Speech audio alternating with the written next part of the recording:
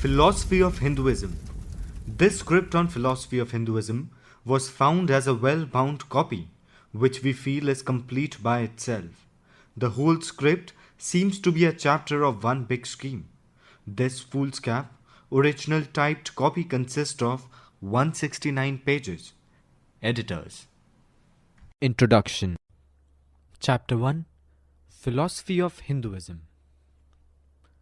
What is the philosophy of Hinduism? This is a question which arises in its logical sequence. But apart from its logical sequence, its importance is such that it can never be omitted from consideration. Without it, no one can understand the aims and ideals of Hinduism. It is obvious that such a study must be preceded by a certain amount of what may be called clearing of the ground and defining of the terms involved. At the outset, it may be asked, what does this proposed title comprehend? Is this title of philosophy of Hinduism of the same nature as that of the philosophy of religion? I wish I could commit myself one way or the other on this point. Indeed, I cannot. I have read a good deal on the subject, but I confess I have not got a clear idea of what is meant by philosophy of religion. This is probably due to two facts. In the first place, while religion is something definite, there is nothing definite as to what is to be included in the term philosophy. In the second place, philosophy and religion have been adversaries, if not actual antagonists, as may be seen from the story of the philosopher and the theologian.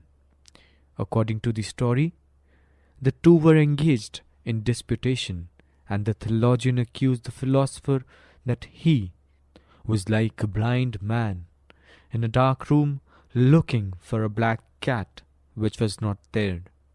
In reply, the philosopher charged the theologian, saying that he was like a blind man in the dark room, looking for a black cat which was not there, but he declared to have found there.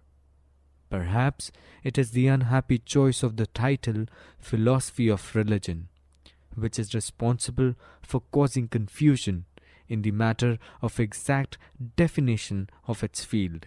The nearest approach to an intelligible statement as to exact subject matter of philosophy of religion I find in Professor Pringle Patterson, who observes, "If this is philosophy of religion, it appears to me that it is merely a different name for that department of study which is called comparative religion, with the added aim of discovering a common principle in the varied manifestations of religion.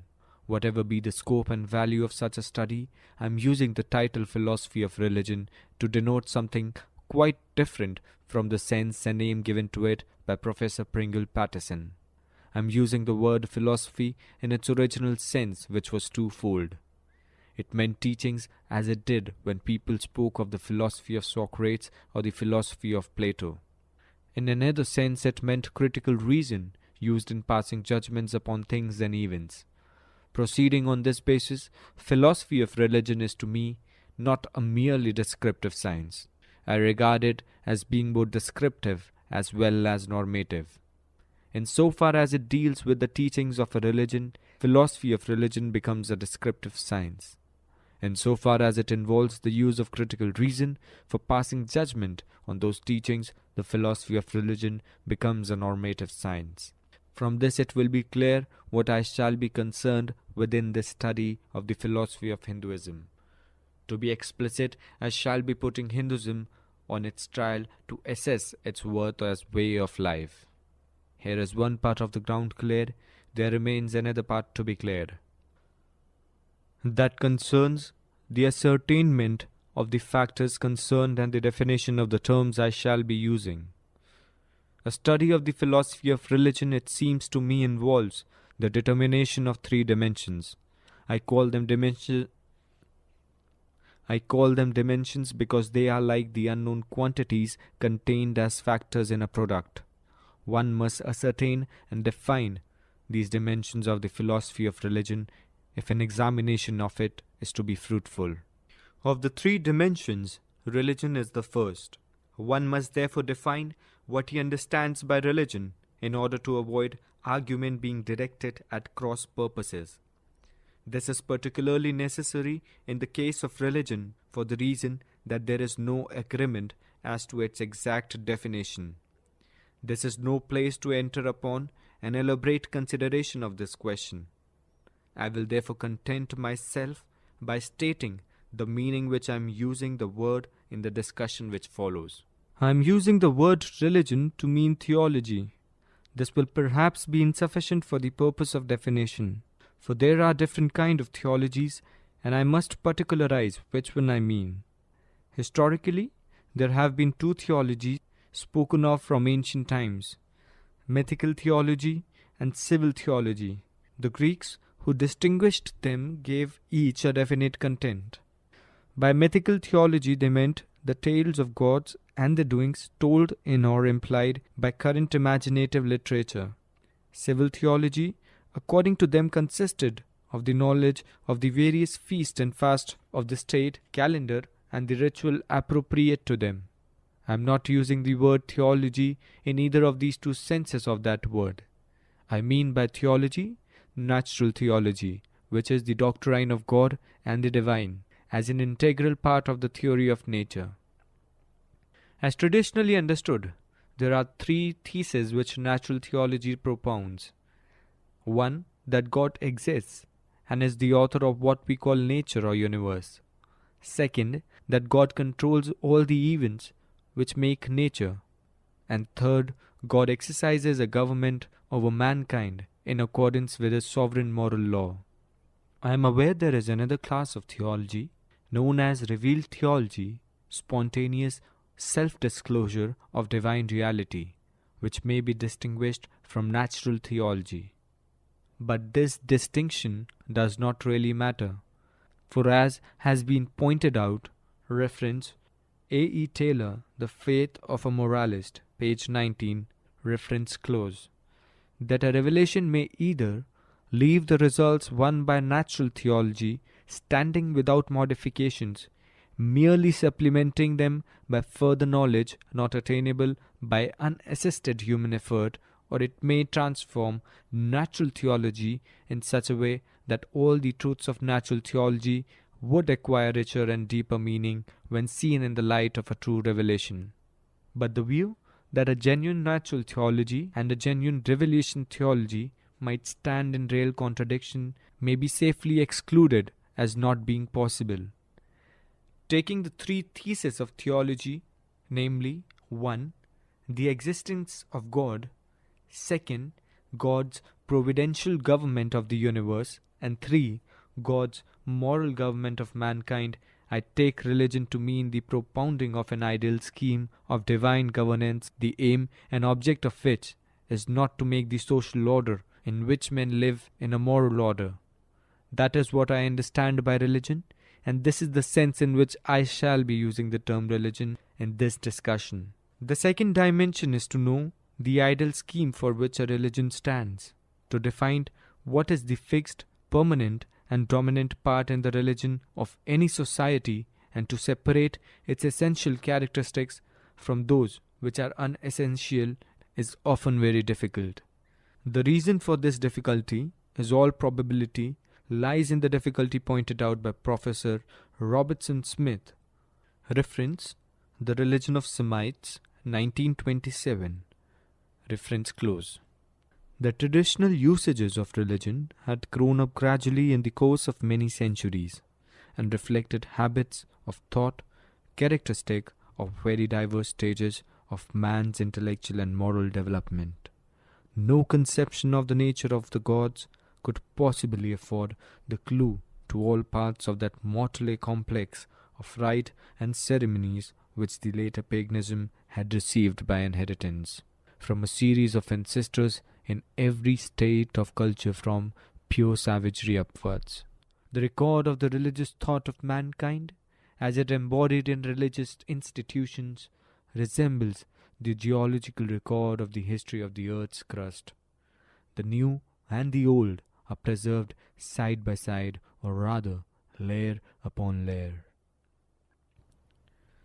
The same thing has happened in India.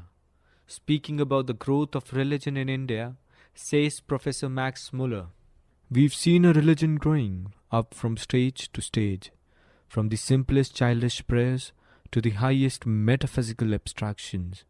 In the majority of the hymns of the Veda, we might recognize the childhood. In the Brahmanas and the sacrificial domestic and moral ordinances, the busy manhood. In the Upanishads, the old age of the Vedic religion. We could have well understood if, with the historical progress of the Indian mind, they had discarded the purely childish prayers as soon as they had arrived at the maturity of the Brahmins, and if, when the vanity of sacrifices and the real character of the old gods had once been recognized, they would have been superseded by the more exalted religion of the Upanishads. But it was not so. Every religious thought that had once found expression in India, that had once been handed down as a sacred heirloom, was preserved, and the thoughts of the three historical periods, the childhood, the manhood, and the old age of the Indian nation, were made to do permanent service in the three stages of the life of every individual. Thus alone can we explain how the same sacred code, the Veda, contains not only the records of different phases of religious thought, but of doctrines which we may call almost diametrically opposed to each other. But this difficulty is not so great in the case of religions which are positive religions. The fundamental characteristic of positive religion is that they have not grown up like primitive religions, under the action of unconscious forces operating silently from age to age, but trace their origin to the teaching of great religious innovators who spoke as the organs of a divine revelation. Being the result of a conscious formulations, the philosophy of a religion which is positive is easy to find and easy to state. Hinduism, like Judaism, Christianity, and Islam, is in the main a positive religion. One does not have to search for its scheme of divine governance. It is not like an unwritten constitution. On the Hindu scheme of divine governance is enshrined in a written constitution, and anyone who cares to know it will find it laid bare in that sacred book called the Manusmriti, a divine code which lays down the rule which governs the religious, ritualistic, and social life of the Hindus in a minute detail, and which must be regarded as the Bible of the Hindus and containing the philosophy of Hinduism. The third dimension is the philosophy of religion, is the criterion reference. Some students of philosophy of religion seem to regard the study of the first two dimensions as all that the field of philosophy of religion need include. They do not seem to recognize that a consideration of the third dimension is necessary part of the study of the philosophy of religion. As an illustration of this, see the article on theology by Mr. D.S. Adams in Hastings' Encyclopedia of Religion and Ethics, Volume 12, page 393. I dissent from this view. The difference is probably due to the fact that I regard philosophy of religion as a normative study and a descriptive study. I do not think that there can be such a thing as a general philosophy of religion. I believe each religion has its particular philosophy. To me, there is no philosophy of religion. There is a philosophy of a religion. Reference close. To be adopted for judging the value of the ideal scheme of divine governance for which a given religion stands. Religion must be put on its trial. By what criterion shall it be judged? That leads to the definition of the norm. Of the three dimensions, this third one is the most difficult one to be ascertained and defined. Unfortunately, the question does not appear to have been tackled, although much has been written on the philosophy of religion, and certainly no method has been found for satisfactorily dealing with this problem. One is left to one's own method for determining the issue. As for myself, I think it is safe to proceed on the view that to know the philosophy of any movement or any institution, one must study the revolutions which the movement or the institution has undergone. Revolution is the mother of philosophy, and if it is not the mother of philosophy, it is a lamp which illuminates philosophy. Religion is no exception to this rule. To me, therefore, it seems quite evident that the best method to ascertain the criterion by which to judge the philosophy of religion is to study the revolutions which religion has undergone. That is the method which I propose to adopt. Students of history are familiar with one religious revolution.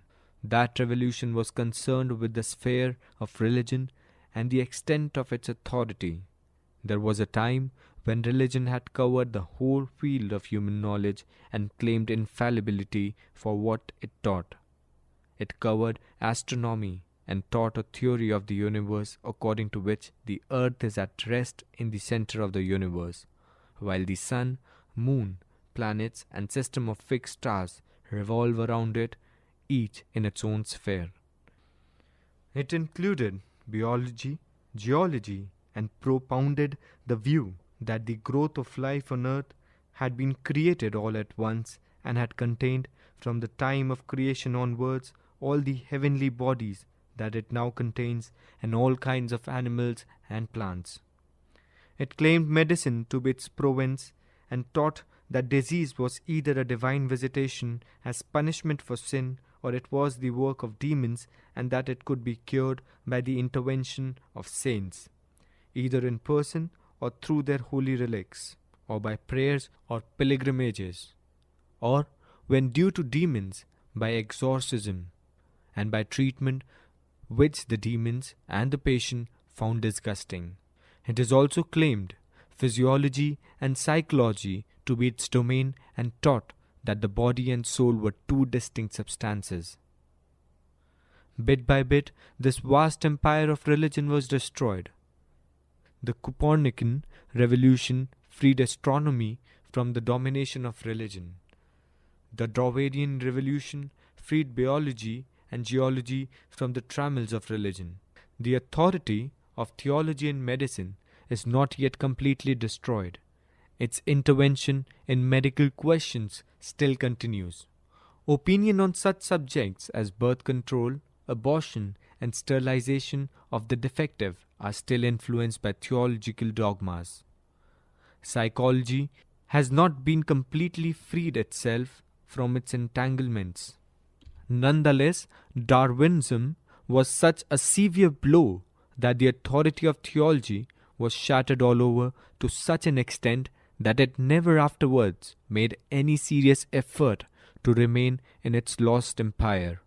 It is quite natural that this disruption of the empire of religion should be treated as a great revolution. It is the result of the warfare which science waged against theology for 400 years, in which many pitched battles were fought between the two, and the excitement caused by them was so great that nobody could fail to be impressed by the revolution that was blazing on. There is no doubt that this religious revolution has been a great blessing. It has established freedom of thought. It has enabled society to assume control of itself, making its own the world it once shared with superstition, facing undaunted the things of its former fears, and so carving out for itself from the realm of mystery in which it lies, a sphere of unhampered action and a field of independent thought. The process of secularization is not only welcomed by scientists for making civilization, as distinguished from culture, possible. Even religious men and women have come to feel that much of what theology taught was unnecessary and a mere hindrance to the religious life that this chopping of its wild growth was a welcome process. But for ascertaining the norm for judging the philosophy of religion, we must turn to another and a different kind of revolution which religion has undergone. That revolution touches the nature and content of ruling conceptions of the relations of God to man, of society to man, and of man to man. How great was this revolution can be seen from the differences which divide savage society from civilized society. Strange as it may seem, no systematic study of this religious revolution has so far been made. Nonetheless, this revolution is so great and so immense that it has brought a complete transformation in the nature of religion as it is taken to be by savage society and by civilized society, although very few seem to be aware of it. To begin with the comparison between savage society and civilized society, in the religion of the savage one is struck by the presence of two things. First is the performance of rites and ceremonies, the practice of magic or taboo, and the worship of fetish or totem. The second thing that is noticeable is that the rites, ceremonies, magic, taboo, totem, and fetish are conspicuous by their connection with certain occasions. These occasions are chiefly those which represent the crimes of human life, the events such as birth, the birth of the firstborn, attaining manhood, reaching puberty, marriage, sickness, death, and war are the usual occasions which are marked out for the performance of rites and ceremonies, the use of magic, and the worship of the totem. Students of the origin and history of religion have sought to explain the origin and substances of religion by reference to either magic, taboo, and totem, and the rites and ceremonies connected therewith, and have deemed the occasions with which they are connected as of no account. Consequently, we have theories explaining religion as having arisen in magic or as having arisen in fetishism. Nothing can be greater error than this. It is true that the savage society practices magic, believes in taboo, and worships the totem, but it is wrong to suppose that these constitute the religion or form the source of religion. To take such a view, it is to elevate what is incidental to the position of the principal. The principal thing in the religion of the savage are the elemental facts of human existence such as life, death, birth, marriage, etc. Magic, taboo, totem, or things which are incidental. Magic, taboo, totem, fetish, etc. are not the ends. They are only the means. The end is life and the preservation of life. Magic, taboo, etc. are resorted to by the savage society not for their own sake, but to conserve life and to exercise evil influences from doing harm to life. Thus understood, the religion of the savage society was concerned with life and the preservation of life, and it is these life processes which constitute the substance and the source of the religion of the savage society. So great was the concern of the savage society for life and the preservation of life that it made them the basis of its religion. So central were the life processes in the religion of the savage society that everything which affected them became part of its religion. The ceremonies of the savage society were not only concerned with the events of birth, attaining of manhood, puberty, marriage, sickness, death, and war. They were also concerned with food. Among pastoral peoples, the flocks and herds are sacred. Among agriculture people, seed time and harvest are marked by ceremonials, performed with some reference to the growth and the preservation of the crops. Likewise, drought, pestilence, and other strange, irregular phenomena of nature occasion the performance of ceremonials. Why should such occasions as harvest and famine be accompanied by religious ceremonies? Why is magic, taboo, totem be of such importance to the savage? The only answer is that they all affect the preservation of life. The process of life and its preservation form the main purpose. Life and preservation of life is the core and center of the religion of the savage society. As pointed out by Professor Crowley, the religion of the savage begins and ends with the affirmation and conservation of life. In life and preservation of life consists the religion of the savage. What is, however, true of the religion of the savage is true of all religions wherever they are found, for the simple reason that constitutes the essence of religion. It is true that in the present-day society, with its theological refinements, this essence of religion has become hidden from view and is even forgotten. But that life and the preservation of life constitute the essence of religion even in the present-day society is beyond question. This is well illustrated by Professor Crowley. When speaking of the religious life of man in the present-day society, he says, how, inverted commas open, a man's religion does not enter into his professional or social hours, his scientific or artistic moments. Practically, its chief claims are settled on one day in the week from which ordinary worldly concerns are excluded. In fact, his life is in two parts, but the moiety with which religion is concerned is the elemental. Serious thinking on ultimate questions of life and death is, roughly speaking, the essence of his Sabbath. Add to this habit of his prayer, giving the thanks at meals, and the subconscious feelings that birth and death, continuation and marriage are rightly solemnized by religion, while business and pleasure may possibly be consecrated, but only metamorphically or by overflow of religious feelings. Inverted commas close. Comparing this description of the religious concerns of the man in the present-day society with that of the savage, who can deny that religion is essentially the same, both in theory and practice, whether one speaks of the religion of the savage society or of the civilized society? It is therefore clear that savage and civilized societies agree in one respect, in both the central interest of religion, namely in the life processes by which individuals are preserved and the race maintained are the same. In this, there is no real difference between the two, but they differ in two other important aspects.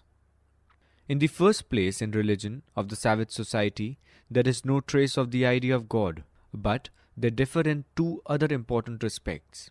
In the first place, in the religion of the savage society, there is no trace of the idea of God.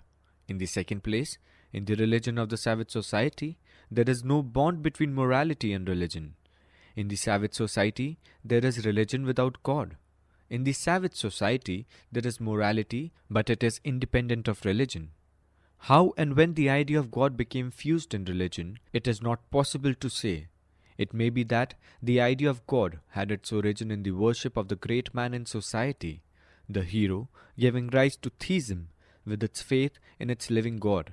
It may be that the idea of God came into existence as a result of the purely philosophical speculation upon the problem as to who created life, giving rise to deism, with its belief in God as architect of the universe. In any case, the idea of God is not integral to religion. How it got fused into religion, it is difficult to explain. With regard to the relation between religion and morality, this much may be safely said. Though the relation between God and religion is not quite integral, the relation between religion and morality is. Both religion and morality are connected with the same elemental facts of human existence, namely life, death, birth, and marriage. Religion consecrates these life processes, while morality furnishes rules for their preservation. Religion is consecrating the elemental fact and processes of life came to consecrate also the rules laid down by society for their preservation. Looked at from this point, it is easily explained why the bond between religion and morality took place. It was more intimate and more natural than the bond between religion and God. But when exactly this fusion between religion and morality took place, it is not easy to say. Be that as it may, the fact remains that religion of the civilized society differs from that of the savage society into two important features. In civilized society, God comes in the scheme of religion in civilized society, morality becomes sanctified by religion. This is the first stage in the religious revolution I am speaking of. This religious revolution must not be supposed to have been ended here with the emergence of these two new features in the development of religion. The two ideas having becoming part of the constitution of the religion of the civilized society have undergone further changes, which have revolutionized their meaning and their moral significance. The second stage of the religious revolution marks a very radical change. The contrast is so big that civilized society has become split into two, antique society and modern society, so that instead of speaking of the religion of the civilized society, it becomes necessary to speak of the religion of the antique society as against the religion of the modern society. The religious revolution, which marks of antique society from modern society, is far greater than the religious revolution which divides savage society from civilized society. Its dimensions will be obvious from the differences it has brought about in the conceptions regarding the relations between God, society, and man. The first point of difference relates to the composition of society. Every human being, without choice on his own part, but simply in virtue of his birth and upbringing, becomes a member of what we call a natural society. He belongs, that is, to a certain family and a certain nation. This membership lays upon him definite obligations and duties which he is called upon to fulfill as a matter of course and on pain of social penalties and disabilities, while at the same time it confers upon him certain social rights and advantages. In this respect, the ancient and modern worlds are alike.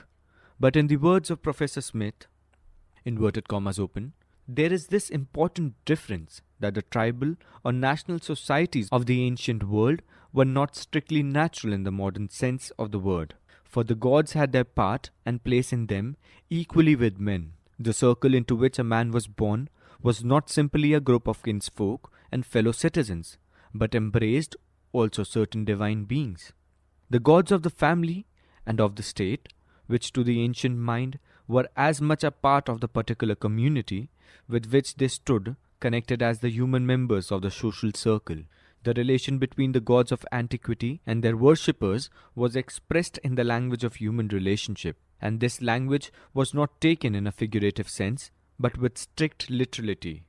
If a god was spoken of as a father, and his worshippers as his offsprings, the meaning was that the worshipper was literally of his stock, that he and they made up one natural family with reciprocal family duties to one another. Or again, if the god was addressed as king and worshippers called themselves his servants, they meant that the supreme guidance of the state was actually in his hands, and accordingly the organization of the state included provision for consulting his will and obtaining his direction in all weighty matters, also provision for approaching him as a king with due homage and tribute. Thus, a man was born into a fixed relation to certain gods, as surely he was born into relation to his fellow men. And his relation, that is, the part of conduct which was determined by his relation to the gods, was simply one side of the general scheme of conduct prescribed for him by his position as a member of society. There was no separation between the spheres of religion and of ordinary life. Every social act had a reference to God as well as to men, for the social body was not made up of men only, but of gods and men. Inverted commas close. Thus in ancient society, men and their gods formed a social and political as well as religious whole. Religion was founded on kinship between the god and his worshippers.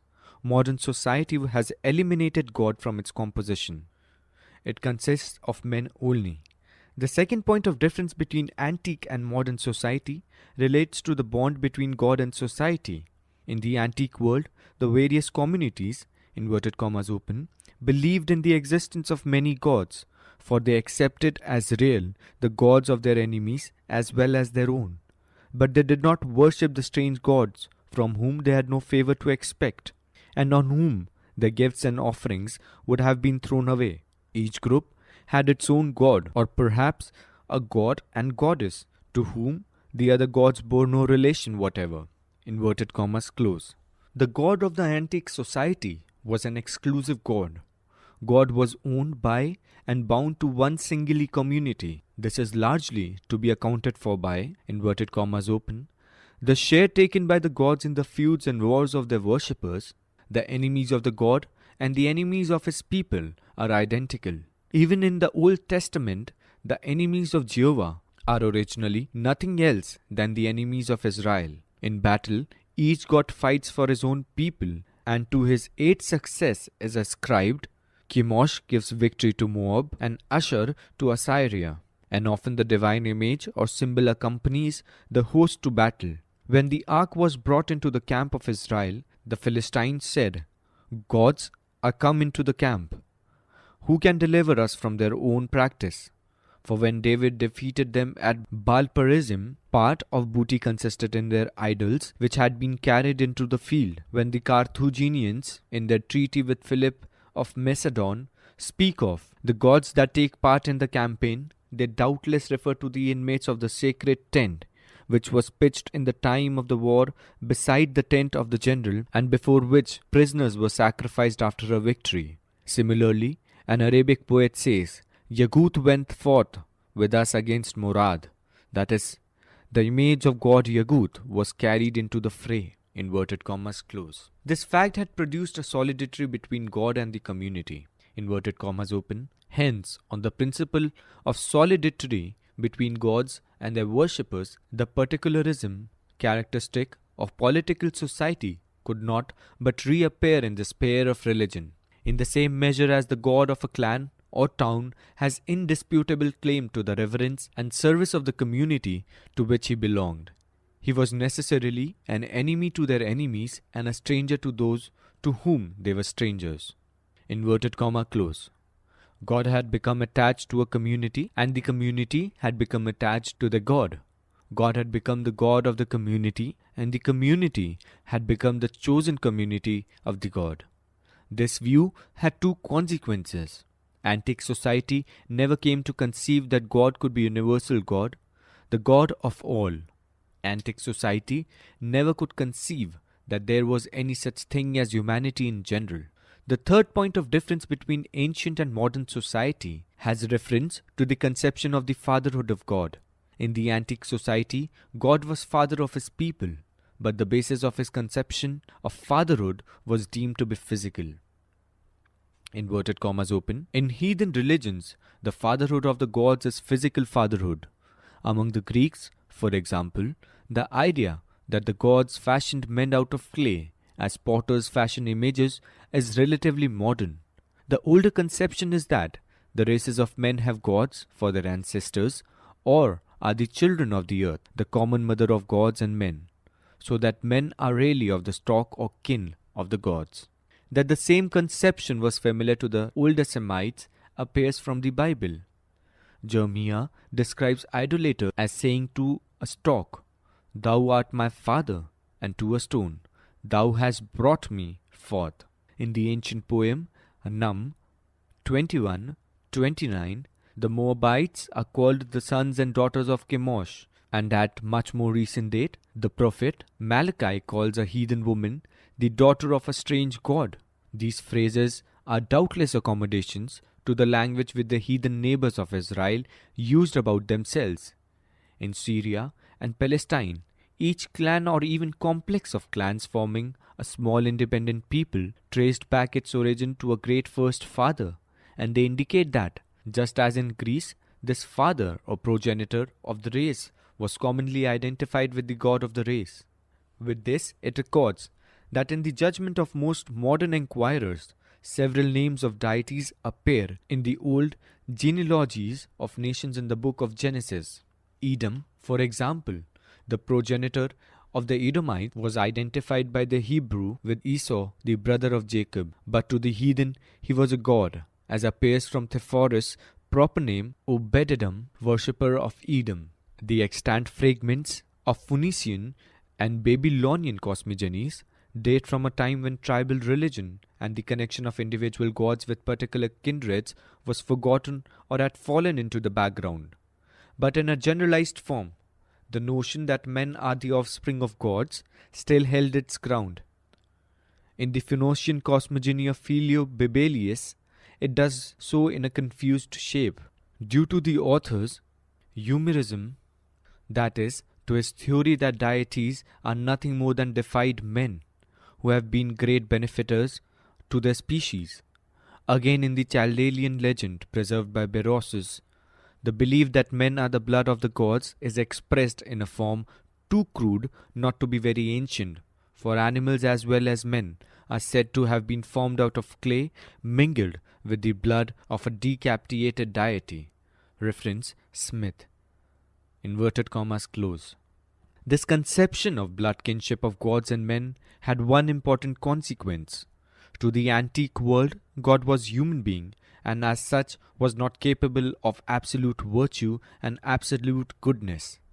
God shared the physical nature of man and was afflicted with the passions, infirmities, and vices to which man was subject. The God of the antique world had all the wants and appetites of man, and he often indulged in the vices in which many revelled. Worshippers had to implore God not to lead them into temptations. In modern society, the idea of divine fatherhood has become entirely dissociated from the physical basis of natural fatherhood. In its place, man is conceived to be created in the image of God. He is not deemed to be begotten by God.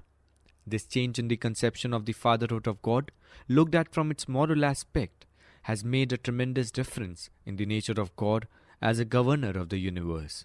God, with his physical basis, was not capable of absolute good and absolute virtue. With God wanting in righteousness, the universe could not insist on righteousness as an immutable principle. This dissociation of God from physical contact with man has made it possible for God to be conceived of as capable of absolute good and absolute virtue. The fourth point of difference relates to the part of religion plays when a change of nationality takes place. In the antique world, there could be no change of nationality unless it was accompanied by a change of religion. In the antique world, inverted commas open, it was impossible for an individual to change his religion without changing his nationality. And a whole community could hardly change its religion at all without being absorbed into another stock or nation. Religions like political ties were transmitted from father to son, for man could not choose a new god at will. The gods of his father were the only deities on whom he could count as friendly and ready to accept his homage, unless he forswore his own kindred and was received into a new circle of civil as well as religious life. Inverted commas close. How change of religion was a condition precedent to a social fusion is well illustrated by the dialogue between Naomi and Ruth in the Old Testament. Inverted commas open. Thy sister, says Naomi to Ruth, is gone back onto her people and onto her gods. And Ruth replies, Thy people shall be my people, and thy God my God. Inverted commas close. It is quite clear that in the ancient world, a change of nationality involves a change of cult. Social fusion meant religious fusion. In modern society, abandonment of religion or acceptance of another is not necessary for social fusion. This is best illustrated by what is in modern terminology and naturalization, whereby the citizen of one state abandons the citizenship of the state and becomes a citizen of a new state. In this process of naturalization, religion has no place. One can have a social fusion, which is another name for naturalization, without undergoing a religious fusion. To distinguish modern society from antique society, it is not enough to say that modern society consists of men only. It must be added that it consists of men who are worshippers to different gods. The fifth point of difference relates to the necessity of knowledge as to the nature of God as part of religion. Inverted commas open. From the antique point of view, indeed the question of what the gods are in themselves is not a religious but a speculative one. What is requisite to religion is a practical acquaintance with the rules on which the deity acts, and on which he expects his worshippers to frame their conduct. What in 2 Kings 17:26 is called the manner, or rather the customary law, of the god of the land. This is true even of the religion of Israel. When the prophets speak of the knowledge of the laws and principle of his government in Israel, and a summary expression for religion as a whole is the knowledge and fear of Jehovah. That is the knowledge of what Jehovah prescribes combined with a reverent obedience. An extreme skepticism towards all religious speculation is recommended in the book of Exhalates as the proper attitude of piety. For no amount of discussion can carry a man beyond the plain rule to fear God and keep his commandments. This counsel the author puts into the mouth of Solomon and so represents it, not unjustly, as summing up the old view of religion which in more modern days had unfortunately begun to be undermined. The sixth point of difference relates to the place of belief in religion. In ancient society, inverted commas open, ritual, practical usages were, strictly speaking, the sum total of ancient religions. Religion in primitive times was not a system of belief with practical applications. It was a body of fixed traditional practices to which every member of society conformed as a matter of courage. Men would not be men if they agreed to do certain things without having a reason for their action. But in ancient religion, the reason was not first formulated as a doctrine and then expressed in practice, but conversely, practiced preceded doctrinal theory. Men form general rule of conduct before they begin to express general principles in words. Political institutions are older than political theories, and in like manner, religious institutions are older than religious theories. This analogy is not arbitrarily chosen, for in fact, the parallelism in ancient society between religious and political institutions is complete. In each sphere, great importance was attached to form and precedent, but the explanation why the precedent was followed consisted merely of legend as to its first establishment.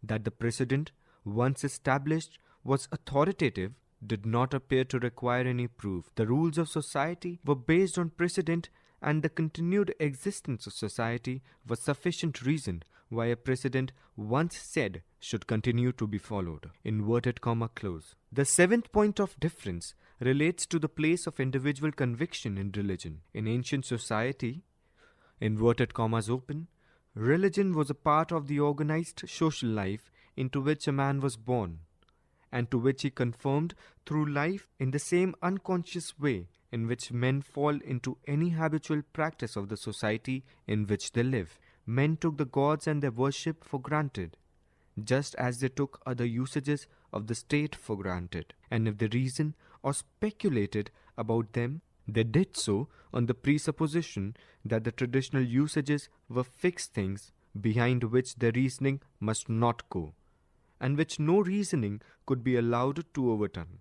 To us, modern religion is above all a matter of individual conviction and reasoned belief, but to the ancients it was a part of the citizen's public life, reduced to fixed forms which he was not bound to understand and was not at liberty to criticize or to neglect. Religious nonconformity was an offense against the state, for if sacred tradition was tampered with, the basis of society were undermined and the favor of the gods was forfeited. But so long as the prescribed forms were duly observed, a man was recognized as truly pious, and no one asked how his religion was rooted in his heart or affected his reason. Like political duty, of which indeed it was a part, religion was entirely comprehended in the observance of certain fixed rules of outward conduct. The eighth point of difference pertains to the relation of God to society and man, of society to man, in matter of God's providence. First, as the difference in the relation of God to society. In this connection, 3 points may be noted. The faith of the antique world, inverted commas open, sought nothing higher than a condition of physical biantere. The good things desired of the gods were the blessings of earthly life, not spiritual but carnal things. What the antique societies asked and believed themselves to receive from their God lay mainly in the following things.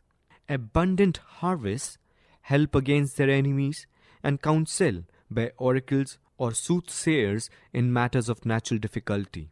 Inverted commas close. In the antique world, inverted commas open, religion was not the affair of the individual but of the community. It was the community and not the individual that was sure of the permanent and the unfailing hand of the deity. Inverted commas close.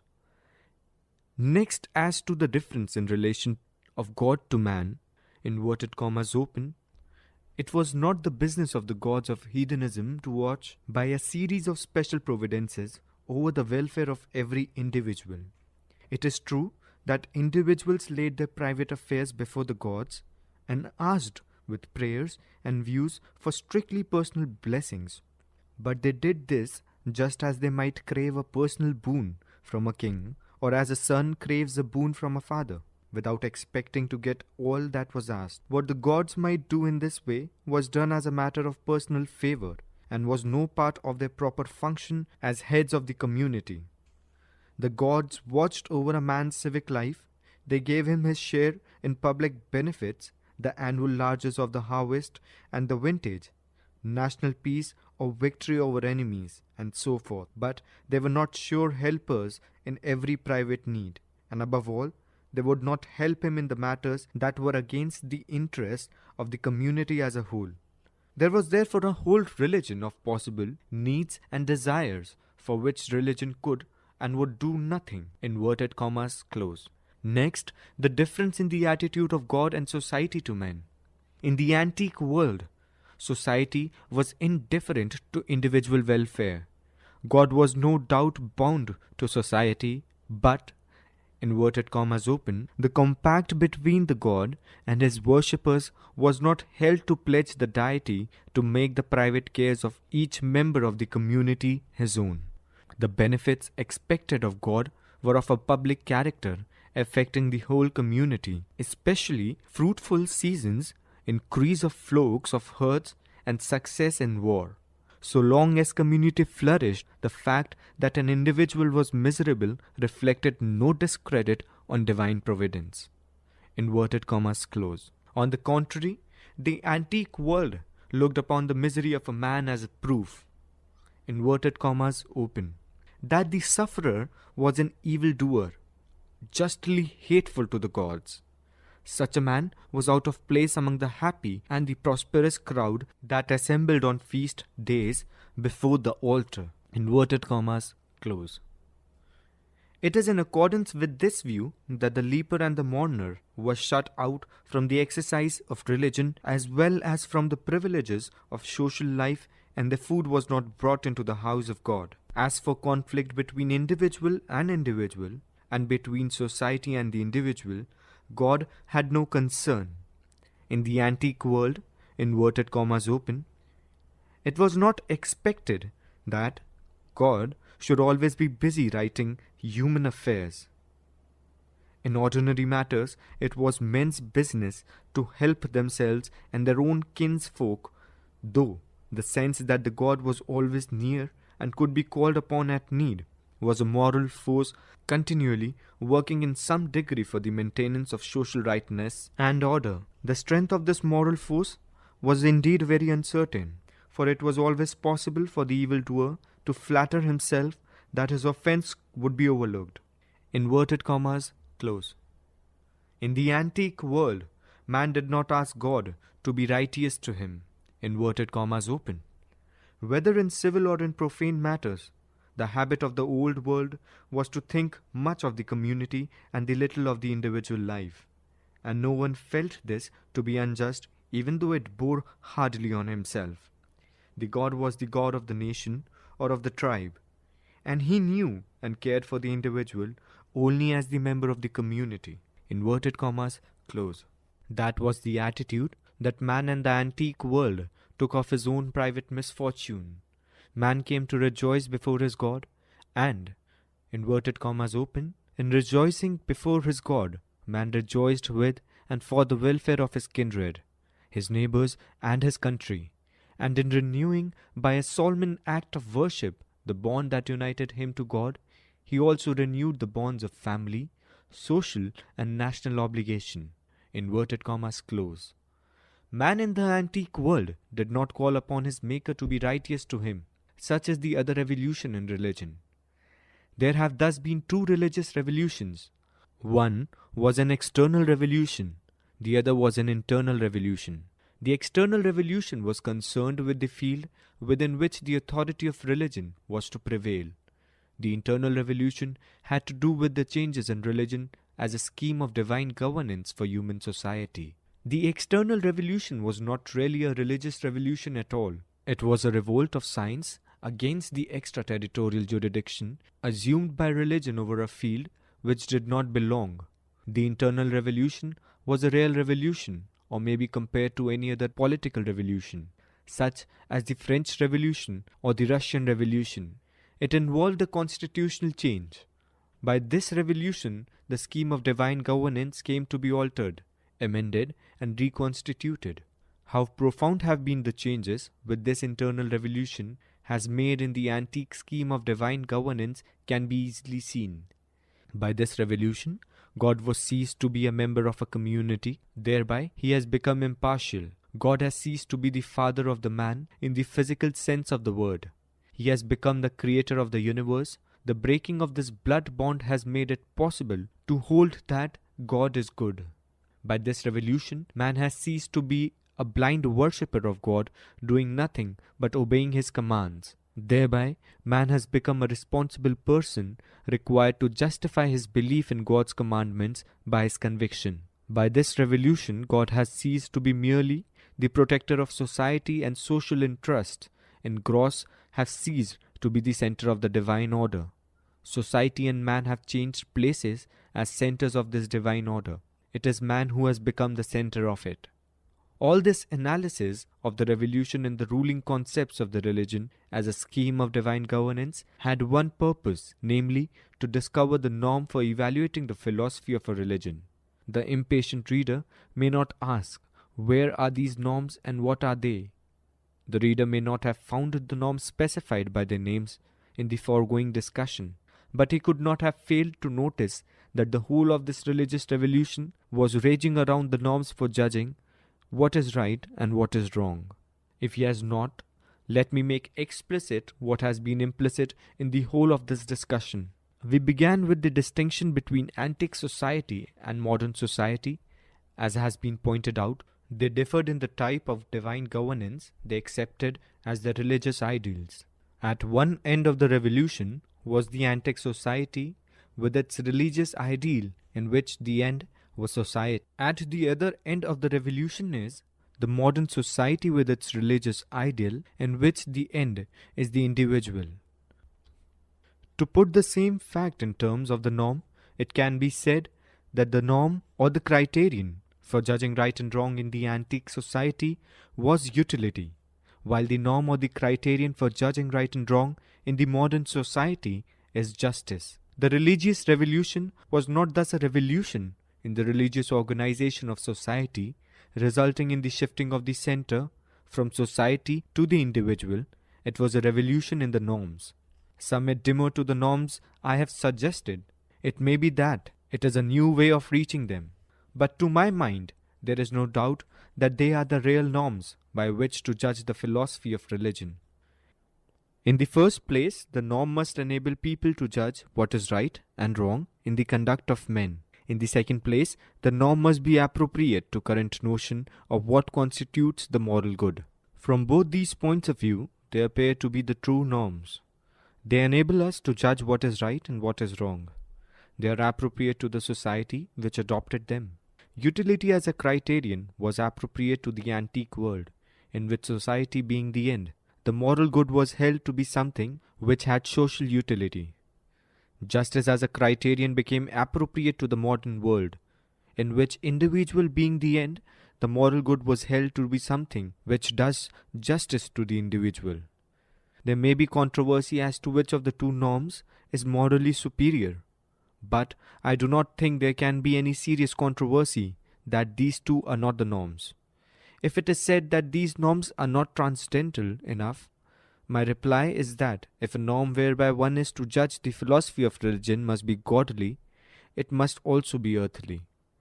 At any rate, these are the norms I propose to adopt in examining the philosophy of Hinduism.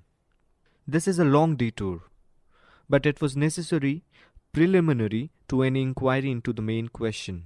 However, when one begins the inquiry, one meets with an initial difficulty. The Hindu is not prepared to face the inquiry. He either argues that religion is of no importance or takes shelter behind the view, fostered by the study of comparative religion, that all religions are good. There is no doubt that both these views are mistaken and untenable. Religion as a social force cannot be ignored. Religion has been aptly described by Herbert Spencer as the weft which everywhere crosses the warp of history. This is true of every society. But religion has not only crossed everywhere the warp of Indian history, it forms the warp and woof of the Hindu mind. The life of the Hindu is regulated by religion at every moment of his life. It orders him how during life he should conduct himself and how on death his body shall be disposed of. It tells him how and when he shall indulge in his sexual impulses. It tells him what ceremonies are to be performed when a child is born, how he should name, how he should cut its hair on the head, how he should perform its first feeding. It tells him what occupation he can take to, what woman he should marry. It tells him with whom he should dine, and what food he should eat, what vegetables are lawful and what are forbidden. It tells how he should spend his day, how many times he should eat, how many times he should pray. There is no act of the Hindu which is not covered or ordained by religion. It seems strange that the educated Hindus should come to look upon it as though it was a matter of indifference. Besides, religion is a social force. As I have pointed out, religion stands for a scheme of divine governance. The scheme becomes an ideal for society to follow. The ideal may be non-existence in the sense that it is something which is constructed, but although non-existent, it is real. For an ideal, it has full operative force, which is inherent in every ideal. Those who deny the importance of religion not only forget this, they also fail to realize how great is the potency and sanction that lies behind a religious ideal as compound with what a purely secular ideal. This is probably due to the lag which one sees between the real and the ideal, which is always present whether the ideal is religious or secular. But the relative potency of the two ideals is to be measured by another test, namely their power to override the practical instincts of man. The ideal is concerned with something that is remote. The practical instincts of man are concerned with the immediate present. Now placed as against the force of the practical instincts of man, the two ideals show their difference in an unmistaken manner. The practical instincts of man do yield to the prescriptions of a religious ideal. However much the two are opposed to each other. The practical instincts of man do not, on the other hand, yield to the secular ideal if the two are in conflict. This means that a religious ideal has hold on mankind irrespective of an earthly gain. This can never be said of purely secular ideal. Its power depends upon its power to confer material benefit. This shows how great is the difference in the potency and sanction of two ideals over the human mind. A religious ideal never fails to work so long as there is faith in that ideal. To ignore religion is to ignore a live wire. Again, to hold that all religions are true and good is to cherish a belief which is positively and demonstrably wrong. This belief, one is sorry to say, is the result of what is known as the study of comparative religion. Comparative religion has done one great service to humanity. It has broken down the claim and arrogance of revealed religions as being the only true and good religions of study. While it is true that comparative religion has abrogated the capricious distinction between true and false religions based on purely arbitrary and a priori considerations, it has brought in its wake some false notions about religion. The most harmful one is the one I have mentioned, namely, that all religions are equally good and there is no necessity of discriminating between them. Nothing can be a greater error than this. Religion is an institution or an influence, and like all social influences and institutions, it may help or it may harm a society which is in its grip.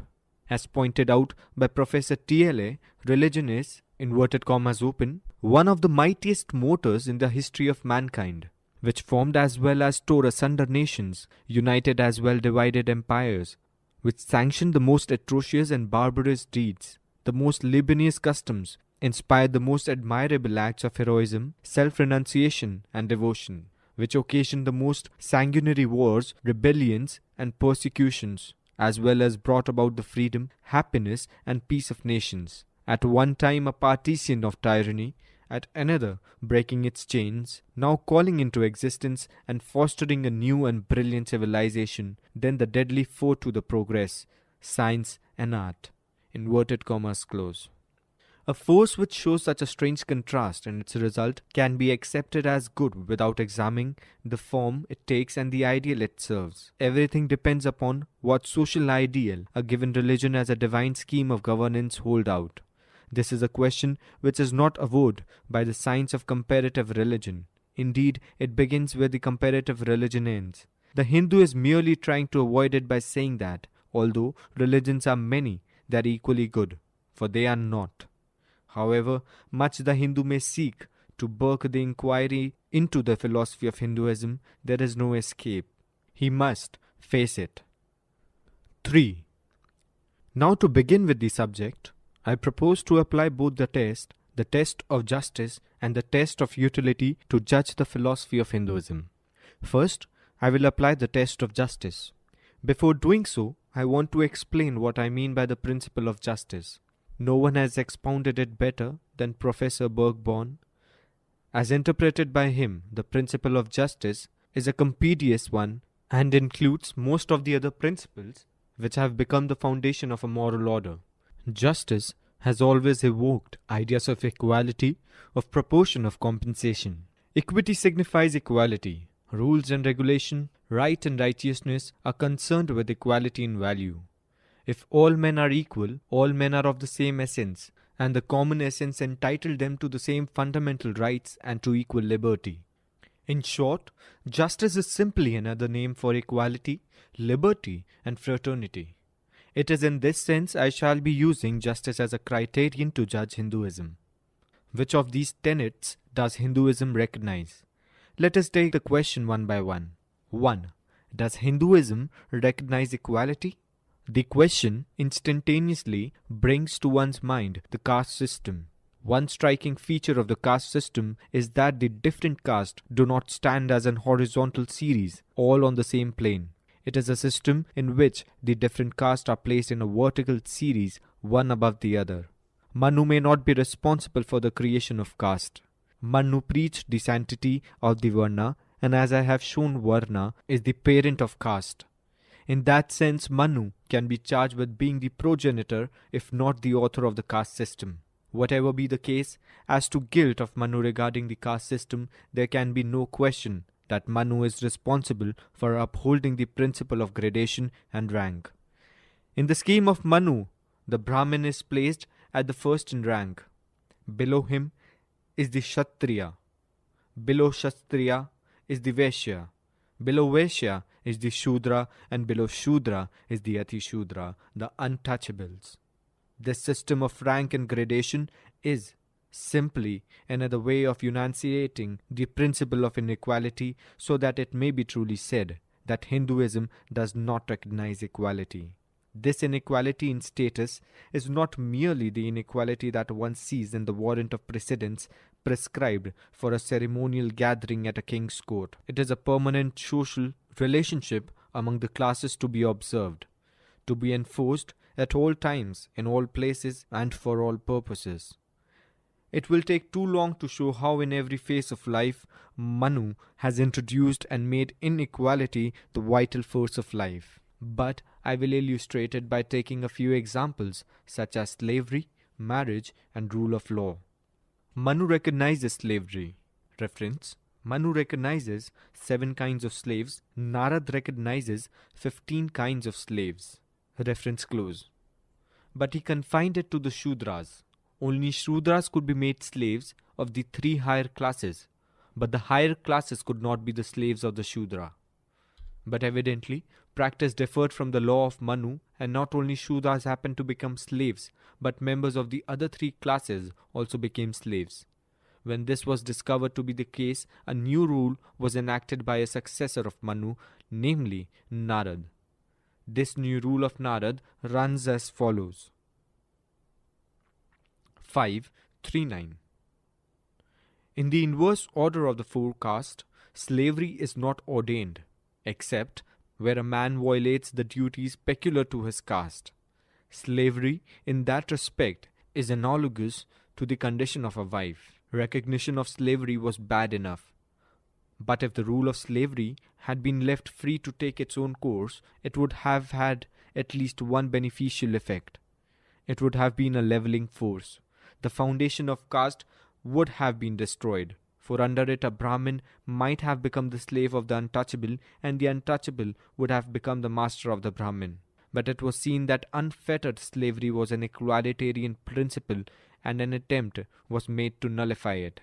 Manu and his successors, therefore, while recognizing slavery, ordained that it shall not be recognized in its inverse order to the Varna system. That means that a Brahmin may become the slave of another Brahmin, but he shall not be the slave of a person of another Varna, that is, of the Kshatriya, Vaishya, Shudra or Atishudra. On the other hand, a Kshatriya can have a Kshatriya, Vaishya, Shudra and Atishudra as a slave, but not one who is a Brahmin. A Vaishya can have a Vaishya, Shudra and Atishudra as his slaves, but not one who is a Brahmin or a Kshatriya.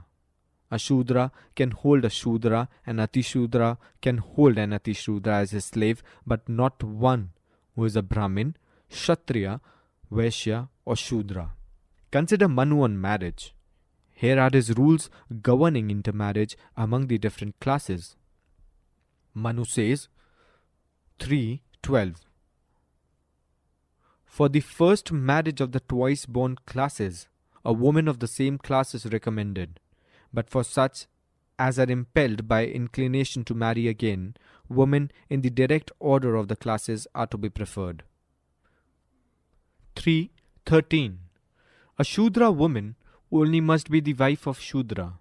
She and a Vaishya of a Vaishya, they two and a Kshatriya of a Kshatriya, those two and a Brahmani of a Brahman. Manu is of course opposed to intermarriage. His injunction is for each class to marry within his class, but he does not recognize marriage outside the defined class. Here again, he is particularly careful not to allow intermarriage to do harm to his principle of inequality among classes. Like slavery, he permits intermarriage, but not in the inverse order. A Brahmin, when marrying outside his class, may marry any woman from any of the classes below him. A Kshatriya is free to marry a woman from the two classes next below him, namely the Vaishya and the Shudra, but must not marry a woman from the Brahmin class which is above him. A Vaishya is free to marry a woman from the Shudra class which is next below him, but he cannot marry a woman from the Brahmin and the Kshatriya class which are above him. Why this discrimination? The only answer is that Manu was most anxious to preserve the rule of inequality which was his guiding principle. Take rule of law. Rule of law is generally understood to mean equality before law. Let anyone interested to know what Manu has to say on the point ponder over the following rules extracted from his code, which for easy understanding I have arranged under distinct headings. As to witness, according to Manu, they are to be shown as follows. 8.87. Inverted commas open. In the forenoon, let the judge, being purified, severally call on the twice born, being purified also, to declare the truth in the presence of some image, a symbol of the divinity and of Brahmins, while the witnesses turn their faces either to the north or to the east. Inverted commas close. 8.88. Inverted commas open. To a Brahmin, he must begin with saying, declare. To a Kshatriya, with saying, declare the truth. To a Vaishya, with comparing perjury to the crime of stealing kine, grain or gold. To a Shudra, with comparing it in sum or all of the following sentences to every crime that men can commit. Inverted commas close.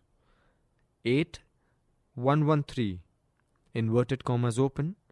Let the judge cause a priest to swear by his versity, a soldier by his horse or elephant and his weapons, a merchant by his keen grain and gold, a mechanic or servile man by imprecating on his own head, if he speak falsely, all possible crimes. Inverted commas close.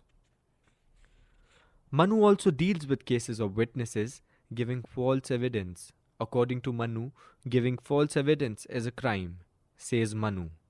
8.122 inverted commas open. Learned men have specified these punishments, which were ordained by sage legislators for perjured witnesses, with a view to prevent a failure of justice and to restrain iniquity. Inverted commas close. 8.123 inverted commas open. Let a just prince banish men of the three lower classes if they give false evidence, having first levied the fine, but a Brahmin let him only banish. Inverted commas close. But Manu made one exception. 8.112 inverted commas open.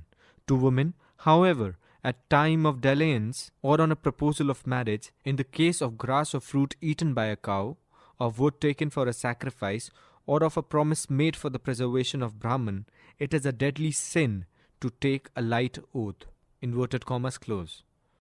As parties to proceedings, the position can be illustrated by quoting the ordinances of Manu relating to a few of the important criminal offences dealt with by Manu.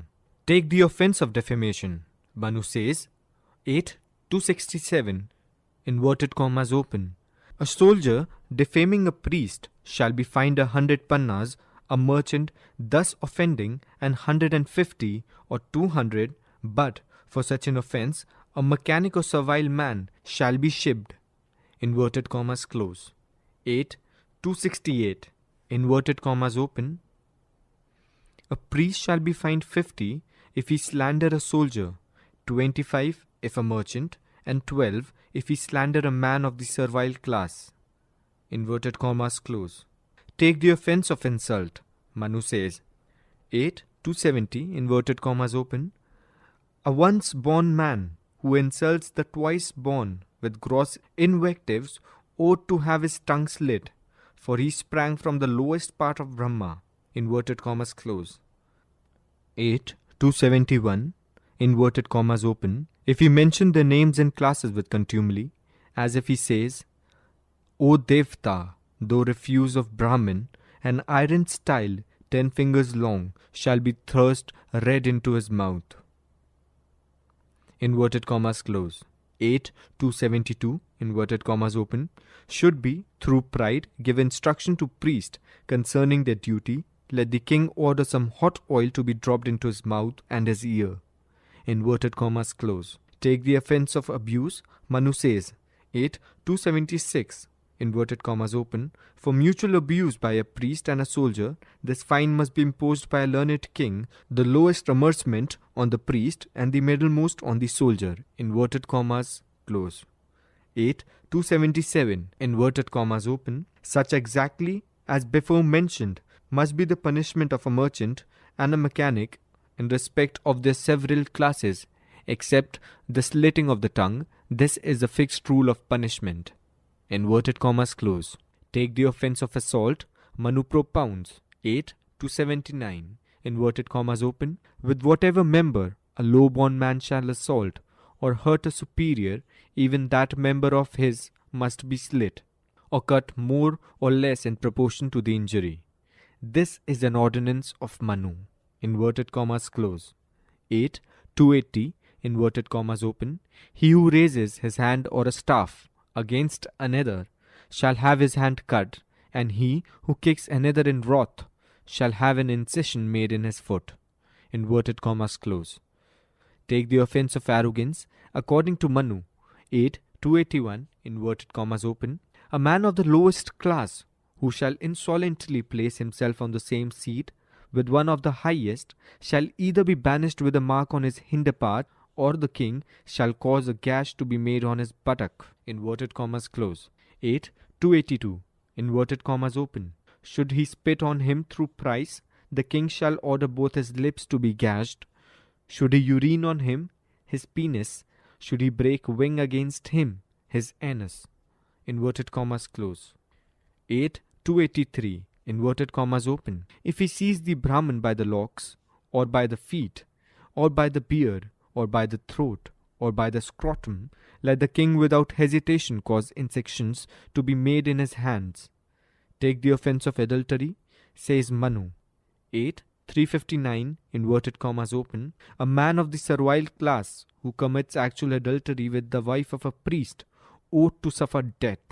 The wives, indeed, of all the four classes must ever be most specially guarded, inverted commas close. 8. 366, inverted commas open. A low man who makes love to a damsel of high birth ought to be punished corporally, but he who addresses a maid of equal rank shall give the nuptial present and marry her if a father please, inverted commas close. 8. 374. A mechanic or servile man having an adulterous connection with a woman of a twice-born class, whether guarded at home or unguarded, shall thus be punished. If she was unguarded, he shall lose the part offending, and his whole substance; if guarded, and a priestless, everything, even his life, inverted commas close. 8. 375, inverted commas open. For adultery with a guarded priestess, a merchant shall forfeit all his wealth after imprisonment for a year. A soldier shall be fined 1,000 pannas, and he be shaved with the urine of an ass, inverted commas close. 8. 376, inverted commas open. But if a merchant or a soldier commit adultery with a woman of a sacerdotal class, whom her husband guards not at home, the king shall only fine the merchant 500 and the soldier 1,000. 8. 377. Both of them, however, if they commit that offence with a priestess, not only guarded but eminent for good qualities, shall be punished like men of the servile class, or be burned in a fire of dry grass or reeds, inverted comma close. 8. 382, inverted commas open. If a merchant converse criminally with a guarded woman of the military, or a soldier with one of the mercantile class, they both deserve the same punishment as in the case of a priestess unguarded, inverted commas close. 8. 383, inverted commas open. But a Brahmin who shall commit adultery with a guarded woman of these two classes must be fined 1,000 pannas, and for the life offence with a guarded woman of the servile class, the fine of a soldier or a merchant shall be also 1,000, inverted commas close. 8. 384, inverted commas open. For adultery with a woman of the military class, if guarded, the fine of the merchant is 500, but a soldier, for the converse of that offence, must be shaved with the urine or pay the fine just mentioned, inverted commas close. 8. 385, inverted commas open. A priest shall pay 500 pannas if he connect himself criminally with an unguarded woman of the military, commercial or servile class, and 1,000 for such a connection with the woman of a vile mixed breed, inverted commas close. Turning to the system of punishment for offences, Manu's scheme throws an interesting light on the subject. Consider the following ordinances. 8. 379, inverted commas open. Ignominious tonsure is ordained instead of capital punishment for an adulterer of the priestly class, where the punishment of the other classes may extend the loss of life, inverted commas close. 8. 380. Never shall the king slay a Brahman. Though convicted of all possible crimes, let him banish the offender from his realm, but with all his property secure and his body unhurt, inverted commas close. 9. 127, inverted commas open. For killing intentionally a virtuous man of the military class, the penance must be fourth part of that ordained for killing a priest. For killing a Vaishya, only an eighth. For killing a Shudra who has been constant in discharging his duties, a 16th part, inverted commas close. 9. 128. But if a Brahmin kill a Kshatriya without malice, he must, after a full performance of his religious rites, give the priest one bull together with 1,000 cows, inverted commas close.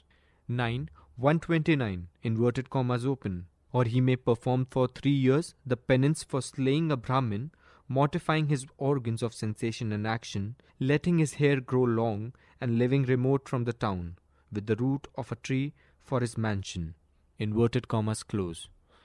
9. 130, inverted commas open. If he kill without malice a Vaishya, who had a good moral character, he may perform the same penance for 1 year, or give the priest 100 cows and a bull, inverted comma close. 9. 131, inverted commas open. For 6 months must he perform his whole penance, if without intention he kill a Shudra, or he may give 10 white cows and a bull to the priest, inverted comma close. 8. 381, inverted commas open. No greater crime is known on earth than slaying a Brahman, and the king, therefore, must not even form in his mind an idea of killing a priest, inverted commas close. 8. 126, inverted commas open. Let the king, having considered and ascertained the frequency of a similar offence, the place and time, the ability of the criminal to pay, or sufferer, and the crime itself, cause punishment to fall on those alone who deserves it, inverted comma close. 8. 124, inverted commas open. Manu, son of the self-existent, has named 10 places of punishment, which are appropriated to 3 lower classes, but a Brahman must depart from the realm unhurt in any one of them, inverted commas close. 8. 125, inverted commas open. The part of generation, the belly, the tongue, the 2 hands, and fifthly, the 2 feet, the eye, the nose, both ears, the property, and in a capital case, the whole body, inverted commas close. How strange is the contrast between Hindu and non-Hindu criminal jurisprudence. How inequality is writ large in Hinduism as seen in its criminal jurisprudence. In a penal code charged with the spirit of justice, we find 2 things: a section defining the crime, and a section prescribing a rational form of punishment for breach of it, and a rule that all offenders are liable to the same penalty. In Manu, what do we find? First, an irrational system of punishment. The punishment for a crime is inflicted on the organ concerned in the crime, such as belly, tongue, nose, eyes, ears, organs of generation, etc., as if the offending organ was a sentient being having a will for its own and had not been merely a servitor of a human being. Second feature of Manu's penal code is the inhuman character of the punishment, which has no proportion to the gravity of the offence. But the most striking feature of Manu's penal code, which stands out in all its nakedness, is the inequality of punishment for the same offence. Inequality designed not merely to punish the offender, but to protect also the dignity and to maintain the baseness of the parties coming to a court of law to seek justice. In other words, to maintain the social inequality on which his whole scheme is founded. So far, I have taken for illustrations such matters as serve to show how Manu has ordained social inequality. I now propose to take other matters dealt with the Manu in order to illustrate that Manu has also ordained religious inequality. These are matters which are connected with what are called sacraments and ashrams. The Hindus, like the Christians, believed in sacraments. The only difference is that the Hindus have so many of them that even the Roman Catholic Christians would be surprised at the extravagant number observed by the Hindus. Originally, their numbers was 40 and covered the most trivial as well as the most important occasion in a person's life. First, they were reduced to 20. Later on, it was reduced to 16, and at that figure, the sacraments of the Hindus have remained stabilized. Before I explain how at the core of these rules of sacraments there lies the spirit of inequality, the reader must know what the rules are. It is impossible to examine all. It will be enough if I deal with a few of them. I will take only 3 categories of them, those relating with the initiation, Gayatri and daily sacrifices. First, as to initiation. This initiation is effected by the investiture of a person with the sacred thread. The following are the most important rules of Manu regarding the sacrament of investiture. 2:36 inverted commas open. In the 8th year from the conception of a Brahman, in the 11th from that of a Kshatriya, and in the 12th from that of a Vaishya, let the father invest the child with the mark of his class. Inverted commas close. 2:37 inverted commas open. Should a Brahman or his father for him be desirous of his advancement in sacred knowledge, a Kshatriya of extending his power, or a Vaishya of engaging in mercantile business, the investiture may be made in the 5th, 6th, or 8th years respectively. Inverted commas close. Second, 38 inverted commas open. The ceremony of investiture, followed by the Gayatri, must not be delayed in case of a priest beyond the 16th year, nor in that of a soldier beyond the 22nd, nor in that of a merchant beyond the 24th. Inverted commas close. Second, 39 inverted commas open. After that, all youths of these three classes who have not been invested at the proper time became vratyas or outcast, degraded from the Gayatri and condemned by the virtuous. Inverted comma close. Second, 147 inverted commas open. Let a man consider that as a mere human birth, which his parents gave him for their mutual gratification, and which he receives after lying in the womb. Inverted commas close. Second, 148 inverted commas open. But that birth which his principal Acharya, who knows the whole Veda, procures for him by his divine mother, the Gayatri, is a true birth.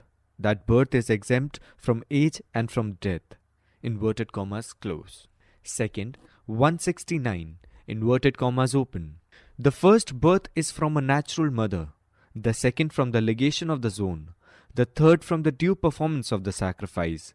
Such are the births of him who is usually called the twice born, according to the text of Veda.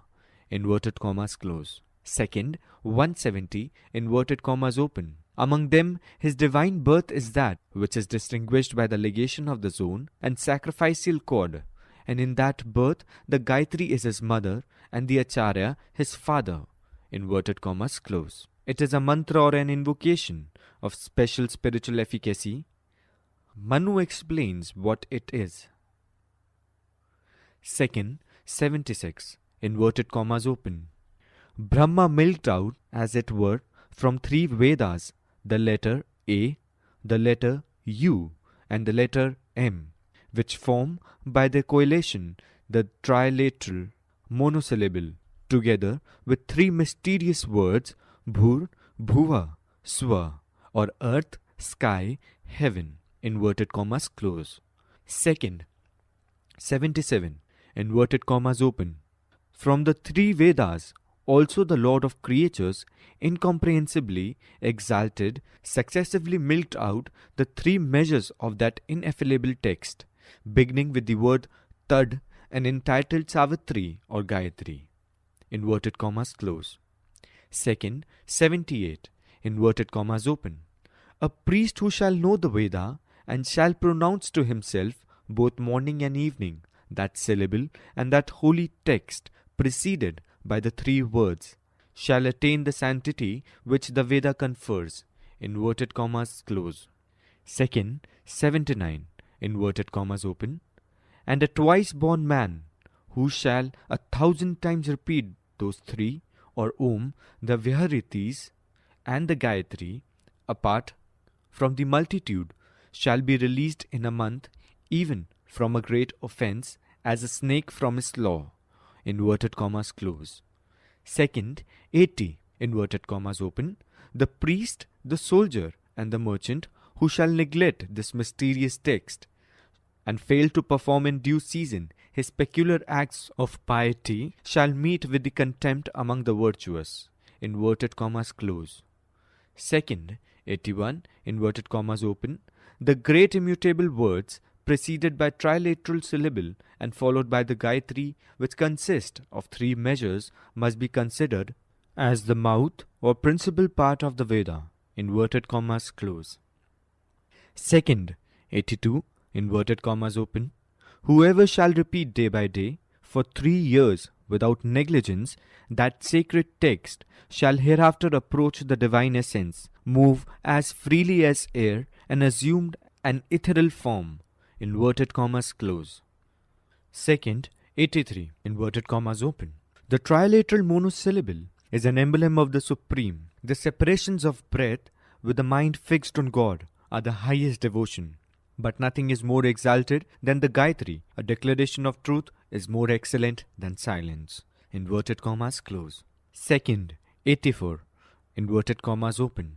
All rites ordained in the Veda, oblations to fire, and Solomon's sacrifices pass away. But that which passes not away is declared to be the syllable Om, thence called Ashtar, since it is a symbol of God, the Lord of created beings. Inverted commas close. Second, 85, inverted commas open. The act of repeating his holy name is 10 times better than the appointed sacrifice, and 100 times better when it is heard by no man, and 1,000 times better when it is purely mental. Inverted commas close. Second, 86, inverted commas open. The 4 domestic sacraments which are accompanied with the appointed sacrifice are not equal, though all be united to a 16th part of the sacrifice performed by a repetition of the Gayatri. Inverted commas close. Now to daily sacrifices. 369, inverted commas open. For the sake of expiating offences committed ignorantly in those places mentioned in order, the 5 great sacrifices were appointed by eminent sages to be performed each day by such as keep house. Inverted commas close. 370, inverted commas open. Teaching and studying the scripture is the sacrifice to the Veda. Offering cakes and water, the sacrifice to the mains. An oblation to fire, the sacrifice to the deities. Giving rice or other food to living creatures, the sacraments of spirits. Receiving guests and honor, the sacrifice to men. Inverted comma close. 371, inverted commas open. Whoever omits not those 5 great sacrifices, if he has ability to perform them, is untainted by the sons of the 5 slaughtering places, even though he constantly resides at home. Inverted commas close. Turning to the ashrams, the ashram theory is a peculiar feature of the philosophy of Hinduism. It is not known to have found a place in the teachings of any other religion. According to the ashram theory, life is to be divided into 4 stages, called the Brahmachari, Grihasth, Vanaprasth, and Sannyas. In the Brahmachari stage, a person is unmarried and devotes his time to study and education. After this stage is over, he enters the stage of Grihasth, that is, he marries, rears a family, and attends to his worldly welfare. Thereafter, he enters the 3rd stage, and then known as a Vanaprastha. As a Vanaprastha, he dwells in the forest as a hermit, but without serving his ties with his families, or without abandoning his rights to his worldly goods. Then comes the 4th and the last stage, that of sannyas, which means complete renunciation of the world in search of God. The 2 stages of Brahmachari and Grihastha are natural enough. The last 2 stages are only recommendatory. There is no compulsion about them. All that Manu lays down is as follows. 6.1. A twice born who has thus lived according to the law, in the order of householders, may, taking a firm resolution, keeping his organs in subjection, dwell in the forest, duly observing the rules to follow. 6.2. When a householder sees his skin wrinkled and his hair white and the sons of his son, then he may resort to the forest. 6.3. Abandoning all food raised by cultivation, all his belongings, he may depart into the forest, either committing his wife to his sons or accompanied by her. 6.33. But having passed the 3rd part of a man's natural term of life in the forest, he may live as an ascetic during the fourth part of his existence, after abandoning all attachment to worldly objects. The inequality embodied in these rules is real, although it may not be quite obvious. Observe that all these sacraments and ashrams are confined to the twice born. The Shudras are excluded from their benefit. Manu, of course, has no objection to their undergoing the forms of the ceremonies, but he objects to the use of the sacred mantras in the performance of the ceremonies. On this, Manu says, 10:127, inverted commas open, even Shudras, who were anxious to perform their entire duty and knowing what they should perform, imitate the practice of good men in the household sacraments, but without any holy text, except those containing praises and salutation are so far from sinning that they acquire just applause. Inverted commas close. See the following text of Manu for women. 2:66, inverted commas open. The same ceremonies, except that of the sacrificial thread, must be duly performed for women at the same age, in the same order, that the body may be made perfect, but without any text from the Veda. Inverted commas close. Why does Manu prohibit the Shudras from the benefit of the sacraments? His interdict against the Shudras becoming a sannyasi is a puzzle. Sannyas means and involves renunciation, abandonment of worldly object. In legal language, sannyas is interpreted as being equivalent to civil death, so that when a man becomes a sannyasi, he is treated as being dead from that moment, and his heir succeeds immediately. This would be only consequence which would follow if a Shudra become a sannyasi. Such a consequence could hurt nobody except the Shudra himself. Why then this interdict? The issue is important, and I will quote Manu to explain the significance and importance of the sacraments and the sannyas. Let us all ponder over the following relevant text of Manu. 2:26. With holy rites prescribed by the Veda, must the ceremony on conception and other sacraments be performed for twice-born men, which sanctify the body and purify from sin in this life and after death. Second, 28.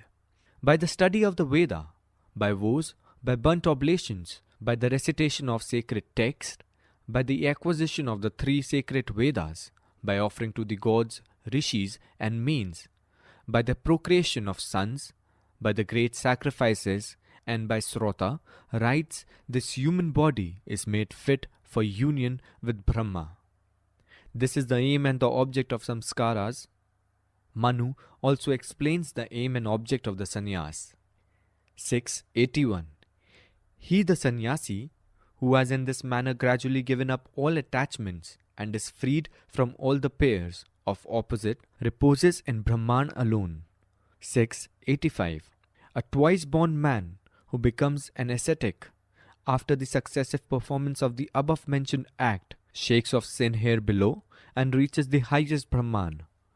From these texts, it is clear that according to Manu himself, the object of the sacraments is to sanctify the body and purify it from sin in this life, and hereafter to make it fit for the union with God. According to Manu, the object of sannyas to reach and repose in God. Yet Manu says that the sacraments and sannyas are the privileges of the higher classes.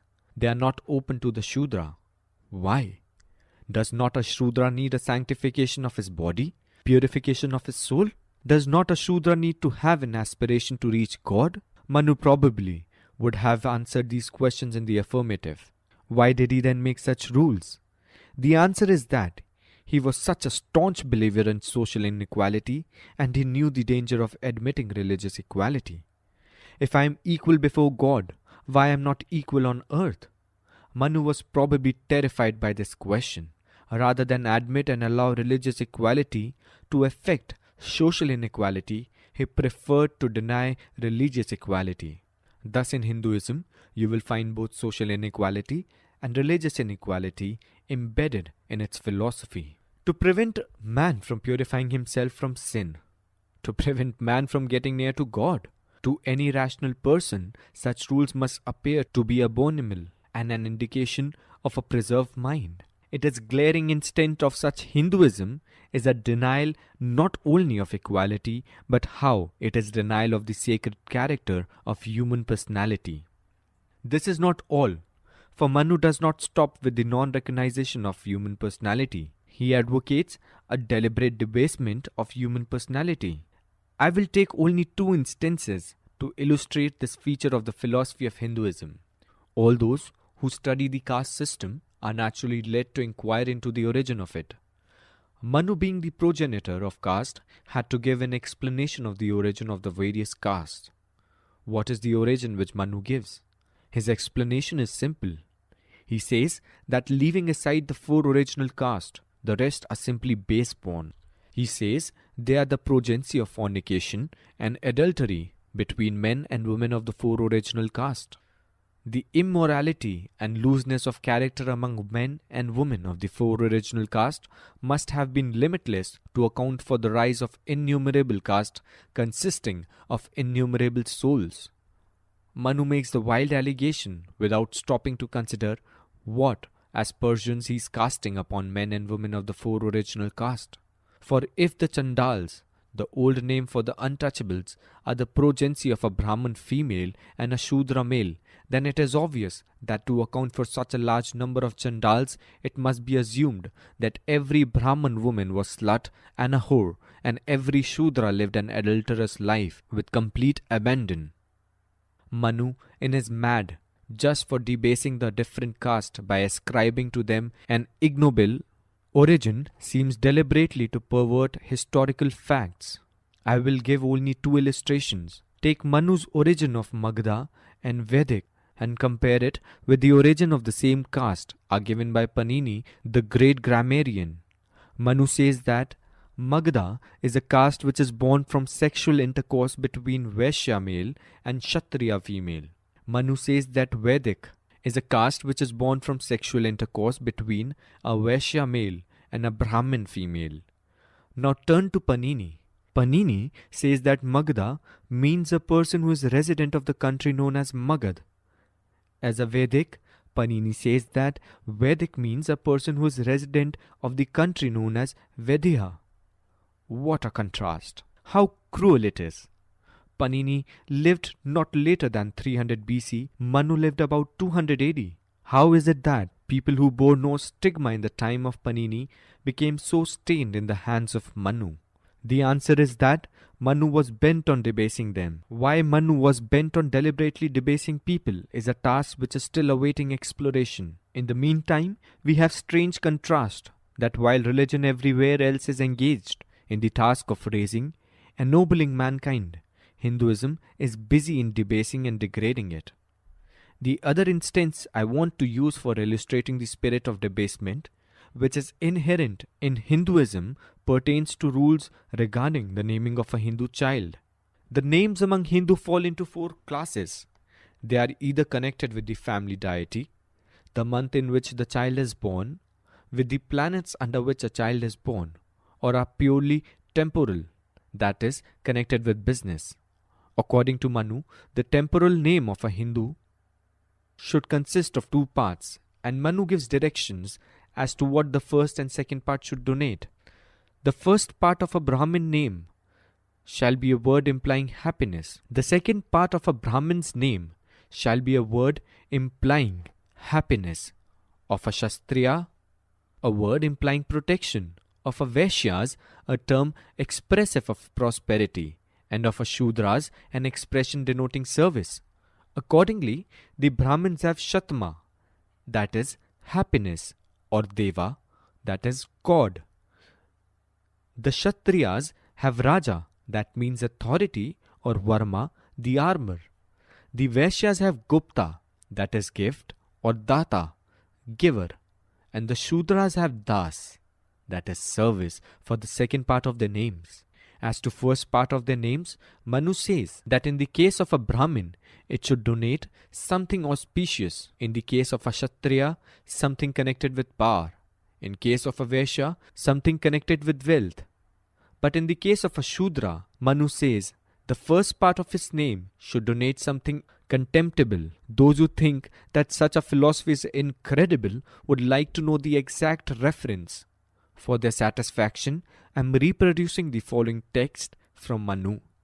Regarding the naming ceremony, Manu says, Second 30. Let the father perform or cause to be performed the namadhya, the rite of naming the child, on the 10th or 12th day after birth, or on a lucky lunar day, in a lucky muhurat, under an auspicious constellation. Second 31.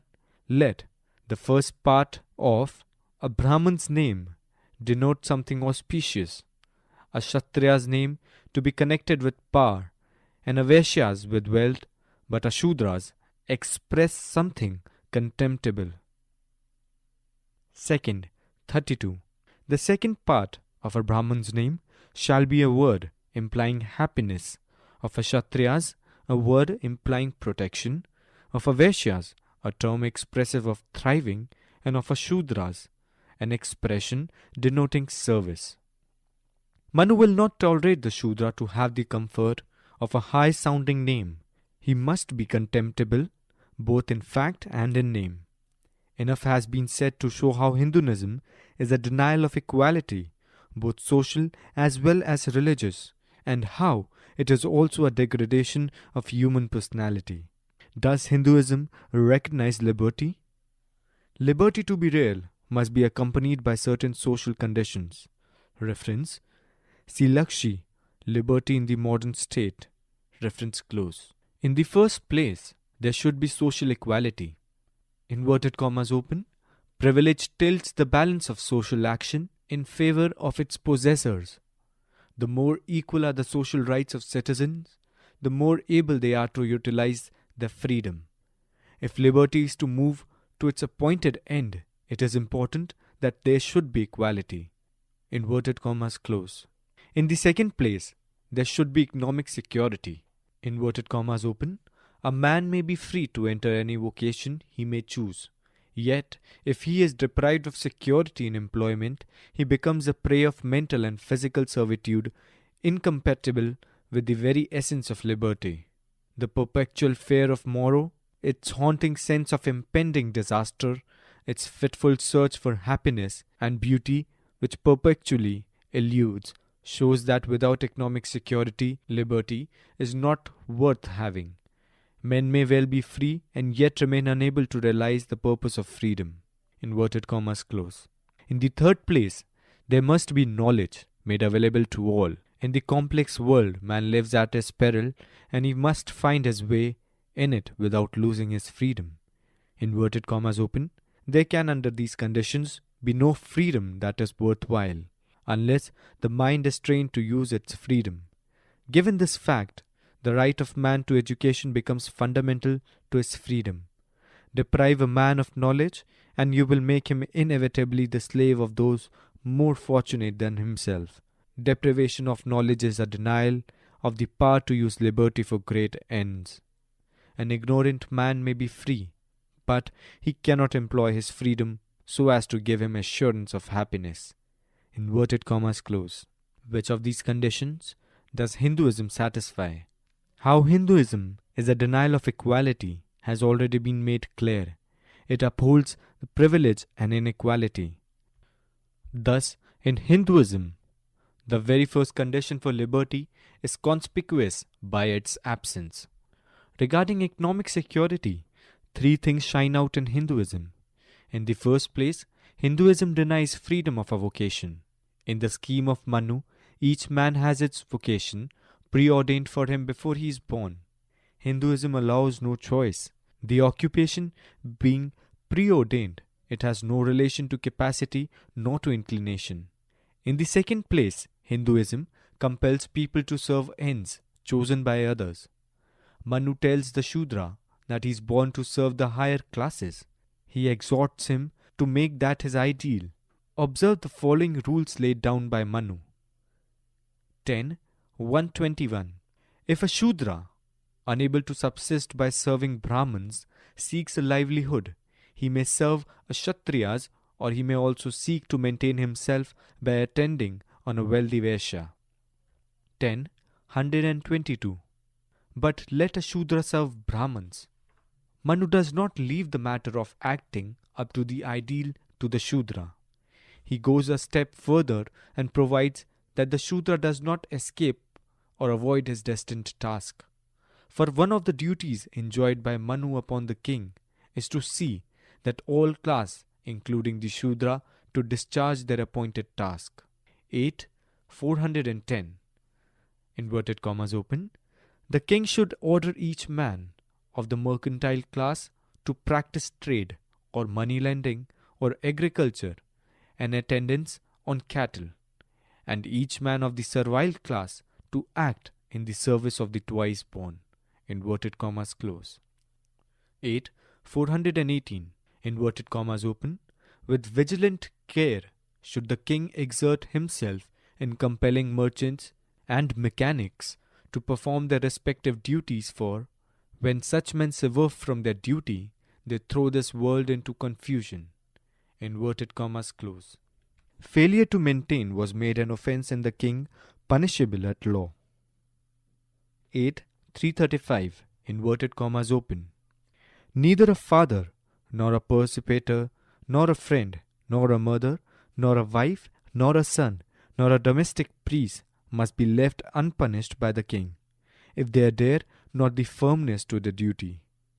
8. 336. Inverted commas open. Where another man of lower birth would be fined 1 panna, the king shall be fined 1,000, and he shall give the fine to the priest, or cast it into the river. This is the sacred rule. Inverted commas close. These rules have a twofold significance, spiritual as well as economic. In the spiritual sense, they constitute the gospel of slavery. This may not be quite apparent to those who know slavery only by its legal outward form, and not by the reference to its inner meaning. With reference to its inner meaning, a slave as defined by Plato means a person who accepts from another the purpose which control his conduct. In a sense, a slave is not an end in himself. He is only a means fulfilling the ends desired by others. Thus, understood, the Shudra is a slave. In their economic significance, the rules put an interdict on the economic independence of the Shudra. A Shudra says, Manu must serve. There may not be much in that to complain of. The wrong, however, consists in that the rules require him to serve others. He is not to serve himself, which means that he must not strive after economic independence. He must forever remain economically dependent on others. For as Manu says, 191, one occupation only the Lord prescribed to the Shudra to serve meekly even these other 3 castes. In the third place, Hinduism leaves no scope for the Shudra to accumulate wealth. Manu's rule regarding the wages to be paid to the Shudra when employed by the 3 higher classes are very instructive on this point. Dealing with the question of wages to the Shudras, Manu says, 10.124, inverted commas open, they must allot him, Shudra, out of their own family property, a suitable maintenance after considering his ability, his industry, and the number of those whom he is bound to support. Inverted commas close. 10.125, inverted commas open. The remnants of their food must be given to him, as well as their old clothes, the refuse of their grain, and their old household furniture. This is the Manu's law of wages. It is not a minimum wage law. It is a maximum wage law. It was also an iron law fixed so low that there was no fear of the Shudra accumulating wealth and obtaining economic security. But Manu did not want to take chances, and he went to the length of prohibiting the Shudra from accumulating property. He says imperatively, 10.129, no collection of wealth must be made by a Shudra, even though he be able to do it. For a Shudra who has acquired wealth gives pain to Brahmins. Thus in Hinduism, there is no choice of vocation. There is no economic independence, and there is no economic security. Economically, speaking of a Shudra is a precarious thing. In the matter of the spread of the knowledge, 2 conditions are prerequisites. There must be formal education. there must be literacy. Without these two, knowledge cannot spread. Without formal education, it is not possible to transmit all the resources and achievements of a complex society. Without formal education, the accumulated thought and experience relating to a subject cannot be made accessible to the young, and which they will never get if they were left to pick up their training in informal associations with others. Without formal education, he will not get new perceptions. His horizon will not be widened, and he will remain an ignorant slave of his routine work. But formal education involves the establishment of special agencies such as schools, books, planned materials such as studies, etc. How can anyone take advantage of these special agencies of formal education unless he is literate and able to read and write? The spread of arts of reading and writing, that is, literacy, and formal education go hand in hand. Without the existence of two, there can be no spread of knowledge. How does Hinduism stand in this matter? The conception of formal education in Hinduism is of a very limited character. Formal education was only confined to the study of Vedas. That was only natural, for the Hindus believed that there was no eye knowledge outside the Vedas. That being so formal, education was confined to the study of the Vedas. Another consequence was that the Hindu recognized that its only duty was to study in the schools established for the study of the Vedas. These schools benefited only the Brahmins. The state did not hold itself responsible for opening establishments for the study of arts and sciences which concern the life of the merchant and the artisan. Neglected by the state, they had to shift for themselves. Each class managed to transmit to its members the ways of doing things it was traditionally engaged in doing. The study of the Vaishya class required that a young Vaishya should know the rudiments of commercial geography, arithmetic, some languages, as well as practical details of trade. This he learned from his father in the course of the business.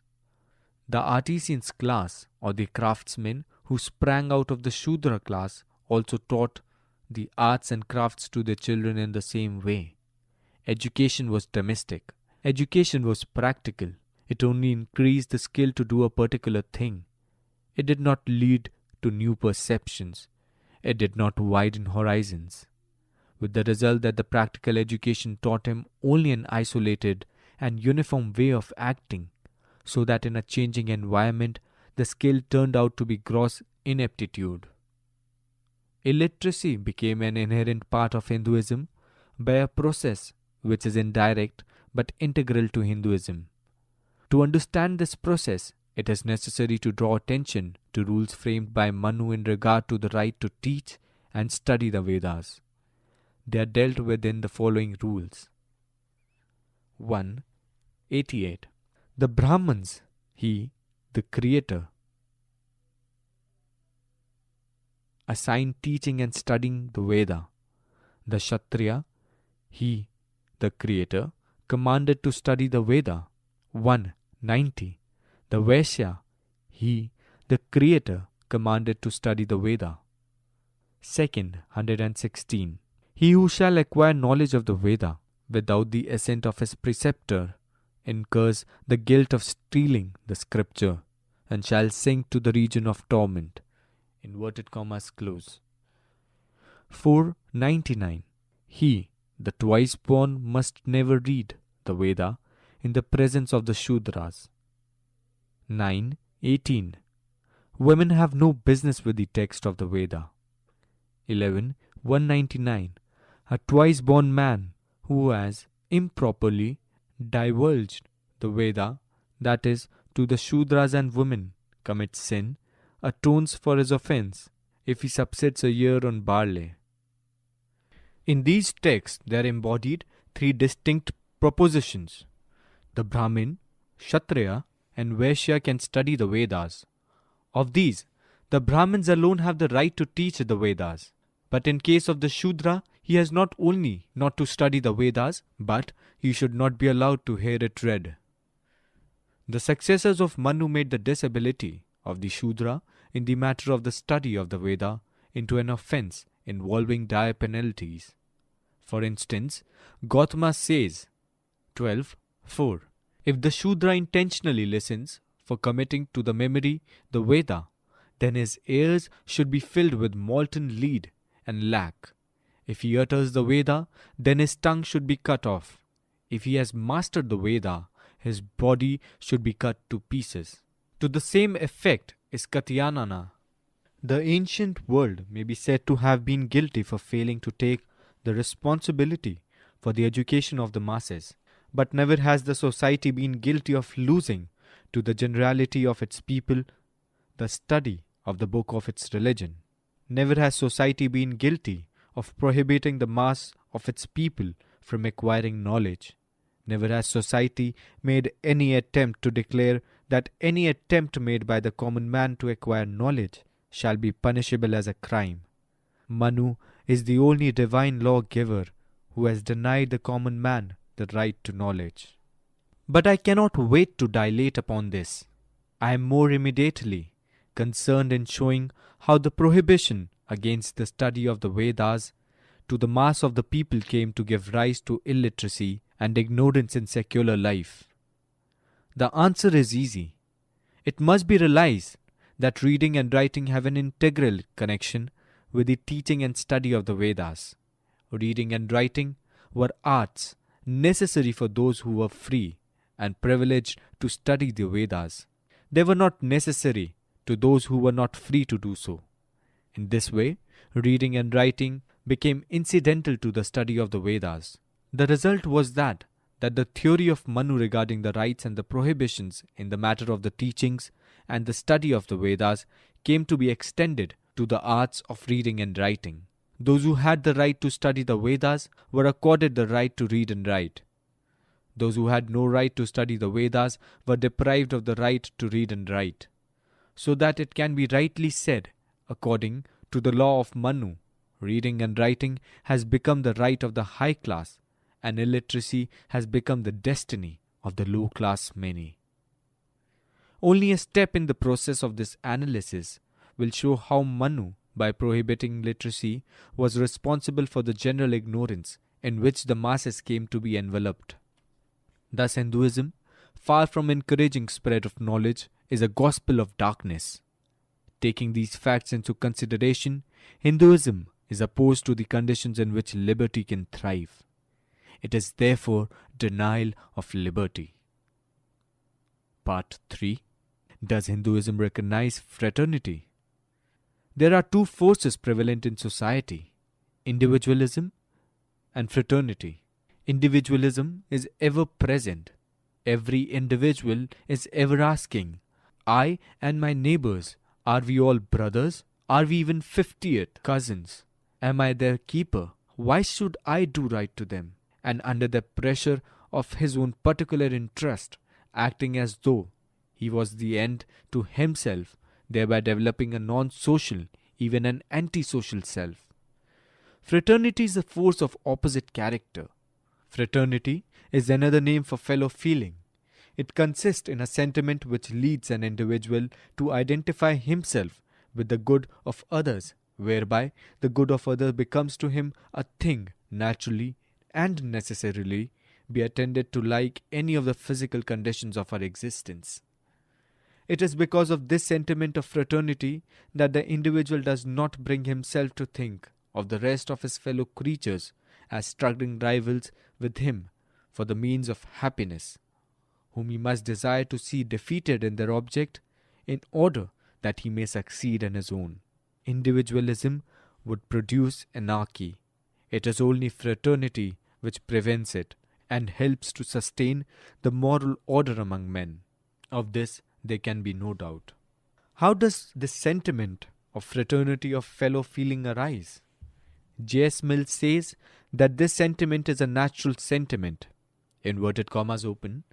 The social state is at once so natural, so necessary, and so habitual to man that, except in some unusual circumstances or by any effort of voluntary abstraction, he never conceives himself otherwise than as a member of a body. And this association is riveted more and more as mankind are further removed from the state of savage independence. Any condition, therefore, which is essential to a state of society becomes more and more an inseparable part of every person's conception of the state of things which he is born into and which is the destiny of a human being.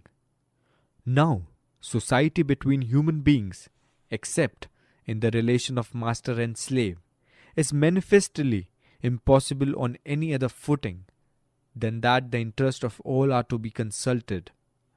Society between equals can only exist on the understanding that the interests of all are to be regarded equally, and since in all states of civilization, every person, except an absolute monarch, has equals, everyone is obliged to live on these terms with somebody.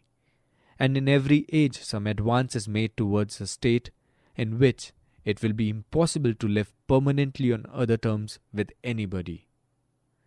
In this way, people grow up unable to conceive as possible to them a state of total disregard of other people's interest. Inverted commas close. Does this sentiment of fellow feeling find a place among Hindus? The following facts throw a light on this equation. The first fact that strikes one is the number of caste. Nobody has made an exact computation of their number, but it is estimated that total is not less than 2,000. It might be 3,000. This is not only distressing aspect of this fact. There are others. Castes are divided into subcaste. Their number is legion. The total population of the Brahmin caste is about 1.5 crore, but there are 1,886 subcastes of the Brahmin caste. In the Punjab alone, the Saraswat Brahmins of the province of Punjab are divided into 469 subcastes. The Kayasthas of Punjab are divided into 590 subcastes. One should go on giving figures to show this infinite process of splitting social life into small fragments. The third aspect of this splitting process is the infinitely small fragments into which the castes are split. Some of the Banya subcaste can count no more than 100 families. They are so interrelated, they even find extremely difficult to marry within their caste without transgressing the rules of consanguinity. It is noteworthy what small excuses suffice to bring about this splitting. Equally noteworthy is the hierarchical character of the caste system. Caste form an hierarchy in which one caste is at the top and is the highest, another at the bottom and it is the lowest, and in between there are castes, every one of which is at once above some caste and below some caste. The caste system is a system of gradation in which every caste except the highest and the lowest has a priority and precedence over some other caste. How is this precedence or this superiority determined? This order of superiority and inferiority or this insubordination is determined by the rules. 1. Which are connected with religious rites, and 2. Which are connected with commensuality. Religion as a basis of rules, of precedence, manifests itself in 3 ways. Firstly, through religious ceremonies. Secondly, through incantations that accompany the religious ceremonies. And thirdly, through the position of the priest. Beginning with the ceremonies as a source of rules of precedence, it should be noted that the Hindu scriptures prescribe 16 religious ceremonies. Although those are Hindu ceremonies, every Hindu caste cannot by right claim to perform all the 16 ceremonies. Few can claim the right to perform all. Some are allowed to perform certain ceremonies. Some are not allowed to perform certain of the ceremonies. For instance, take the ceremony of Upanyan,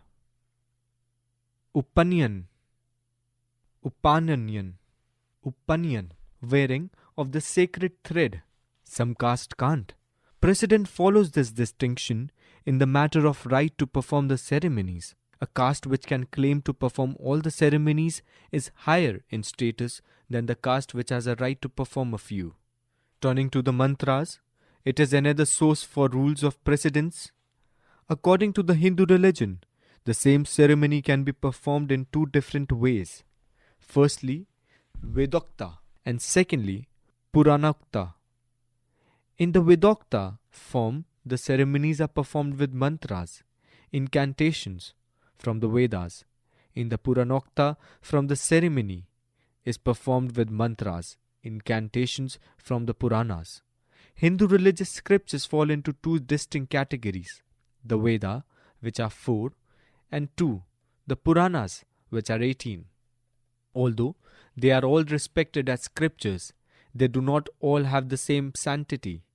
The Vedas have the highest sanctity and the Puranas have the lower sanctity.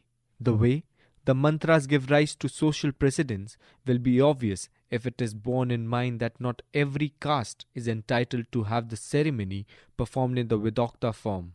3 castes may well claim the right to the performance of one of the 16 ceremonies, but it will be that one of it is entitled to perform in the Vedokta form, another in the Puranokta form. Precedence goes with the kind of mantra that a caste is entitled to use in the performance of a religious ceremony. A caste which is entitled to use Vedic mantras is superior to a caste which is entitled to use only Puranokta mantras. Taking the priest as a second source of precedence connected with religion, Hinduism requires the instrumentality of a priest for the derivation of the full benefit from the performance of a religious ceremony. The priest appointed by the scripture is the Brahmin. A Brahmin is therefore indispensable, but the scriptures do not require that a Brahmin shall accept the invitation of any and every Hindu, irrespective of his caste, to officiate at a religious ceremony. The invitation of which caste will be accept and of which he will refuse is a matter left to the wishes of the Brahmin. By long and well-established custom, it is now settled at which caste he will officiate and which caste he will not. This fact has become the basis of precedence as between castes. The caste at which a Brahmin will officiate is held as superior to a caste at which religious functions a Brahmin will not officiate. The second source for rules of precedence is commensality. It will be noticed that rules of marriage have not given rise to rules of precedence, as rules of commensality have. The reason lies in the distinction between the rules of prohibiting intermarriage and interdining. That difference is obvious. The prohibition on intermarriage is such that it cannot only be respected, but it can be carried out strictly. But the prohibition of interdining creates difficulties.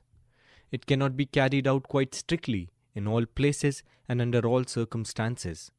Man migrates and must migrate from place to place. In every place he happens to go, he may not find his castemen. He may find himself landed in the midst of strangers. Marriage is not a matter of urgency, but food is. He can wait for getting himself married till he returns to the society of his castemen, but he cannot wait for his food. He must find it from somewhere and from someone. Question arises from which caste he can take food if he has to. The rule is that he will take food from a caste above him, but will not take food from a caste which is below him. There is no way of finding how it came to be decided that a Hindu can take food from one caste and not from another. By long series of precedent, every Hindu knows from what caste he can take food and from what caste he cannot. This is determined chiefly by the rule followed by the Brahmin. A caste is higher or lower according as the Brahmin takes fruit from it. In this connection, the Brahmin has a very elaborate set of rules in the matter of food and water. 1. He will take only water from some and not from others. 2. A Brahmin will take food cooked in water by any caste. 3. He will take only food cooked in oil from some caste. Again, he has a set of rules in the matter of the vessels in which he will accept food and water. He will take food or water in an earthen vessel from some caste, only in metallic vessel from some, and only in glass from others. This goes to determine the level of the caste. If he takes food cooked in oil from a caste, its status is higher than the caste from which he will not. If he takes water from a caste, its status is higher than the caste from which he will not. If he takes water in a metallic vessel, that caste is higher than the caste from which he will take water in an earthen vessel. Both these castes are higher than the caste from which he will take water in a glass vessel. Glass is a substance which is called nirlap, which conserves no stain.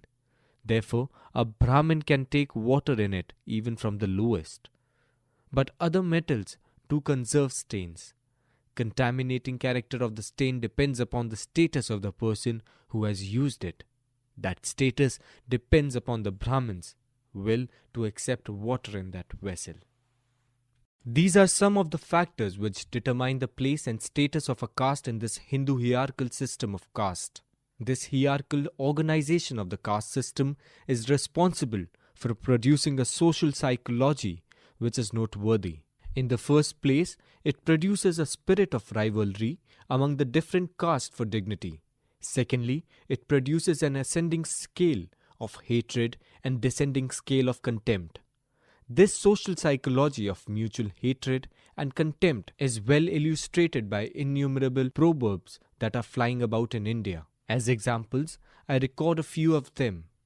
This spirit of hatred and contempt has not only found its place in proverbs, but it has found its place in Hindu literature. I refer to a scripture known as Sayadri Kand. It is one of the Puranas which form a part of the Hindu sacred literature, but its subject matter is totally foreign to the subject matter of other Puranas. It deals with the origin of the different castes. In doing so, it assigns noble origin to other castes while it assigns to the Brahmin caste the filthiest origin. It is a revenge on Manu.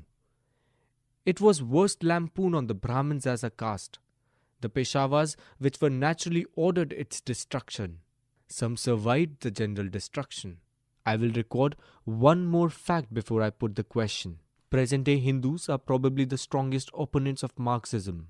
They are horrified at its doctrine of class struggle, but they forgot that India has been not merely the land of class struggle, but she has been the land of class wars.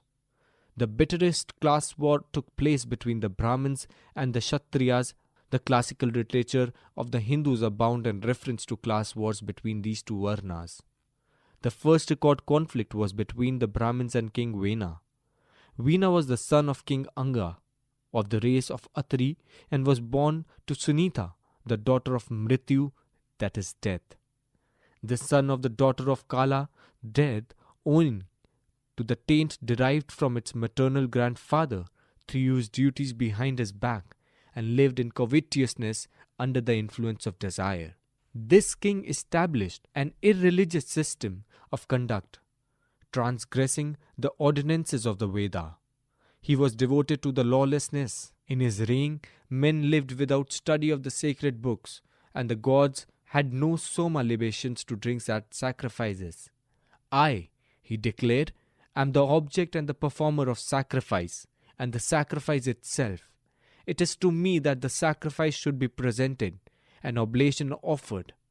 This transgressor of the rules of the duty, who arrogated to himself what was not his due, was then addressed by all great rishis, headed by Maharishi. We are about to consecrate ourselves for a ceremony which shall last for many years. Practice not unrighteousness. O Veena, this is not the eternal rule of duty. Thou art in every deed a Prajapati of Atri's race, and thou hast engaged to protect thy subjects. The foolish Veena, ignored of what was right, laughingly answered those great rishis who had so addressed him. Who but myself is the ordainer of duty, or whom oath I owe to obey? Who on earth equals me in sacred knowledge, in prowess, in austere fervour, in truth? Ye, who are deluded and senseless, know not that I am the source of all beings and duties. Hesitate not to believe that I, if I willed, could burn up the earth, or deluge it with water, or close up heaven and earth. When winged to his delusion and arrogance, Veena could not be governed. Then the mighty rishis, becoming incensed, seized the vigorous and struggling king and nipped his left thigh. From his thigh so rubbed was produced a black man, very short in stature, who, being alarmed, stood with joined hands. Seeing that he was agitated, Atri said to him, "Sit down, Nishada." He became the founder of the race of the Nishadas, and also progenitor of the Hivaras, fishermen, who sprang from the corruption of Veena. So too were produced from him the other inhabitants of the Vindhya range, the Tukharas and Tumburas, who are prone to lawlessness. Then the mighty sages, excited and incensed, again rubbed the right hand of Veena, as men do the Rani wood, and from it rose Pritha, responded in body, glowing like the manifested Agni. Inverted commas open. The son of Veena, Pritha, then with joined hands, addressed the great rishis. A very slender understanding for perceiving the principles of duty has been given to me by nature. Tell me truly how I must employ it. Doubt not that I shall perform whatever thou shalt declare to me, as my duty and its object.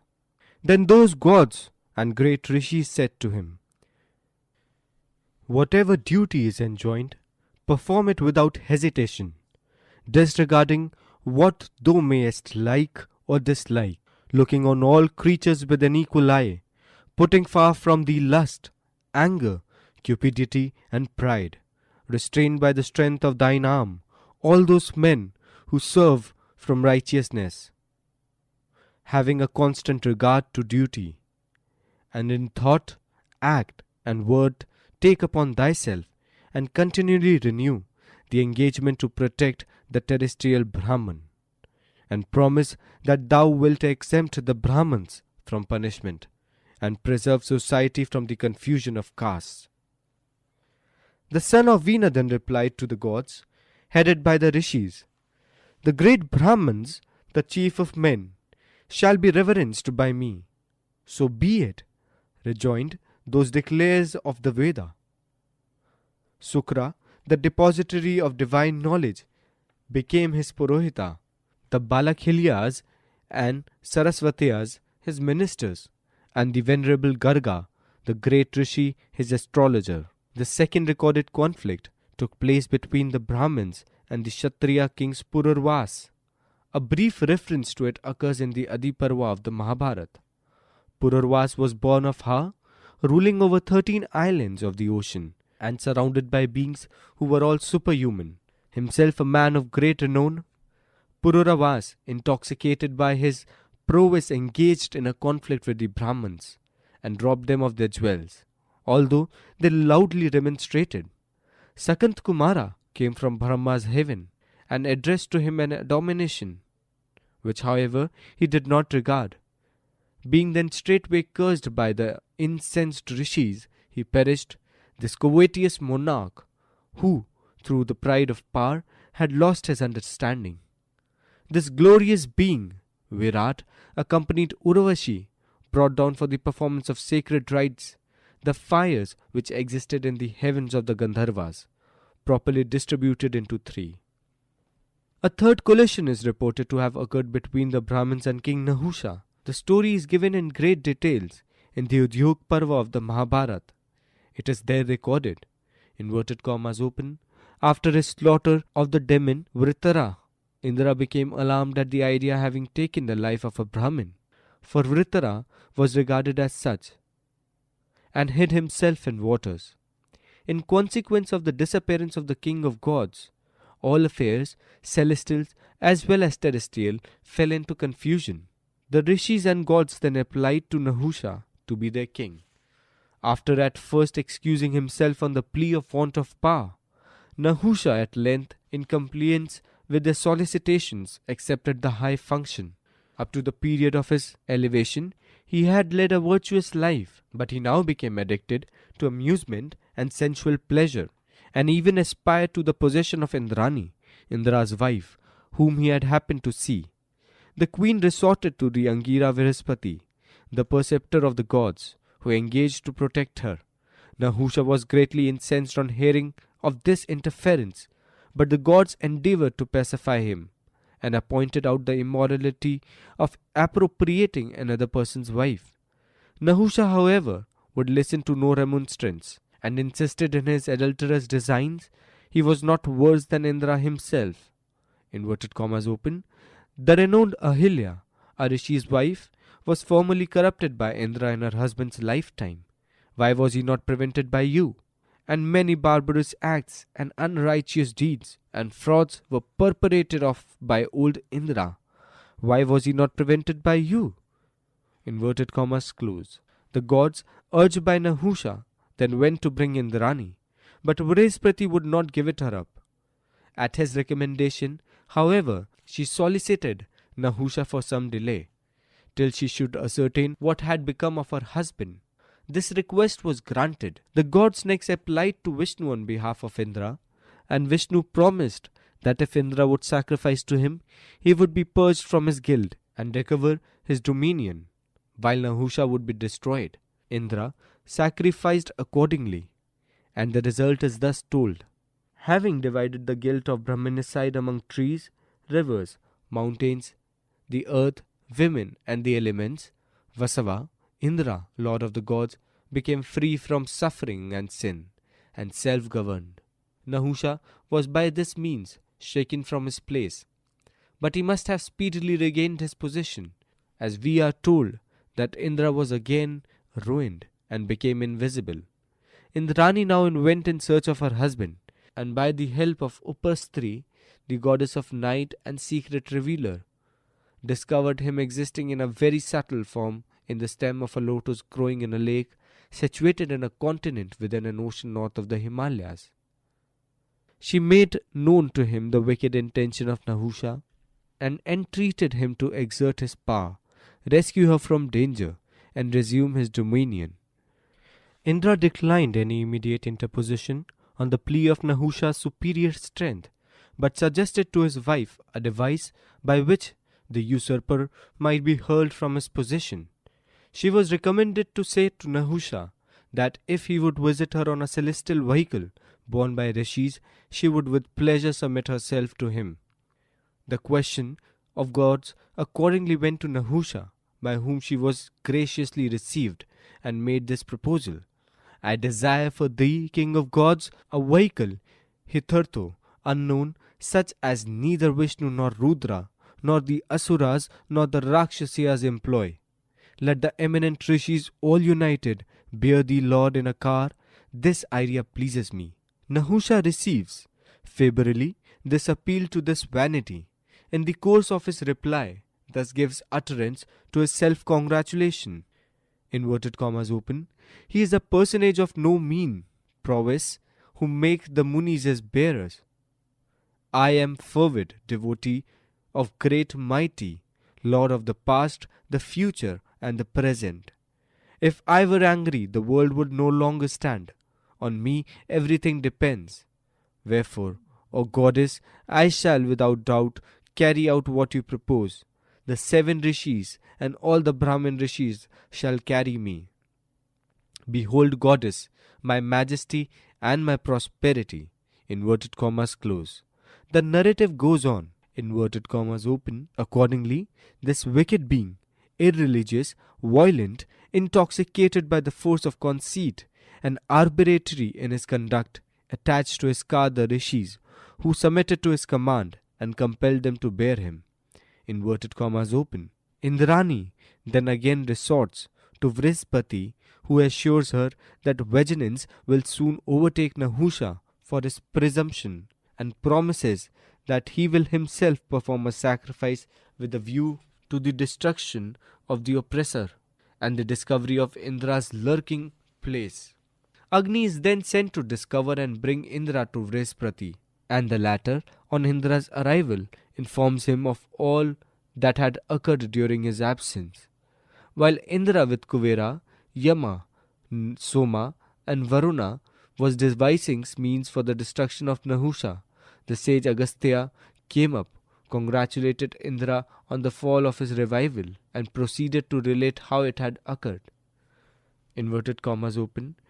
Wearied with carrying the sinner Nahusha, the eminent divine rishis and the spotless Brahman rishis asked that the divine personage Nahusha to solve a difficulty. Dost thou, Vasava, most excellent of conquerors, regard as authoritative, or not those Brahmana texts which are recited at the immolation of a king? No, replied Nahusha, whose understanding was enveloped in darkness. The rishis rejoined, engaged in unrighteousness, thou attained not unto righteousness. These texts, which were formerly uttered by great rishis, are regarded by us as authoritative. The proceeds Agastya, disputing with the Munis, impelled by unrighteousness, touched me on the head with his foot. In consequence of this, the king's glory was smitten and his prosperity departed.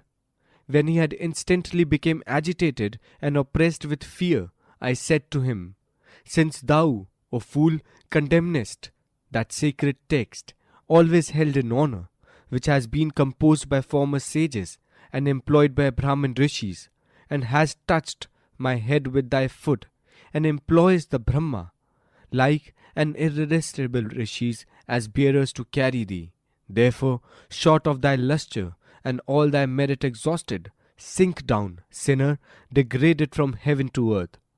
For then 1,000 years thou shalt crawl in the form of a huge serpent. When that period is completed, thou shalt again ascend to heaven. So fell that wicked wretch from the sovereignty of the gods. Inverted commas close. Next there is a reference to conflict between King Nimi and the Brahmins. The Vishnu Puran relates to the story as follows. Inverted commas open. Nimi had requested the Brahman Rishi Vasishtha to officiate at a sacrifice, which was to last 1,000 years. Vasishtha in reply pleaded to a pre-engagement to Indra for 500 years, but promised to return at the end of that period. The king made no remark, and Vasishtha went away, supposing that he had assented to his agreement. On the return, however, the priest discovered that Nimi had retained Gautama, who was equal with Vasishtha, a Brahman rishi, and other to perform the sacrifices, and being incensed at the neglect to give him notice of what was intended, he cursed the king, who was then asleep, to lose his corporeal form. When Nimi awoke and learned that he had been cursed without any previous warning, he retorted by uttering a similar curse on Vasishtha and then died. In consequence of this curse, the vigor of Vasishtha, however, received from them another body when their seed had fallen from them at the sight of Urvashi. Nimi's body was emblamed. At the close of the sacrifice which he had begun, the gods were willing, on the intercession of the priest, to restore him to life, but he declined the offer and was placed by the deities according to his desire in the eyes of all living creatures. It is in consequence of this fact that they are always opening the shutting. Nimishas means the twinkling of the eye. Manu mentions another conflict between the Brahmins and King Sumukha, but of this no details are available. These are the instances of conflict between the Brahmins and the Kshatriya kings. From this, it must not be supposed that the Brahmins and the Kshatriyas as two classes did not clash. That there were clashes between these two classes as distinguished from conflicts with kings is evidently proved by material, the historic value of which cannot be doubted. Reference may be made to three events. First, in the contest between two individuals, Vishwamitra the Kshatriya and Vasishtha the Brahmin, the issue between the two was whether a Kshatriya can claim Brahmahood. The story is told in Ramayana and is as follows. Inverted commas open. There were formerly, we were told, a king called Kusa, son of Prajapati, who had a son called Kushanbha, who was father of Gandhi, the father of Vishwamitra. The latter ruled the earth for many thousand years. On one occasion, when he was making a circuit of the earth, he came to Vasishtha's hermitage, the pleasant abode of many saints, sages, and holy devotees, where, after at first declining, he allowed himself to be hospitably entertained with his followers. Vishwamitra, however, coveting the wondrous cow, which had supplied all the dainties of the feast, first of all asked that she should be given to him in exchange for 100,000 common cows, adding that she was a gem, that gems were the property of the king, and that therefore the cow was his by right. Inverted commas close. On this price being refused, the king advances immensely in his offers, but all without effect. He then proceeds, very ungratefully and tyrannically, it must be allowed, to have the cow removed by force, but she breaks away from his attendants and rushes back to her master, complaining that he was deserting her. He replied that he was not deserting her, but that the king was much more powerful than he. She answers, men do not ascribe strength to a Kshatriya. The Brahmins are stronger. The strength of Brahmins is divine and superior to that of a Kshatriya. Thy strength is immeasurable, Vishwamitra, though of great vigour, is not more powerful than thou. Thy energy is invincible. Commission me, who have been acquired by the Brahminical power, and I will destroy the pride and force and attempt of this wicked prince. Inverted commas close. She accordingly, by her bellowing, creates 100 of Pahalvas who destroy the entire host of Vishwamitra, but are slain by him in their turn. Sakas and Yavans of great power and valour and well armed were then produced, who consumed the king's soldiers, but were routed by him. The cow then calls into existence by her bellowing, and from different parts of her body other warriors of various tribes, who again destroyed Vishwamitra's entire army.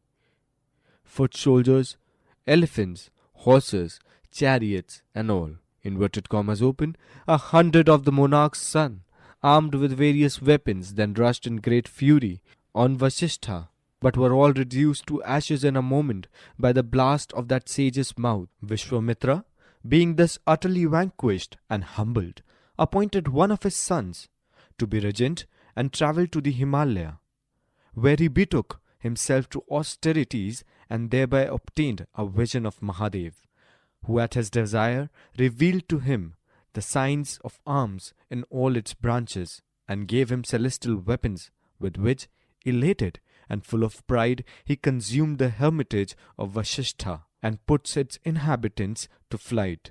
Vasishtha then threatens Vishwamitra and uplifts his Brahminical mace. Vishwamitra too raises his fiery weapon and calls out to his adversary to stand. Vasishtha bids him to show his strength and boast that he will soon humble his pride. He asks, inverted commas open, what comparison is there between a Kshatriya's might and the great might of a Brahmin? Behold, thou contemptible Kshatriya, my divine Brahminical power. Inverted comma close. The dreadful fiery weapon uplifted by the son of Gandhi was then quenched by the rod of the Brahman, as fire is by water.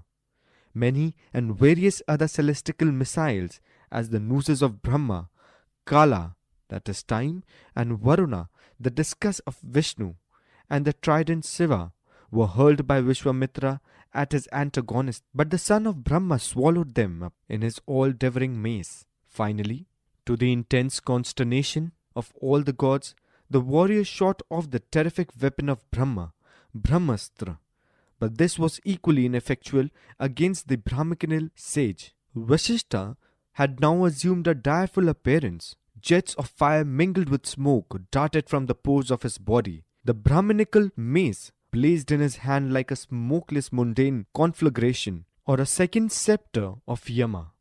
Being appeased, however, by the Munis, who proclaimed his superiority to his rival, the sage stayed his vengeance, and Vishwamitra exclaimed with a groan, shame on a Kshatriya's strength! The strength of a Brahman's might alone is strength. By the single Brahminical mace, all my weapons have been destroyed. No alternative now remains to the humiliated monarch, but either to acquiesce in this helpless inferiority, or to work out his own elevation to the Brahminical order. He embraces the latter alternative. Inverted commas open. Having pondered well this defeat, I shall be take myself with composed sense and mind to strenuous austere fervor, which shall exalt me to the rank of a Brahmin, inverted commas close. Intensely vexed and mortified, groaning and full of hatred against his enemy, he travelled with his queen to the south, and carried his resolution into effect. And we are first of all told that 3 sons, Havishyanda, Madhusayanda, and Dhirdantera, were born to him. At the end of 1,000 years, Brahma appeared and announced that he had conquered the heaven of royal sages, Rajashri, and in consequences to his austere favour, he was recognized as having attained that rank. Vishwamitra, however, was ashamed, grieved, and incensed at the offer of so very inadequate a reward, and exclaimed, I have practiced intense austerity, and the gods and rishis, and the gods and rishis regard me only as a Rajashri and not as a Brahmin, inverted commas close. There is a conflict recorded between the same person or different persons of the same name, though on a somewhat different issue.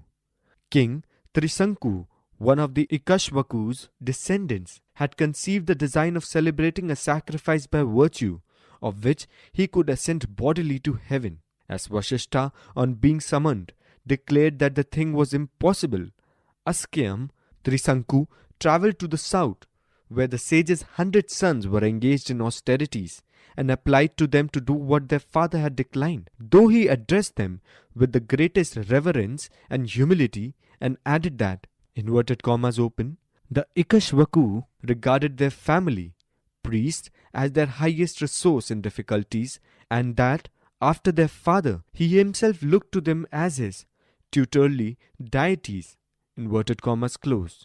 He received from the haughty priest the following rebuke for his presumption.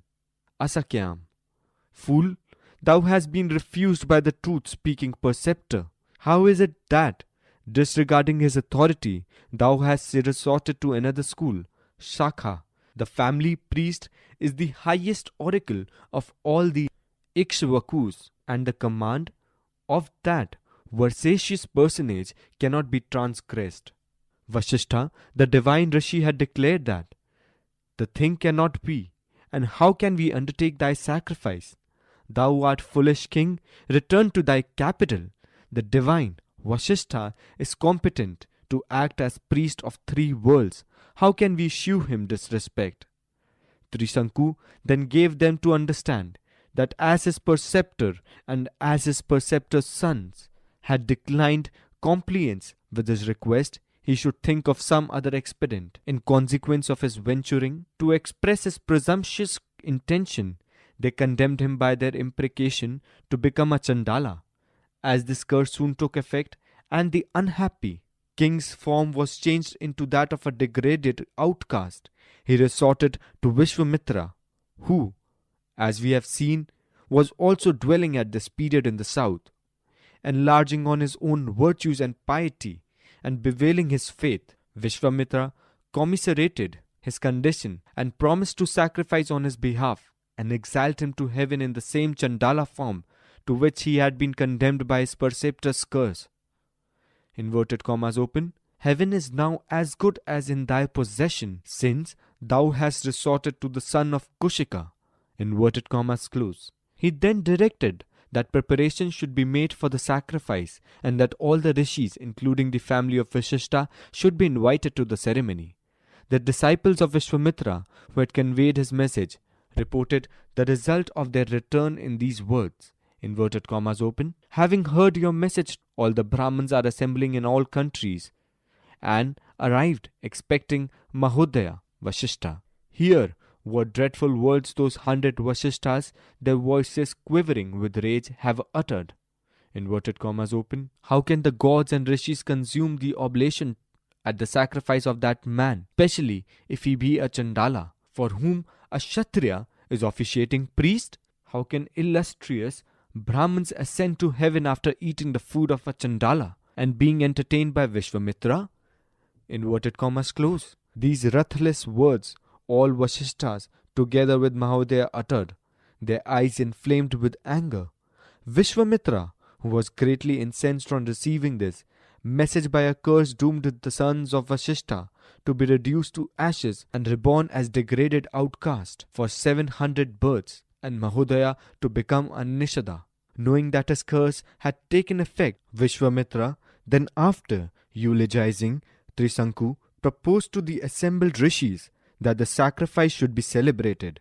To this they assented, and being actuated by fear of the terrible sage's wrath, Vishwamitra himself officiated at the sacrifices as Yajakas, and the other rishi as priest Ritvij with other functions performed all the ceremonies. Vishwamitra next invited the gods to partake of the oblations, inverted commas open. When, however, the deities did not come to receive their proportions, Vishwamitra became full of wrath, and raising aloft the sacrificial ladle, thus addressed Trisanku: "Behold, O monarch, the power of austere fervour acquired by my own efforts. I myself by my own energy will conduct thee to heaven. Ascend to that celestial region which is so arduous to attain in an earthly body. I have surely earned some reward of my austerity." Inverted commas close. Trisanku ascended instantly to heaven in the sight of Munis. Indra, however, ordered him to be gone, as a person who, having incurred the curse of his spiritual preceptors, was unfit for the abode of the celestials, and to fall down headlong to earth. He accordingly began to descend, invoking loudly as he fell the help of his spiritual patron. Vishwamitra, greatly incensed, called out to him to stop, inverted commas open. Then by the power of his divine knowledge and the austere fervour created, like another Prajapati, other 7 rishis, a constellation so called, in the southern part of the sky. However, proceeded to this quarter of the heavens. The renowned sages in the midst of the rishis formed another garland of stars, being overcome with fury, exclaiming, "I will create another Indra, or the world shall have no Indra at all." He began in his rage to call gods also into being. Inverted commas close. The rishis, gods, suras, and the asuras now became seriously alarmed, and said to Vishwamitra in a conciliatory tone that Trisanku, inverted commas open, as he had been cursed by his preceptors, should not be admitted bodily into heaven until he had undergone some lustration. The sage replied that he had given a promise to Trisanku and appealed to the gods to permit his protege to remain bodily in heaven, and the newly created stars to retain their places in perpetuity. These gods agreed that, inverted commas open, these numerous stars should remain, but beyond the sun's path, and that Trisanku, like an immortal, with his head downwards, should shine among them, and be followed by them, inverted commas close, adding that his object would be thus attained, and his renown secured, and he would be like a dweller in heaven. Thus was the great dispute adjusted by a compromise which Vishwamitra accepted. Reference: this is the story of Trisanku. It will have been observed it differs materially from the one quoted above from Harivansa, but brings out more distinctly the character of the conflict between Vishishta and Vishwamitra. Reference close. When all the gods and rishis had departed, at the conclusion of the sacrifice, Vishwamitra said to his attendant devotees, inverted commas open, "This has been a great interruption to our austerities, which has occurred in the southern region. We must proceed in another direction to continue our penances," inverted commas close. He accordingly went to a forest in the west and began his austerities anew. Here the narrative is again interrupted by the introduction of another story, that of King Ambarisha, king of Ayodhya, who was, according to the Ramayana, the 28th in descended from Ikashvaku, and the 22nd from Trisanku. Vishwamitra is nevertheless represented as flourishing contemporaneously with both of these princes. The story relates that Ambarisha was engaged in performing a sacrifice when Indra carried away the victim. The priest said that this is ill-omened event that occurred owing to the king's bad administration and would call for a great expiation unless a human victim could be produced. After a long search, the royal rishi came upon the Brahmin rishi Richika, a descendant of Brigu, and asked him to sell one of his sons for a victim at the price of 100,000 cows. Richika answered that he would not sell his eldest son, and his wife added that she would not sell the youngest son. Inverted commas open. Eldest sons, she observed, being generally the favorites of their fathers and youngest one of their mothers. Inverted commas close. The second son, Sunasapa, then said that in that case he regarded himself as the one who was to be sold, and the desired king to remove him. The 100,000 cows with 10 millions of gold pieces and heaps of jewels were paid down, and Sunasapa was carried away. As they were passing through Pushkara, Sunasapa beheld his maternal uncle Vishwamitra, who was engaged in austerities there with other rishis, threw himself into his arms and implored his assistance, urging his orphan, friendless and helpless state. As claim on the sage's benevolence, Vishwamitra soothed him and pressed his own sons to offer themselves as victims in the room of Sunasapa. This proposition met with no favour from Madhusanda and the other sons of the royal hermit, who answered with haughtiness and derision, inverted commas open, "How is it thou sacrificest thy own sons, and seekest to rescue those of others? We look upon this as wrong, and like the eating of one's own flesh." Inverted commas open. The sage was exceedingly wroth at this disregard of his injunction, and doomed his own sons to be born in the most degraded classes, like Vasishtha's son, and to eat dog's flesh for 1,000 years. He then said to Sunasapa, inverted commas open, "When thou art bound with hollowed cords, decked with a red garland, and anointed with unguents, and fastened to sacrificial pots of Vishnu, then address thyself to Agni, and sing these two divine verses, gathas, at the sacrifice of the Ambarisha. Then shalt thou attain the fulfillment of thy desire." Inverted commas close. Being furnished with the two gathas, Sunasapa proposed at once to King Ambarisha that they should set out for their destination, then bound at the stake to be immolated, dressed in a red garment. Inverted commas open. He celebrated the two gods, Indra and his younger brother Vishnu, with the excellent verses, and 1,000-eyed Indra was pleased with the sacred hymn and bestowed long life on Sunasapa. Inverted commas close. King Ambarisha also received great benefits from this sacrifice. Vishwamitra meanwhile proceeded with his austerities, and he prolonged for 1,000 years. Inverted commas open. At the end of this time, the gods came to allot his reward, and Brahma announced that he had attained the rank of a rishi, and apparently advancing an additional step.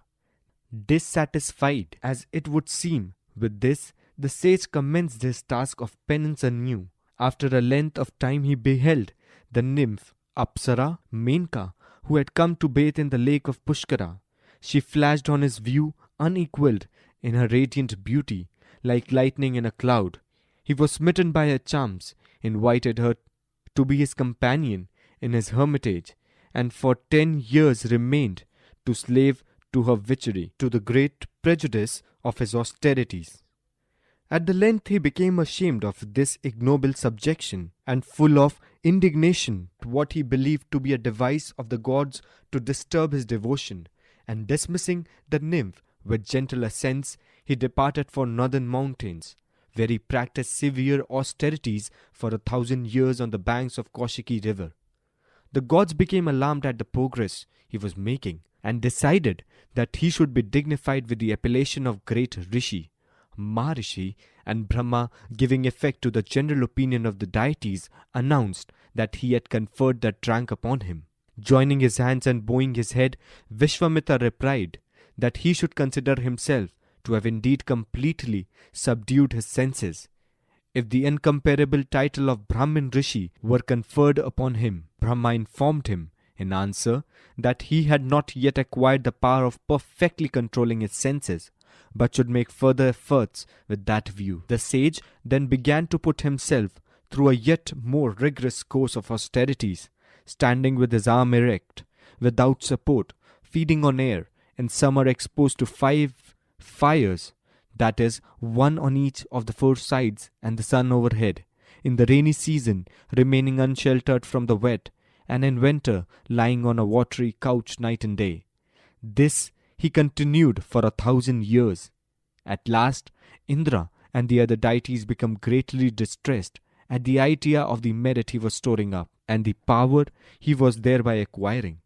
And the chief of the celestials desired the nymph Rambha to go and bewitch him by her blandishments. She expressed great reluctance to expose herself to the wrath of the formidable Muni, and obeyed the repeated injunction of Indra, who promised that he and Kandarpa, the god of love, should stand by her and assumed her most attractive aspect, with the view of overcoming the sage's impassibility. He, however, suspected this design, and becoming greatly incensed, he doomed the nymph by a curse to be turned into a stone and to continue in that state for 1,000 years. The curse took effect, and Kandarpa and Indra sunk away.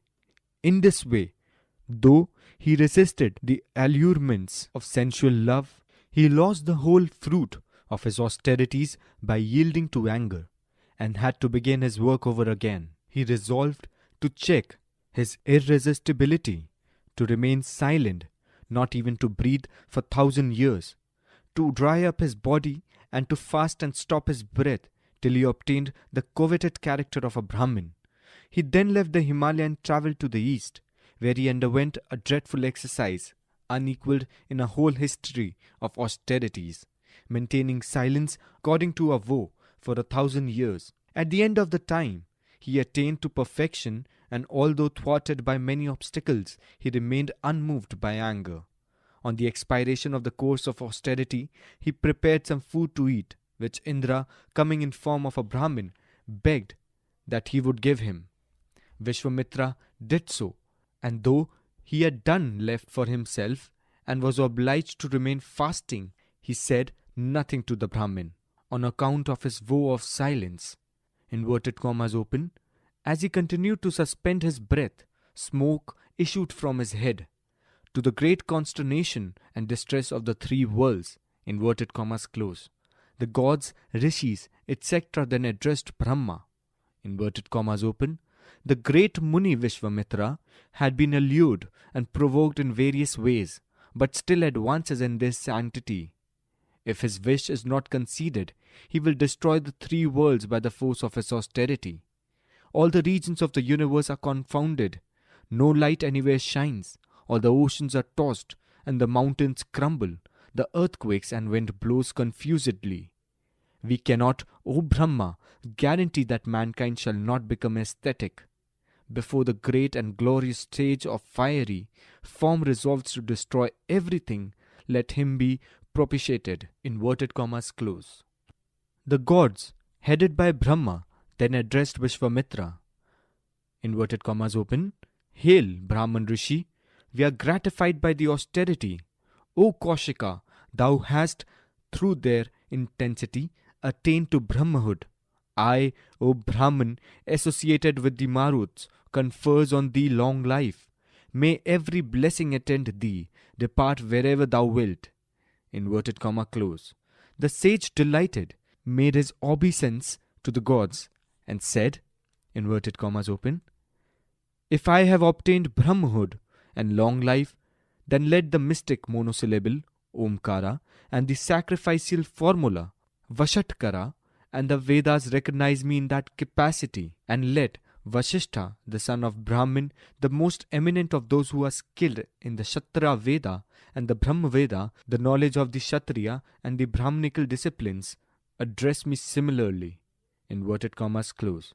Accordingly, Vasishtha, being propitiated by the gods, became reconciled to Vishwamitra and recognized him claim for all the prerogatives of a Brahmin Rishi. Vishwamitra, too, having attained the Brahmanical rank, paid all honor to Vasishtha. Inverted commas close. The second event has a reference to the slaughter of the Brahmins by the Kshatriyas. It is related in the Adi Parva of the Mahabharata, from which the following account is taken. Inverted commas open.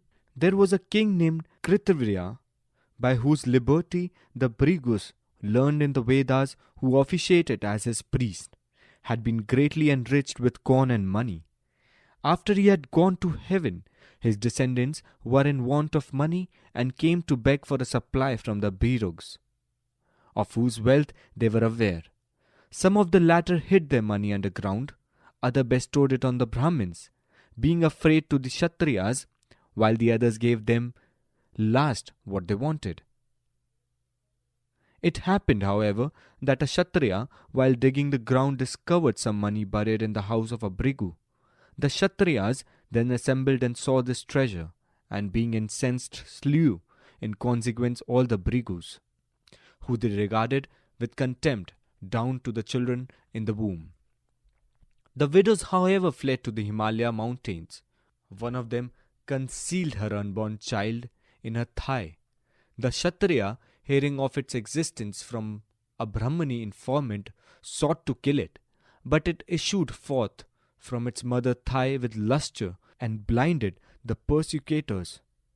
After wandering about bewildered among the mountains for a time, they humbly supplicated the mother of the child for the restoration of their sight. But she referred them to her wonderful infant Aruva, into whom the whole Veda, with its 6 Vedangas, had entered as person, who, in retaliation of the slaughter of his relatives, had dropped them of their eyesight, and who alone could restore it. They accordingly had recourse to him, and their eyesight was restored. Aurva, however, meditated the destruction of all living creatures in the revenge for the slaughter of the Bhrigus, and entered on a course of austerities which alarmed both gods, asuras, and men. With his progenitors, Pitris, themselves appeared and sought to turn him from his purpose by saying that they had no desire to be revenged on the Kshatriyas. Inverted commas open. It was not from weakness that devout Bhrigus overlooked the massacre perpetrated by the murderous Kshatriyas. When we became distressed by old age, we ourselves desired to be slaughtered by them. The money which was buried by someone in a Bhrigu's house was placed there for the purpose of exciting hatred by these who wished to provoke the Kshatriyas. For what had we, who were desiring heaven, to do with money? Inverted commas close. They added that they had hit upon this device because they did not wish to be guilty of suicide, and concluded by calling upon Aurva to restrain his wrath and abstain from the sin he was meditating. Inverted commas open. Destroy not the Kshatriyas, O son, nor the 7 worlds. Suppress thy kindled anger, which nullifies the power of austere fervor. Inverted commas close. Aurva, however, replies that he cannot allow his threat to remain unexecuted. His anger, unless wreaked upon some other object, will, he says, consume himself. And he argues on grounds of justice, expediency, and duty against the clemency which his progenitors recommended. He is, however, persuaded by the Pitris to throw the fire of his anger into the sea, where they say it will find exercise in assailing the watery element, and in this way his threat will be fulfilled. Inverted commas close. The third event has reference to the slaughter of a Kshatriya by the Brahmins. The story is told in several places in the Mahabharata. The magnificent and the mighty Kartavirya, possessing 1,000 arms, was lord of this whole world, living in Mahismati. This Hayyaya of unquestioned valor ruled over the whole sea-girt earth, with its oceans and continents. He obtained boons from the Muni Dattatreya, 1,000 arms, whenever he should go into battle, power to make the conquest of the whole earth, a disposition to rule it with justice, and the promise of instruction from the virtuous in the event of this going astray. Inverted commas open. Then ascending his chariot, glorious as the resplendent sun, he exclaimed in the intoxication of his prowess, "Who is like me in the fortitude, courage, fame, heroism, energy, and vigor. At the end of the speech, a bodiless voice in the sky addressed him. Thou knows it not, O fool, that a Brahmin is better than Kshatriya. It is with the help of the Brahmin that a Kshatriya rules his subject. Arjuna answers, if I am pleased, I can create, or, if displeased, annihilate living beings, and no Brahmin is superior to me in act, thought, or word. The first proposition is that the Brahmins are superior. The second, that Kshatriyas are superior. Both of these thou hast stated with their grounds, but there is a difference between them in point of force. The Brahmins are dependent on the Kshatriyas and not the Kshatriyas on the Brahmins, who wait upon him and only make the Vedas a pretense. Justice, the protection of the people, has its seats in the Kshatriyas. From them the Brahmins derive their livelihood. How then can the latter be superior? I always keep in subjection myself those Brahmins, the chief of all beings, who subsist on alms and who have a high opinion of themselves. For truth was spoken by the female, the Gayatri in the sky. I shall subdue all those unruly Brahmins clad in hides. No man in the three worlds, God or man, can hurl me from my royal authority. Therefore I am superior to any Brahmin. Now shall I turn the world in which Brahmins have the super hand into a place where the Kshatriyas shall have the upper hand. For no one dares to encounter my force in battle. Hearing this speech of Arjun, the female revolving in the night became alarmed. Then Vayu, hovering in the air, said to Arjun, abandon the sinful disposition and do obeisance to the Brahmins. If thou shalt do them wrong, thy kingdom shall be convulsed. They will subdue thee, those powerful men will humble thee and expel thee from thy country. The king asks him, who art thou? Vayu replies, I am Vayu, the messenger of the gods, and tell thee what is for thy benefit. Arjun rejoins, O thou displayest today a great warmth of devotion to the Brahmins, but say that a Brahmin is like any other earth-born creature. Inverted commas close. This king came into conflict with Parsuram, the son of a Brahmin sage, Jamadgani. The history of this conflict is as follows. There lived a king of Kanyakubja called Gandhi, who had a daughter named Satyavati. The marriage of this princess to the Rishi Richika and the birth of Jamadgani are then told in nearly the same way as above narrated. Jamadgani and Satyavati had 5 sons, the youngest of whom was the redoubtable Parsuram. By his father's command, he kills his mother, who by the indulge of impure desire had fallen from her previous sanctity. After the 4 elder sons had refused this matricidal offence, and had in consequence been deprived of reason by their father's curse. At Parshuram's desire, however, his mother is restored by his father to life, and his brothers to reason, and he himself is absolved from the guilt of murder, and obtains the boon of invincibility and long life from his father. His history now begins to be connected with that of the king Arjuna or Kartavirya. The latter had come to Jamadgani's hermitage and had been respectfully received by his wife. But he had requited this honor by carrying away by force the calf of the sage's sacrificial cow and breaking down his lofty trees. On being informed of this violence, Parsuram was filled with indignation, attacked Arjuna, cut off his 1,000 arms, and slew him. Arjuna's son in return slew the peaceful sage of Jamadgani in the absence of Parsuram. Rama, after performing, on his return, his father's funeral obsequies, vowed to destroy the whole Kshatriya race, and executed his threat by killing first Arjuna's son and their followers. 21 times did he sweep away all the Kshatriyas from the earth, and formed 5 lakes of blood in the Samant Panchka, in which he satiated the means of the Brigus and beheld face to face his grandfather Richika, who addressed himself to Rama. The latter gratified Indra by offering him a grand sacrifice, and gave the earth to the officiating priest. He bestowed also a golden altar 10 fathoms long and 9 high on the mighty Kashyapa. This by his permission the Brahmins divided among themselves, deriving thence the name of Kandavavanas. Having given earth to Kasyapa, Parsuram himself dwells on the mountain Mahendra. Thus did enmity arise between him and the Kshatriyas, and thus the earth conquered by Parsuram of boundless might. Inverted commas close. The Kshatriyas who were slain by the Parsuram are described in the Drona Parvan of the Mahabharata as of various provinces, viz.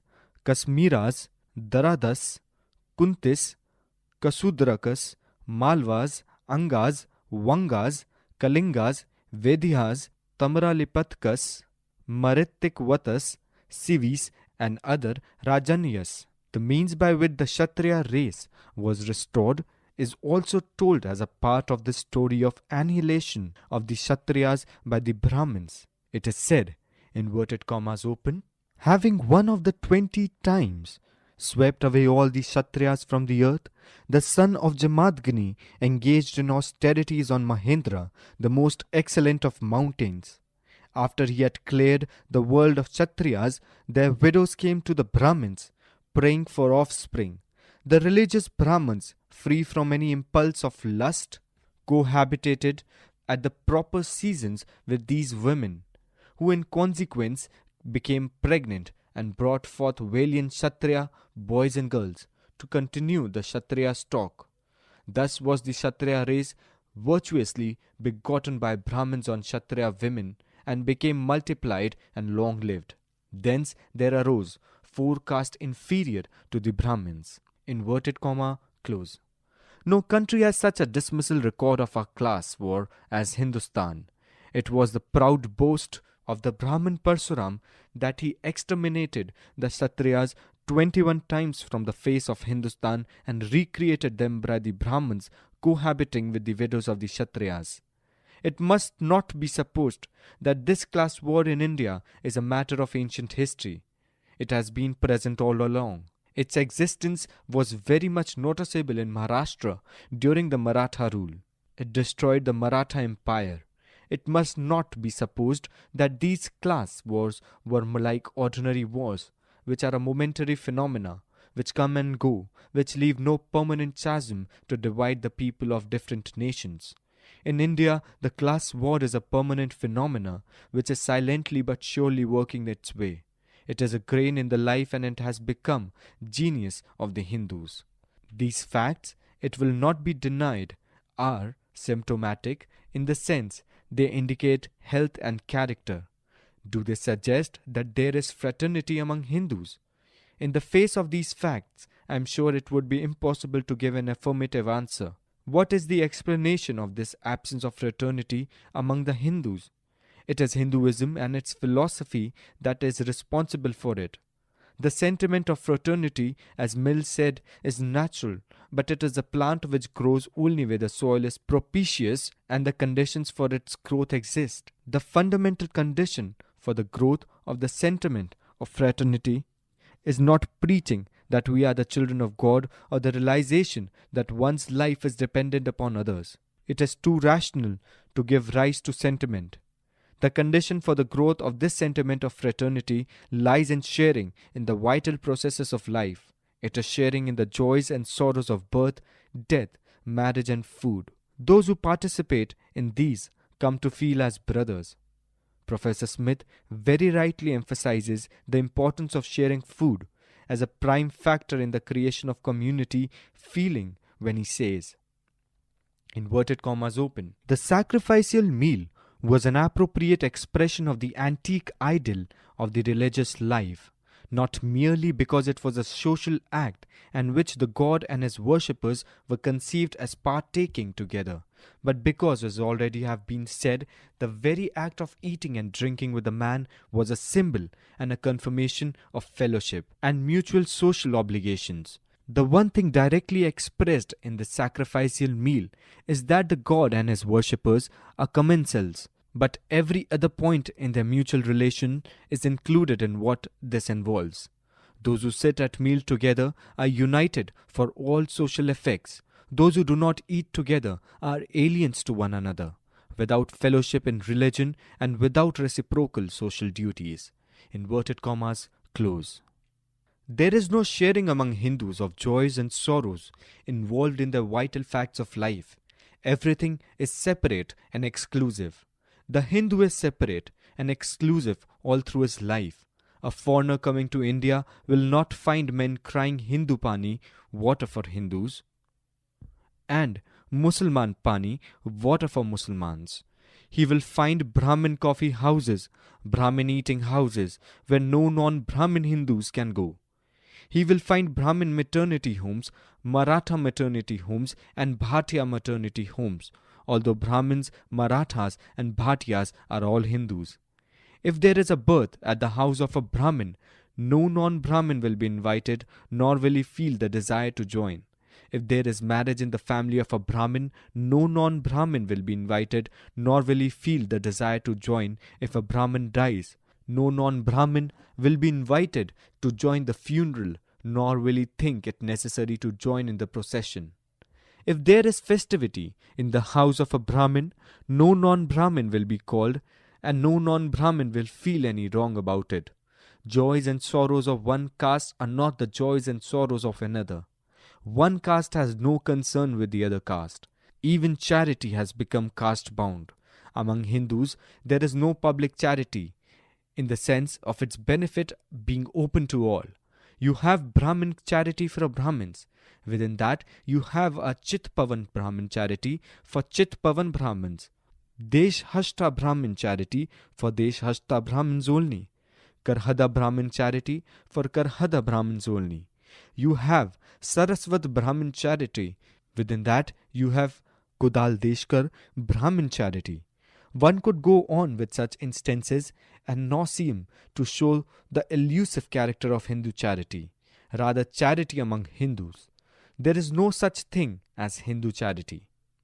Thus, one Hindu will share nothing with another Hindu while they are alive, but they will be separate and elusive even when they are dead. Some Hindus bury the dead, some Hindus burn the dead, but those who bury will not share the same cemetery. Each will appropriate a part of the cemetery to bury its dead. Those who burn will not burn at the same burning place. If they do, each will have a separate funeral pan. Is there any wonder that the sentiment of fraternity is foreign to the Hindus? With a complete refusal to share the joys and sorrows of life, how can the sentiment of fraternity take roots? But the question of all questions is, why do the Hindus refuse to share the joys and sorrows of life? It needs no saying that he refuses to share because his religion tells him not to share them. This conclusion needs cause no surprise. For what does Hinduism teach? It teaches not to interdine, not to intermarry, not to associate. These don't constitute to the essence of its teaching. All the shameful facts I have referred to illustrate the separate and exclusive character of the Hindus is the direct outcome of the philosophy of Hinduism. The philosophy of Hinduism is a direct denial of fraternity. This brief analysis of the philosophy of Hinduism from the point of the view of justice reveals in a glaring manner how Hinduism is immiscible to equality, antagonist to liberty, and opposed to fraternity. Fraternity and liberty are really derivative notions. The basic and fundamental conceptions are equality and respect for human personality. Fraternity and liberty take their roots in these two fundamental conceptions. Digging further down, it may be said that equality is the original notion and respect for human personality is a reflection of it. So that where equality is denied, everything else may be taken to be denied. In other words, it was enough for me to have shown that there was no equality in Hinduism, but as Hinduism has not been examined so far in the manner I have done, I do not think it sufficient to leave it to the implication that Hinduism was a denial of fraternity and liberty as well. There is one final observation with which I wish to conclude this discussion with the profound observation of Lord Acton. The great Lord says that inequality has grown as a result of historical circumstances. It has never been adopted as a creed. It is obvious that in making this observation, Lord Acton must have omitted to take note of Hinduism. For in Hinduism, inequality is a religious doctrine adopted and conscientiously preached as a sacred dogma. It is an official creed, and nobody is ashamed to profess it openly. Inequality for the Hindus is a divinely prescribed way of life as a religious doctrine, and as a prescribed way of life, it has become incarnate in Hindu society and is shaped and molded by it in its thoughts and in its doings. Indeed, inequality is the soul of Hinduism. Let me now turn to the examination of the philosophy of Hinduism from the point of view of utility. This examination of Hinduism from this aspect need not be long and detailed, for as Mill pointed out, there is no necessary antagonism between justice and utility. In other words, what is unjust to the individual cannot be useful to society.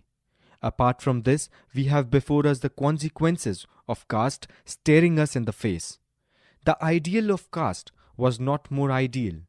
The ideal was put into practice, was therefore something real, so that in the matter of Chaturvana, the Hindus have very faithfully followed the German philosopher Nietzsche, who said, "Realize the ideal and idealize the real."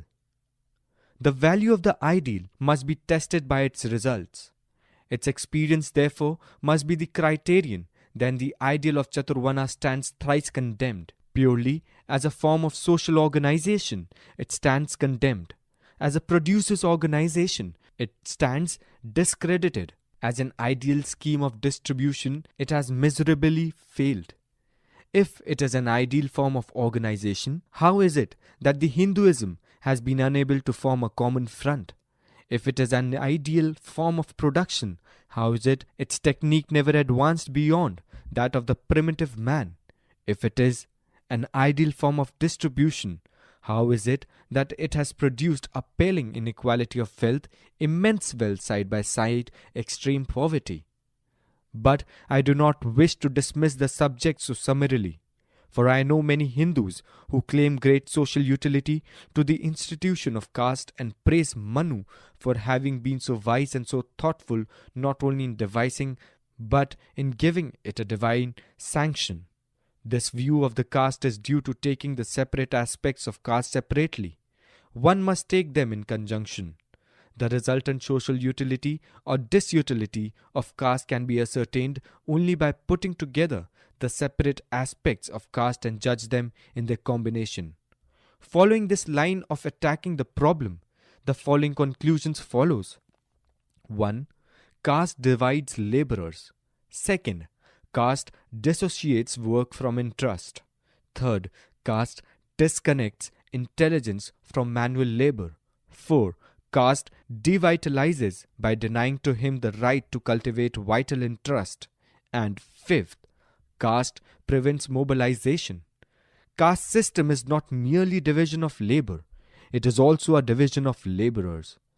Civilized society undoubtedly needs division of labor, but in no civilized society is division of labor accompanied by its unnatural division of laborers into watertight compartments. Caste system is not merely a division of laborers, which is quite different from the division of labor. It is an hierarchy in which the division of laborers are graded one above the other. In no other country is the division of the labor accompanied by this gradation of laborers. There is also a third point of criticism against this view of the caste system.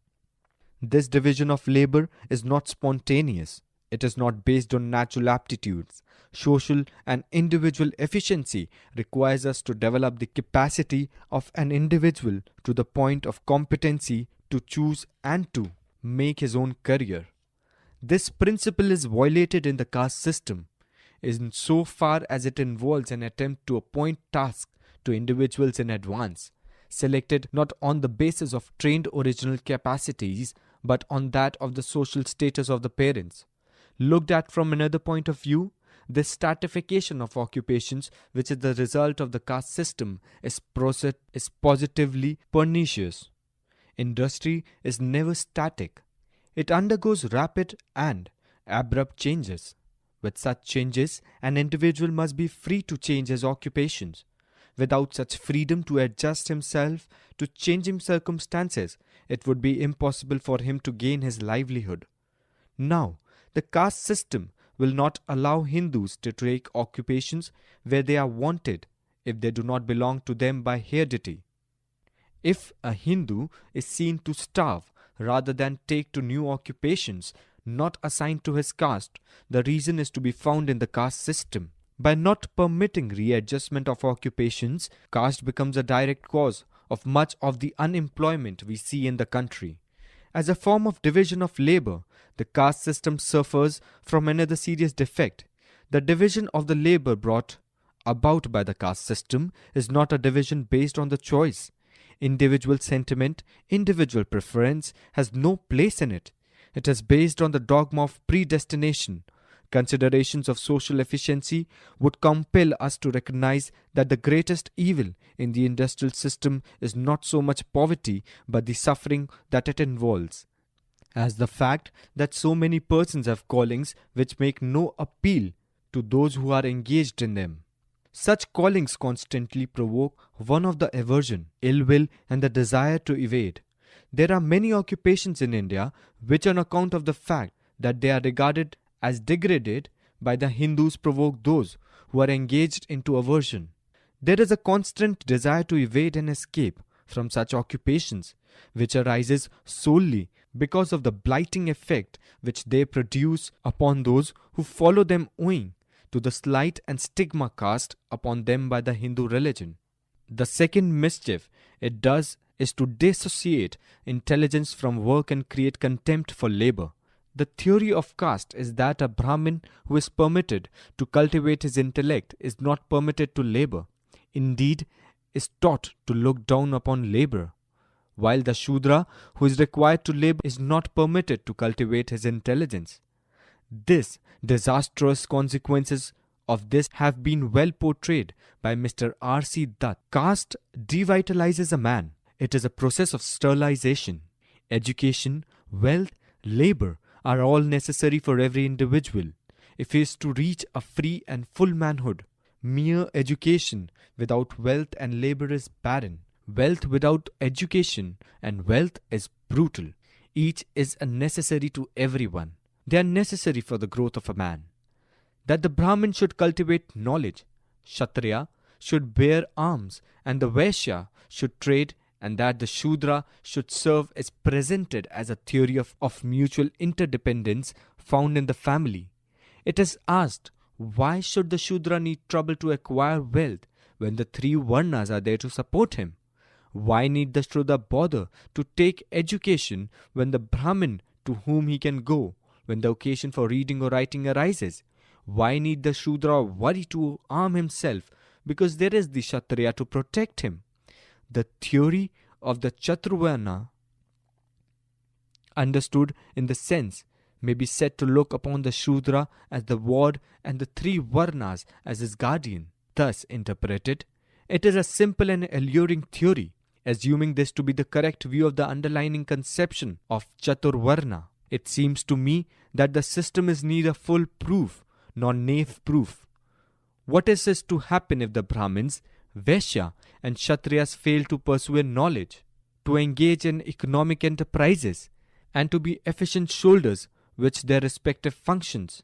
Contrariwise, suppose that they discharge their functions but flout their duty to the Shudra or to one another. What is to happen to the Shudra if the three classes refuse to support him on fair terms or combine to keep them down? Who is to safeguard the interest of a Shudra, or for the matter of that, of the Vaishya and the Kshatriya, when the person who is trying to take advantage of his ignorance is the Brahmin?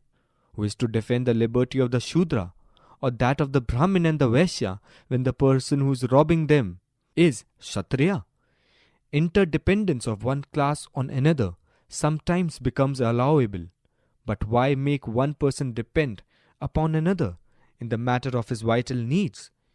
Education everyone must have. Means of defense everyone must have. These are the paramount requirements of every man for his self-preservation.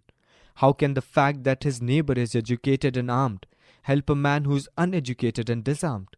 The whole theory is absurd. These are the questions which the defenders of Chaturvarna do not seem to be troubled about. But they are very pertinent questions.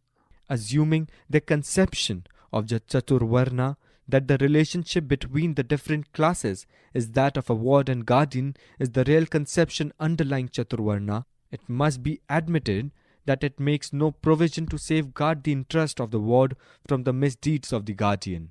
Whether the relationship of guardian and ward was the real underlying conception on which Chaturvarna was based, there is no doubt that in practice the relation was that of a master and servant. The three classes, Brahmins, Kshatriyas and Vaishyas, although not very happy in their mutual relationship, managed to work by compromise. The Brahmin flattered the Kshatriya and both let the Vaishya live in order to be able to live upon him. But the three agreed to beat down the Shudra. He was not allowed to acquire wealth, lest he should be independent of the three Varnas. He was prohibited from acquiring knowledge, lest he should keep a steady vigil regarding his interest. He was prohibited from bearing arms, lest he should have means to rebel against their authority. That this is how the Shudras were treated by Trayavarnikas is evidenced by the laws of Manu. There is no code of laws for infamous regarding social rights than the laws of Manu. Any instance from anywhere of social injustice must pale before it. Why have the mass of people tolerated the social evils to which they have been subjected? There have been social revolutions in other countries of the world. Why have there not been social revolutions in India? Is a question which has incessantly troubled me. There is only one answer which I can give, and it is that the lower classes of Hindus have been completely disabled for direct action on account of this wretched system of Chaturvarnya. They could not bear arms, and without arms they could not be rebel. They were all ploughmen, or rather condemned to be ploughmen, and they were allowed to convert their ploughshares into swords. They had no bayonet, and therefore everyone who chose ploughs did sit upon them. On account of the Chaturvarnya, they could receive no education. They could not think out or know the way to their salvation. They were condemned to be lowly, and not knowing the way of escape, and not having the means of escape, they became reconciled to eternal servitudes, which they accepted as their inescapable fate. It is true that even in Europe, the strong has not shrunk from the exploitation, nay, the spoliation of the weak. But in Europe, the strong have never contrived to make the weak helpless against exploitation so shamelessly as was the case in India among the Hindus. Social war has been raging between the strong and the weak far more violently in Europe than it has ever been in India. Yet the weak in Europe has had in him freedom of military service, his physical weapon, in suffrage his political weapon, and in education his moral weapon. 3 weapons for emancipation was never withheld by the strong from the weak in Europe. All these weapons were however denied to the masses in India by Chaturvarnya. There cannot be a more degrading system of social organization than Chaturvarnya. It is the system which deadens, paralyzes and cripples the people from helpful activity. There is no exaggeration. History bears ample evidence. There is only one period in Indian history which is a period of freedom, greatness and glory. That is the period of the Maurya Empire. At all other times the country suffered from defeat and darkness, but the Maurya period was a period when Chaturvarnya was completely annihilated, when the Shudras, who constituted the mass of the people, came into their own and became the rulers of the country. The period of defeat and darkness is the period when Chaturvarnya flourished to the damnation of the greater part of the people of the country. Caste prevents mobilization. Occasions arise when society must mobilize all its resources to one end in order to save itself from catastrophe. To take a catastrophe like war, society must mobilize all its resources for militarization. Everyone must do war. Everyone must be a soldier. Is this possible under the theory of caste? Obviously not. Indeed, the destiny of a defeat, which has been the lot of India throughout history, is due to caste. Caste prevented general mobilization, or the extent of mobilization was of a very limited character. Only the Kshatriyas were expected to fight. The rest, the Brahmins and the Vaishyas, were not armed, and the Shudras, who formed the large majority of the country, were disarmed. The result was that once the small class of Kshatriyas were defeated by a foreign foe, the whole country fell at his feet. It could not offer no resistance. It was not capable of resistance. Indian wars have been mostly wars of single battles or single campaigns. This was due to the fact that once the Kshatriyas fell, everything fell. Why? Simply because there was no general mobilization and the theory deeply embedded in the psychology of the people. If these conclusions are sound, how can a philosophy which dissects society in fragments, which dissociates work from interest, which disconnects intelligence from labor, which expropriates the rights of man to interests vital to life, and which prevented society from mobilizing resources for common action in the hour of danger, be said to satisfy the test of social utility? 4. The philosophy of Hinduism therefore neither satisfies the test of social utility nor does it satisfy the test of individual justice. The result of my analysis is so odd that it will surprise many. Astonished, some may even say that if the conclusions are so odd, then there must be something wrong in my analysis of the philosophy of Hinduism. I must meet this objection. To those who refuse to accept my analysis, I say that they find my analysis odd because they do not have a correct notion which is central in the philosophy of Hinduism. If they do, they will feel no surprise at my conclusions. This matter is so important that I must stop to explain it. It may be recalled that the foregoing analysis of the religious revolution showed that religious ideals as forms of divine governance for human society fall into two classes, one in which society is center and the other in which the individual is center. The same analysis showed that, for the former, the appropriate test, what is good and what is right, that is the test of the moral order, is utility, while for the latter the test is justice.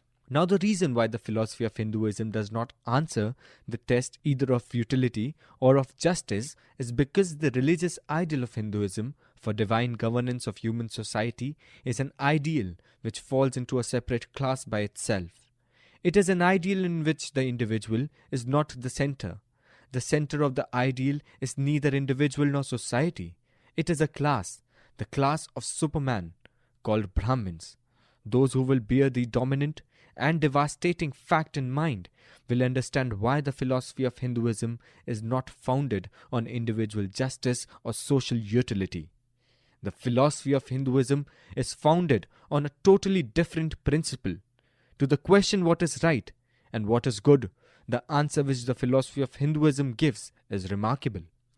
It holds that to be right and good, the act must be serve the interest of this class of Superman, namely the Brahmins.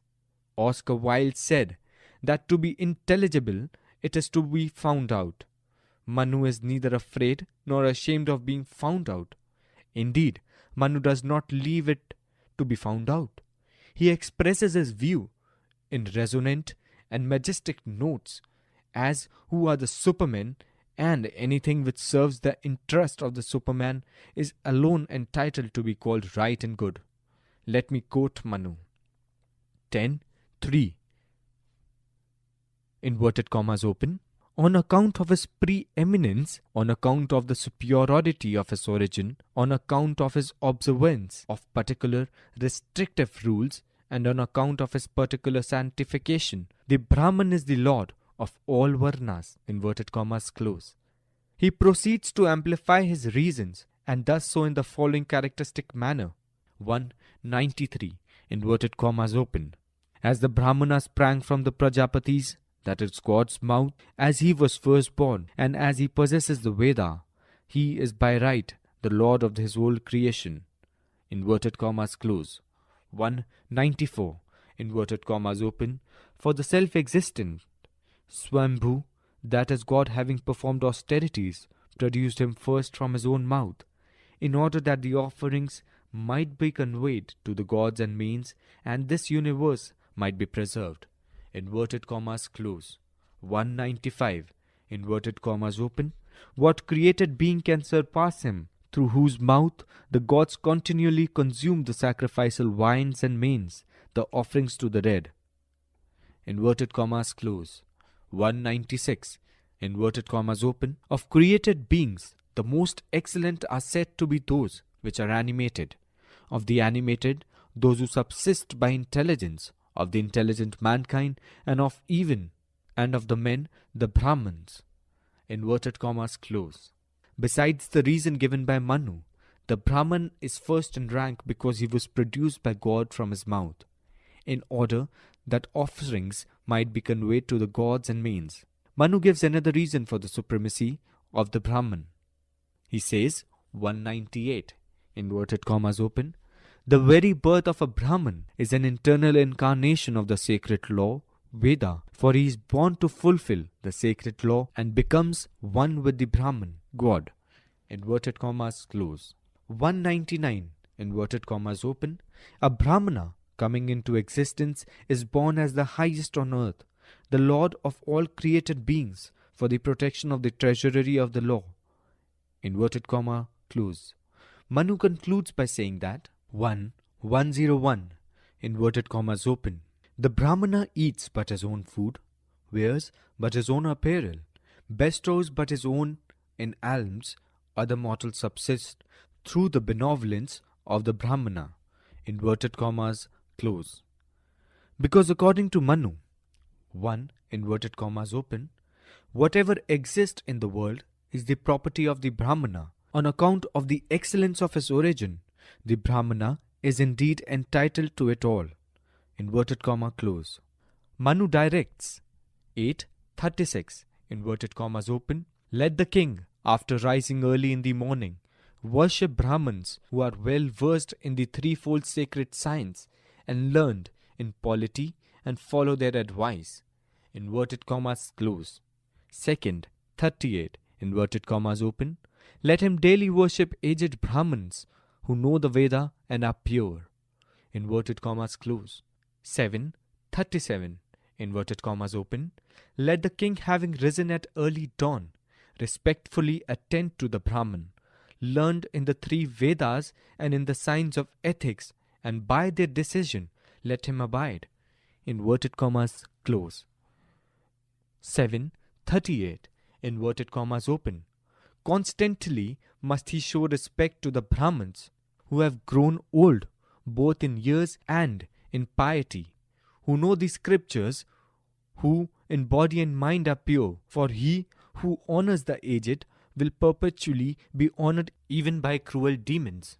Inverted commas close. 9:313, inverted commas open, let him not, although in the greatest distress for money, provoke Brahmins to anger by taking their property. For they, once enraged, could immediately by sacrifices and imprecations destroy him with his troops, elephants, horses and cars. Inverted commas close. Finally, Manu says, 9:35, inverted commas open, the Brahman is hereby declared to be the creator of the world, the punisher, the teacher, and hence a benefactor of all created beings. To him let no man say anything propitious nor use any harsh words. Inverted commas close. To conclude and complete the theory of supermen and of what is right and good, let me produce the following two texts from Manu. 10:122. But let a Shudra serve Brahmins, either for the sake of heaven or with a view to both this life and the next, for he who is called the servant of a Brahman therefore gains all his ends. 10:123.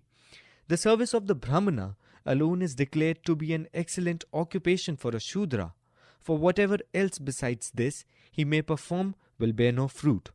And Manu adds 10:129, no collection of wealth must be made by a Shudra, even though he be able to do it, for a Shudra who has acquired wealth gives pain to Brahman. The above text from Manu discloses the core and the heart of the philosophy of Hinduism. Hinduism is the gospel of the Superman, and it teaches that what is right for the Superman is the only thing which is called normally right and morally good. Is there any parallel to this philosophy? I hate to suggest it, but it is so obvious. The parallel to this philosophy of Hinduism is to be found in Nietzsche. The Hindus will be angry at this suggestion. It is quite natural, for the philosophy of Nietzsche stands in great odium. It never took roots. In his own words, he was sometimes defied as the philosopher of the aristocracy and squirearchy, sometimes hooted at, sometimes pitied, and sometimes boycotted as an inhuman being. Nietzsche's philosophy had been identified will to power, violence, denial of spiritual values, Superman and the sacrifice, servility and the debasement of the common man.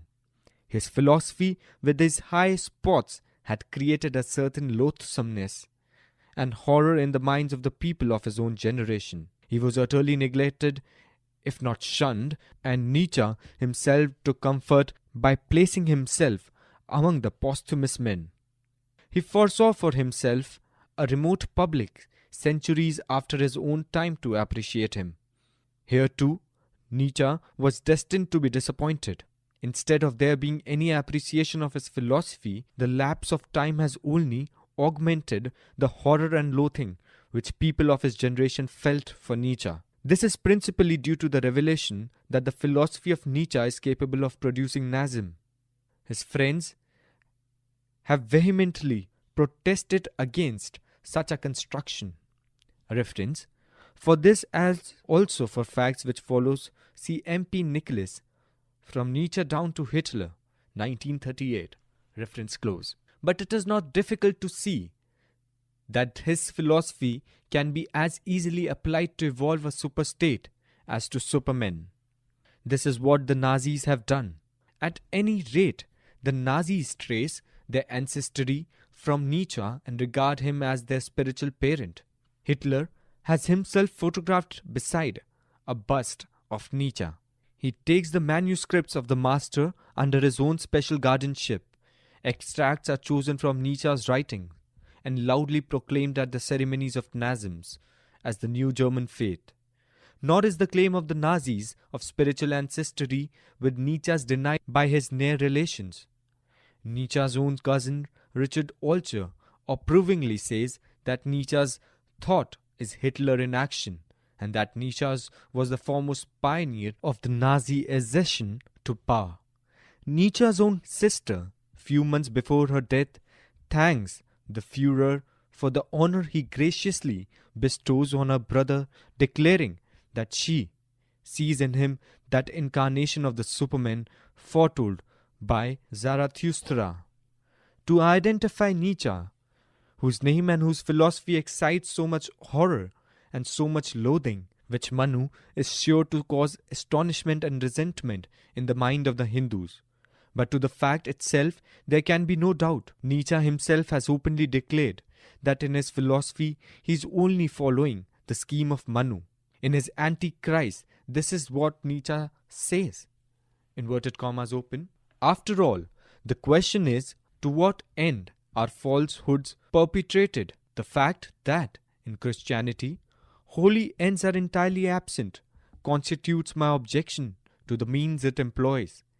Its end are only bad ends: the poisoning, the calumniation, and the denial of life, the contempt of the body, and degradation and self-pollution of man by virtue of the concept of sin. Consequently, its means are bad as well. My feelings are quite the reverse. When I read the law book of Manu, our incomparably intellectual and superior work, it would be a sin against the spirit even to mention in the same breath with the Bible. You will guess immediately why. It has a genuine philosophy behind it. In it, not merely an evil-smelling Jewish distillation of rabbinism and superstition, it gives something to chew even to the most fastidious psychologist. And not to forget, the most important point of all, it is fundamentally different from every kind of Bible. By the means of its noble classes, the philosopher and the warriors guard and guide the masses. It is replete with noble values. It is filled with the feeling of perfection, with saying yea to life and triumphant sense of well-being in regard to itself and to life. The sun shines upon the whole book. All those things which Christianity smothers with its bottomless vulgarity, procreation, women, marriage, are here treated with earnestness, with reverence, with love and confidence. How can one possibly place in the hands of children and women a book that contains those vile words, to avoid fornication, let every man have his own wife, and let every woman have their own husband? It is better to marry than to burn. And is it decent to be a Christian so long as the very origin of man is Christianized? That is to say, befouled by the idea of the Immaculate Conception. I know of no book in which so many delicate and kindly things are said to women, as in the law book of Manu. These old grey beards and saints have a manner of being gallant to women, which, perhaps, cannot be surpassed. Inverted commas open, the mouth of a woman, says Manu on one occasion, the breast of a maiden, the prayer of a child, and the smoke of the sacrifice are always pure. Inverted commas close. Elsewhere he says, inverted commas open, there is nothing purer than the light of the sun, the shadow cast by a cow, air, water, fire, and the breath of a maiden. Inverted comma close. And finally, perhaps, this is also a holy lie. Inverted commas open. All the openings of the body above the navel are pure. All those below the navel are impure. Only in a maiden is the whole body pure. Inverted commas close. This leaves no doubt Zarathustra is a new name for Manu, and that thus spake Zarathustra is the new edition of Manu Smriti. If there is any difference between Manu and Nietzsche, it lies in this.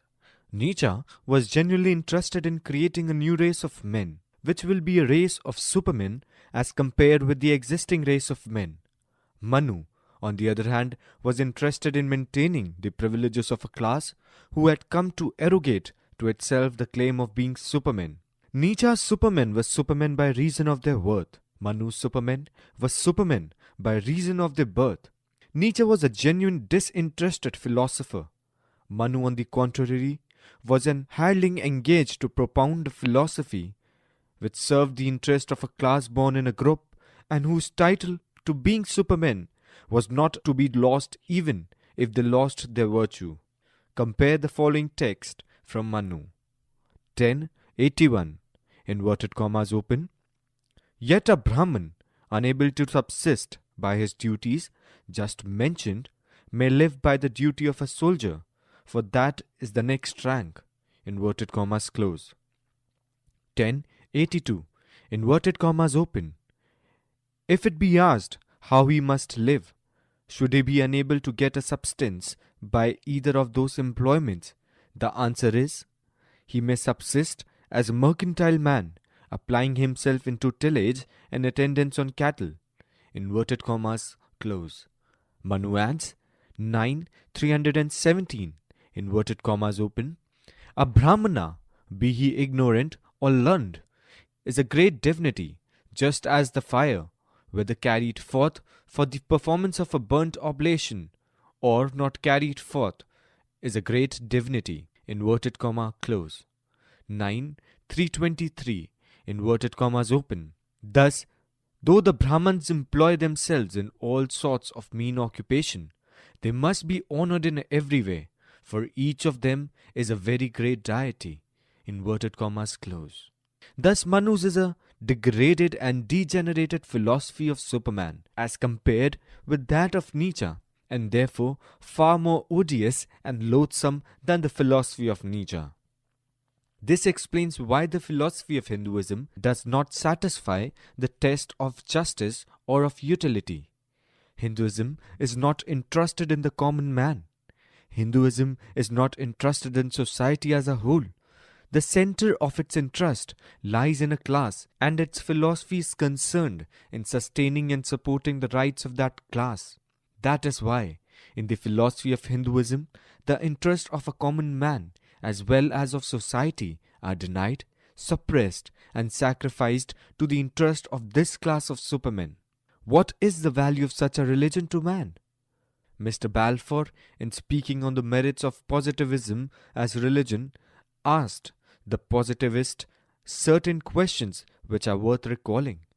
He very pertinently said, inverted commas open, "What has positivism to say to the more obscure multitude who are absorbed and well nigh overwhelmed in the constant struggle with daily needs and narrow cares, who have but little leisure to inclination to consider the precise role they are called on to play in the great drama of humanity, and who might in any case be puzzled to discover its interest or its importance? Can it assure them that there is no human being so insignificant as not to be infinite moment long after this material system shall have crumbled into nothingness? Does it offer consolation to those who are bereaved, strength to the weak, forgiveness to the sinful, rest to those who are weary and heavy laden?" Inverted commas close. The same question may be asked of Manu. The answer to each one of them must be in the affirmative. In short, the philosophy of Hinduism is such that it cannot be called the religion of humanity. That is why, to use the language of Balfour, Hinduism, if it penetrates, does not vertify the inmost life of ordinary humanity. Indeed, if it does anything, it paralyzes it.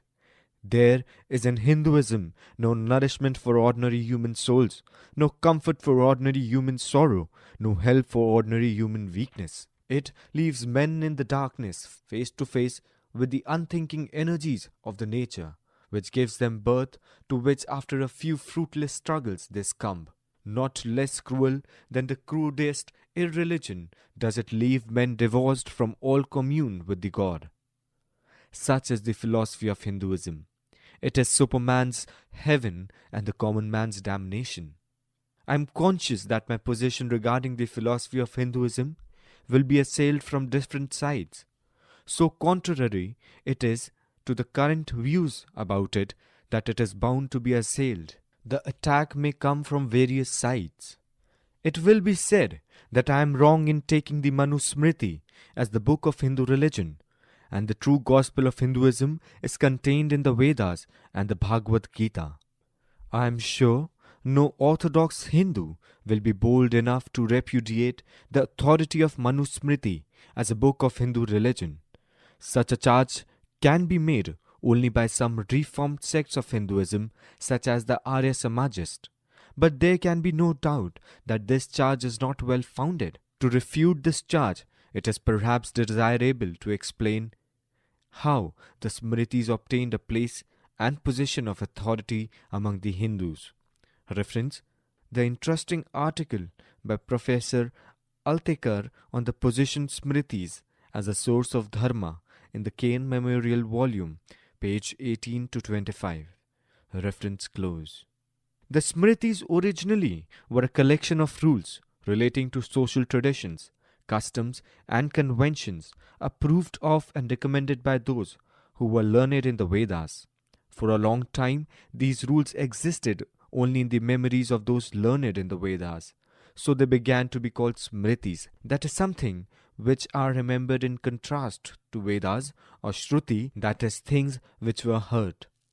In the beginning of the Smritis, even when they were codified, were treated as the rules of the inferior value as compared with the rules contained in the Vedas. The difference in their authority and binding force was the result of natural difference between the trustworthiness of what is heard as compared to what is only remembered.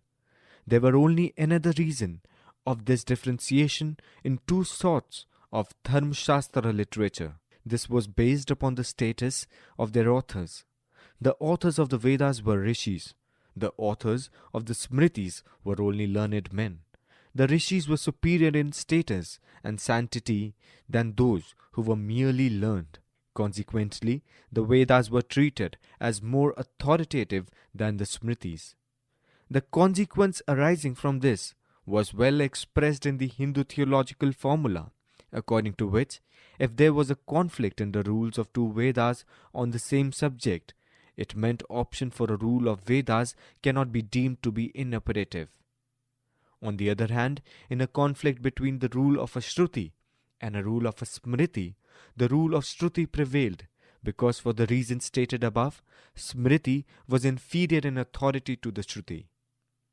But as pointed out by Professor Altekar, the Smritis in course of time came to be invested with the same authority as belonged to the Vedas.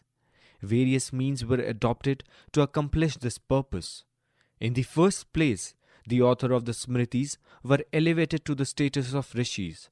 The early Dharma Shastra writers like Gautama and Buddhayana were never given the status of a rishi, but Manu and Yajnavalkya are reckoned as rishis. By this means, the status of the Smritis was equated to that of the Shrutis. The second means adopted was to regard the Smriti as the record from memory of a Shruti which was lost. Thus, Smriti, instead of being regarded as something quite different from Shruti, came to be regarded as akin to and indistinguishable from Shruti. The result of these steps was a complete change in the rules regarding the authority of the two. Originally, if there was a conflict between a Smriti and a Shruti, the Shruti prevailed. The new rule was that, in case of a conflict, there was an option which meant that the Smriti rule was an operative as the rule of Shruti. This new rule has been expressly laid down by Kumarila in his commentary on the Purva Mimamsa Sutra, whereby the Smritis were made as authoritative as Shrutis. While originally Hindu society was bound to the Vedas and could not follow any rule which was contrary to the Vedas, the new rule altered the situation and left it to the option of society, either to follow the Shruti or the Smriti. But even this option was later on taken away. This was done by making the study of the Smritis as compulsory as that of the Shruti. This was done gradually. In the first place, it was suggested that Shrutis and Smritis are the two eyes of the Brahmana. If he is devoid of one, he becomes a one-eyed person. Then came the theory that Brahmanayam is possible only as a result of a joint study of both the Vedas and the Smritis. Finally came the rule according to which the study of the Smriti only was recognized, and a contempt of the Smriti was made a sin, and a person guilty of it was declared to be condemned to be born as a beast for 21 generations. This is how the Smritis have been recognized as a source of Hindu religion, and there is no doubt that, to quote Professor Altekar, the Smritis, inverted commas open, have played a great part in determining the features of many a social and socio-religious institutions and customs in molding the development of modern Hinduism. Inverted commas close. It cannot be therefore be maintained that I was wrong in taking Manu Smriti as containing the philosophy of Hinduism. This work of elevating the Smritis to the status of the Vedas was undertaken by the Brahmins for a most selfish reason. The Smritis contain in all its wild and luxurious growth the doctrine of caste, the doctrine of the superiority of the Brahmins, their rights and privileges, the doctrine of the subordination of the Kshatriyas and Vaishyas, and the doctrine of the degradation of the Shudras. Such being the philosophy of the Smritis, the Brahmins were directly interested in investing the Smritis with the authority which was claimed for the Vedas, and in which they ultimately succeeded to their advantage, but to the ruination of the whole country. But conceding, which orthodox and pious Hindu would do, that the Smritis do not contain the philosophy of Hinduism, but that the same is to be found in the Vedas and Bhagavad Gita, the question is, what difference would this make in the result? It seems to me that it matters very little whether one takes the Smritis or the Vedas or the Bhagavad Gita. Do the Vedas teach something which is fundamentally different from what the Smritis do? Does the Bhagavad Gita run contrary to the injunctions of the Smritis? A few illustrations will make the matter clear. It is indisputable that the Vedas may lay down the theory of Chaturvarna. It is what is known as the Purusha Sukta. This Purusha Sukta recognizes two principles. It recognizes the division of society into 4 sections as an ideal. It also recognizes that the ideal relationship between the 4 sections is inequality. What the Bhagavad Gita teaches is also beyond controversy. Its teachings may be summarized in the following 4 pronouncements made by Krishna in the Bhagavad Gita. 1. Inverted commas open. I myself have created the arrangement known as Chaturvarna, that is the 4-fold division of society into 4 castes: Brahmins, Kshatriyas, Vaishyas and Shudras, assigning them different occupations in accordance with the native capacities. It is I who am the maker of this Chaturvarna. Inverted commas close. Gita 6:13. Second, inverted commas open. Even if it may be easier to follow the occupation of another Varna, yet to follow the occupation of one's own Varna is more meritorious. Although one may not be able to do it quite efficiently, there is a bliss in the following: the occupation of one's own Varna, even if death were to result in performing it, but to follow the occupation of another Varna is risky. Inverted commas close. Gita 3:35. Third, inverted commas open, the educated should not unsettle the faith of the uneducated who have become attached to their occupation. He himself should perform the occupation of his Varna and make others perform theirs accordingly. An uneducated man may not become attached to his occupation, but the uneducated and dull-minded people who have become attached to their occupation should not be spoiled by the educated by putting them on a wrong path by abandoning their own occupation. Inverted commas close. Gita 3:26-29. 4. Inverted commas open. O Arjun, whenever this religion of duties and occupations, that is, this religion of Chaturvarna, declines, then I myself will come to birth to punish those who are responsible for its downfall and to restore it. Inverted commas close. Gita 4:7-8. Such is the position of Gita. What difference is there between it and the Manusmriti? Gita is Manu in a nutshell. Those who run away from Manusmriti want to take refuge in Gita, either do not know Gita or are prepared to omit from their consideration that soul of Gita which makes it akin to Manusmriti. Compare the teachings of the Veda, of the Bhagavad Gita, with what is contained in the Manusmriti, which I have taken as the text for elucidating the philosophy of Hinduism. What difference does one find? The only difference one can find is that the Vedas and the Bhagavad Gita deal with the general theory, while the Smritis are concerned in working out the particulars and details of that theory. But so far as the essence is concerned, all of them, the Smritis, the Vedas and the Bhagavad Gita, are woven on the same pattern, the same thread runs through them and are really parts of the same fabric. So obvious, the Brahmins who were the authors of the whole body of Hindu religious literature, except the Upanishads literature, took good care to inject the doctrines formulated by them in the Smritis into the Vedas and the Bhagavad Gita.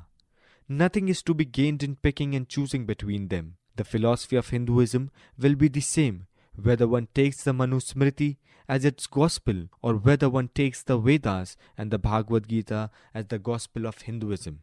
Secondly, it will be contended that Manusmriti is a book of laws and not a code of ethics, and that what I have presented as a philosophy of Hinduism is only legal philosophy and is not the moral philosophy of Hinduism. My answer to this contention is simple. I hold that in Hinduism there is no distinction between legal philosophy and moral philosophy. That is because in Hinduism there is no distinction between the legal and the moral, the legal being also the moral. Not much evidence is necessary to support my contention. Meaning, reference, what follows it taken from an article on the subject by Mr. Yashwant Ramkrishna Date in Marathi magazine called Savadhyaya, double number 78, first year PP 18 to 21, reference close, of the word dharma in the Rig Veda. The word dharma occurs in the Rig Veda 58 times. It is used in 6 different senses. It is used to denote 1. Ancient custom, 2. Laws, 3. Any arrangement which maintains law and order in society, 4. The course of nature, 5. The quality of substance, and 6. Duty of good and evil. It will thus be seen that from the beginning the word dharma in Hinduism has a twofold connotation. It means both law and moral. That is one reason why in the philosophy of Hinduism there can be no distinction between legal philosophy and moral philosophy. This is not to say that the Hindus have no code of morality. To be sure they have.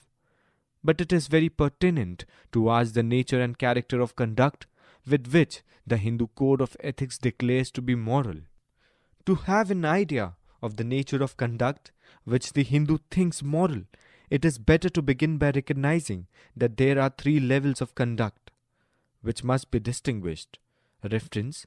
In this, I am entirely following the analysis given by Crawley and Tufts in the volume on ethics. Reference close. 1. Conduct arising from instincts and fundamental needs. 2. Conduct regulated by standards of society. And 3. Conduct regulated by individual conscience. Conduct on the first level we do not call moral conduct. It is of course not immoral. It is merely unmoral. It is governed by forces not as moral in purpose but as valuable in results. The forces are biological or sociological or psychological. These have purpose such as to satisfy hunger or to forge a weapon against an enemy. But the end is one set up by a physical or instinctive nature. So long as this is merely accepted as an inevitable end and not compared with others, valued and chosen, it is not properly moral. Conduct on the second level is no doubt social. Wherever groups of men are living, there are certain ways of acting which are common to the group. Folkways. There are approved ways of acting common to a group, handed down from generation to generation. Such approved ways of acting are called the mores or the morals of the group. They imply the judgment of the group that they are to be followed. The welfare of the group is regarded as in some sense embedded in them. It becomes the duty of the individual to follow them, and if any one acts contrary to them, he is made to feel the group's disapproval.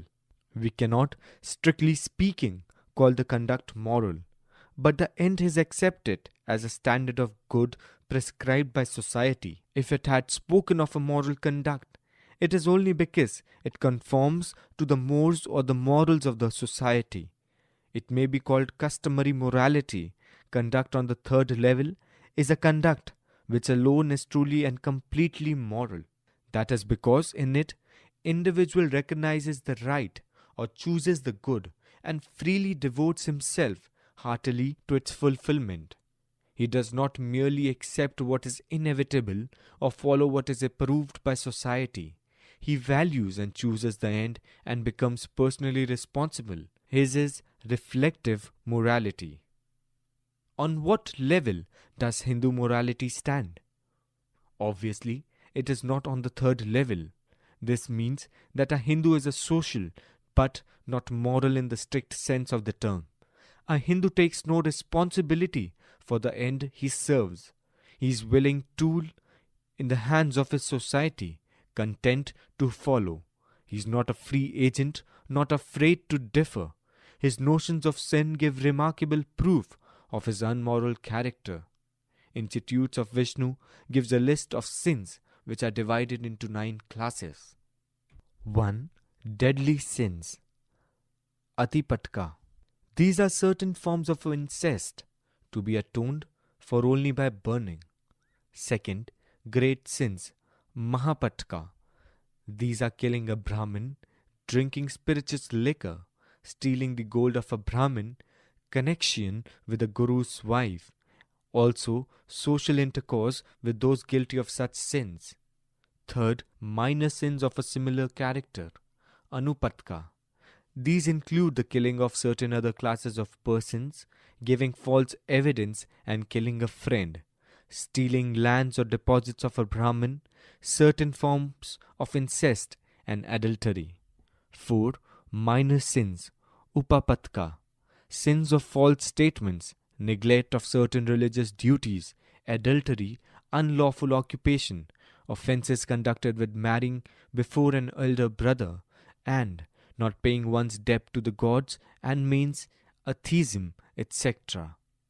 5. Sins affecting loss of caste, Jati Brahmsakra, causing bodily pain to a Brahmin, smelling things which should not be smelt, dishonest dealing, certain unnatural crimes. 6. Sins which degrade to a mixed caste, Samkari Karna, killing domestic or wild animals. 7. Sins which render one unworthy to receive alms, Apatri Karna, receiving presents and alms from despicable persons, trade, money, lending, lying, serving a Shudra. 8.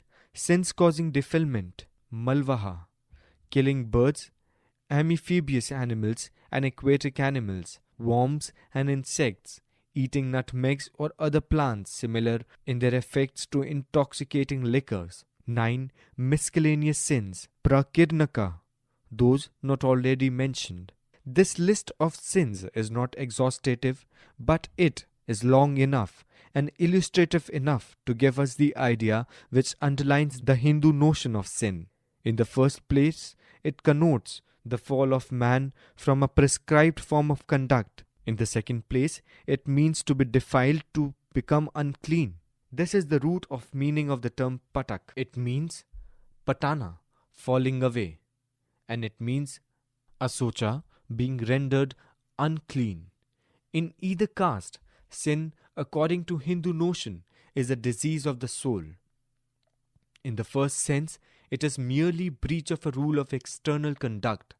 In the other sense, it is defilement of the body to be cleaned and purified by both or by pilgrimage or by sacrificial offering. But it is never spiritual defilement, which is associated with the harboring of evil thoughts and purposes.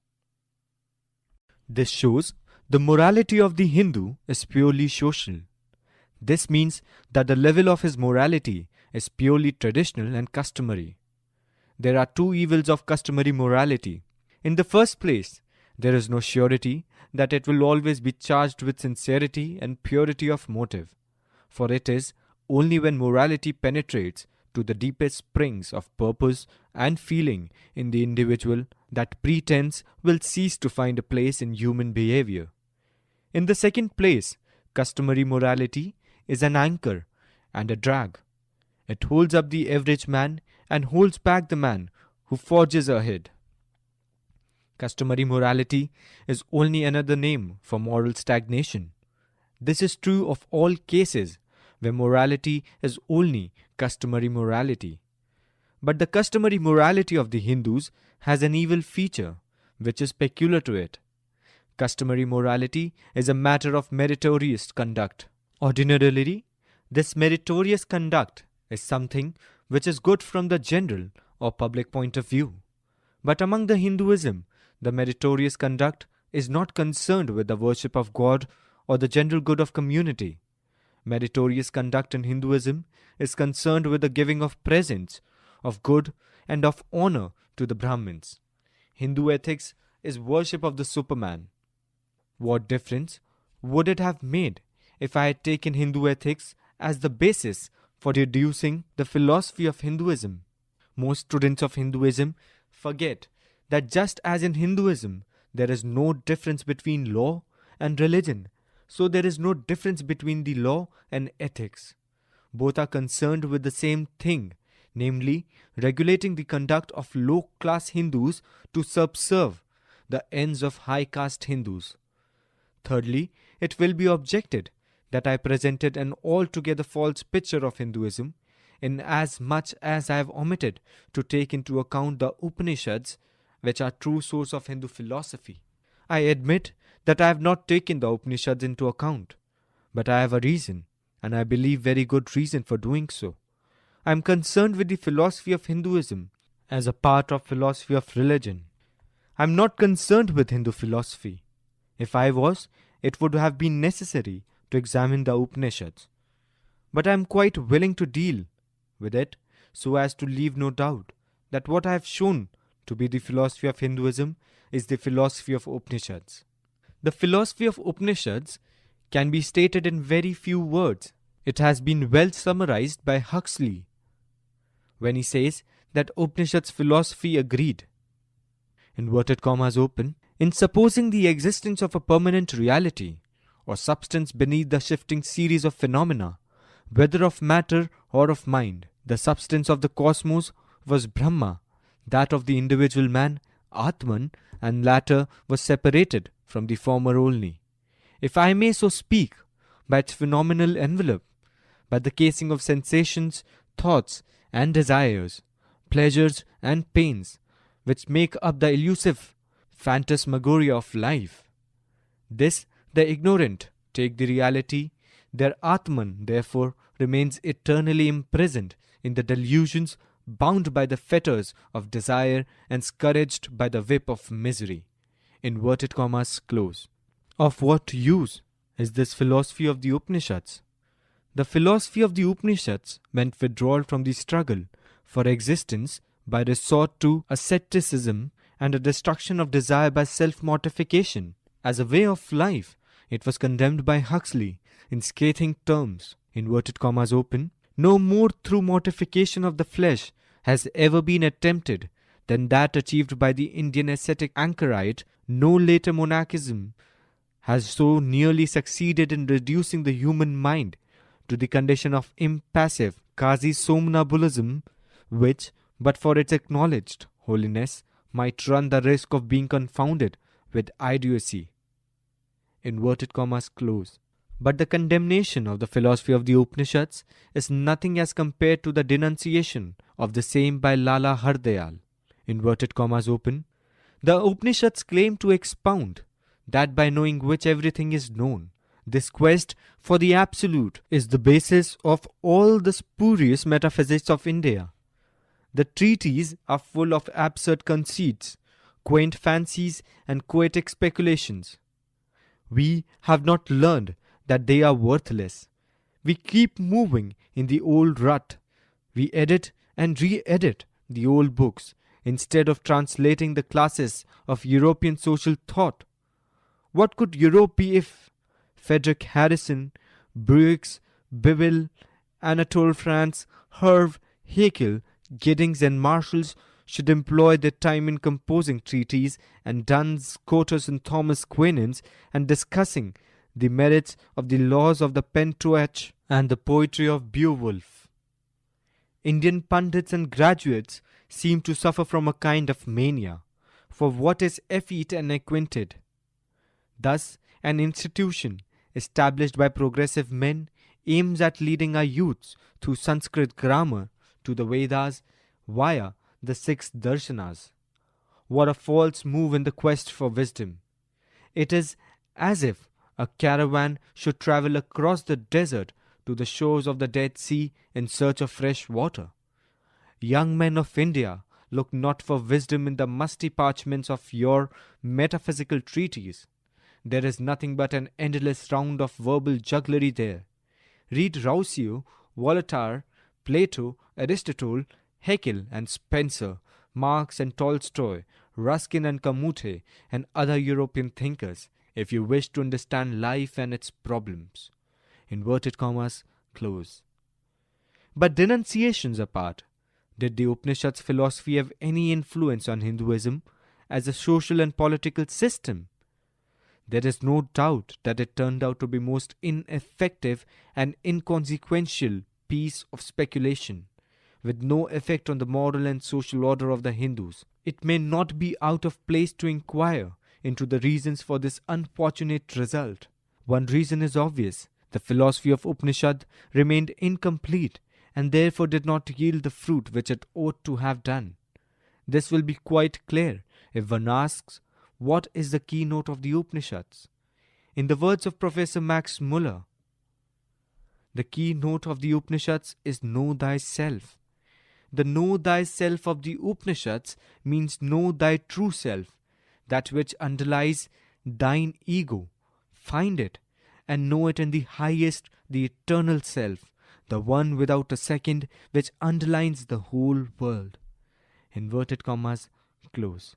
The Atman and Brahman, where one was the truth, the great truth which the Upanishad said they had discovered, and they asked man to know this truth. Now the reasons why the philosophy of Upanishads became ineffective are many. I will discuss them elsewhere. At this place, I will mention only one. The philosopher of Upanishads did not realize that to know the truth was not enough. One must learn to love truth.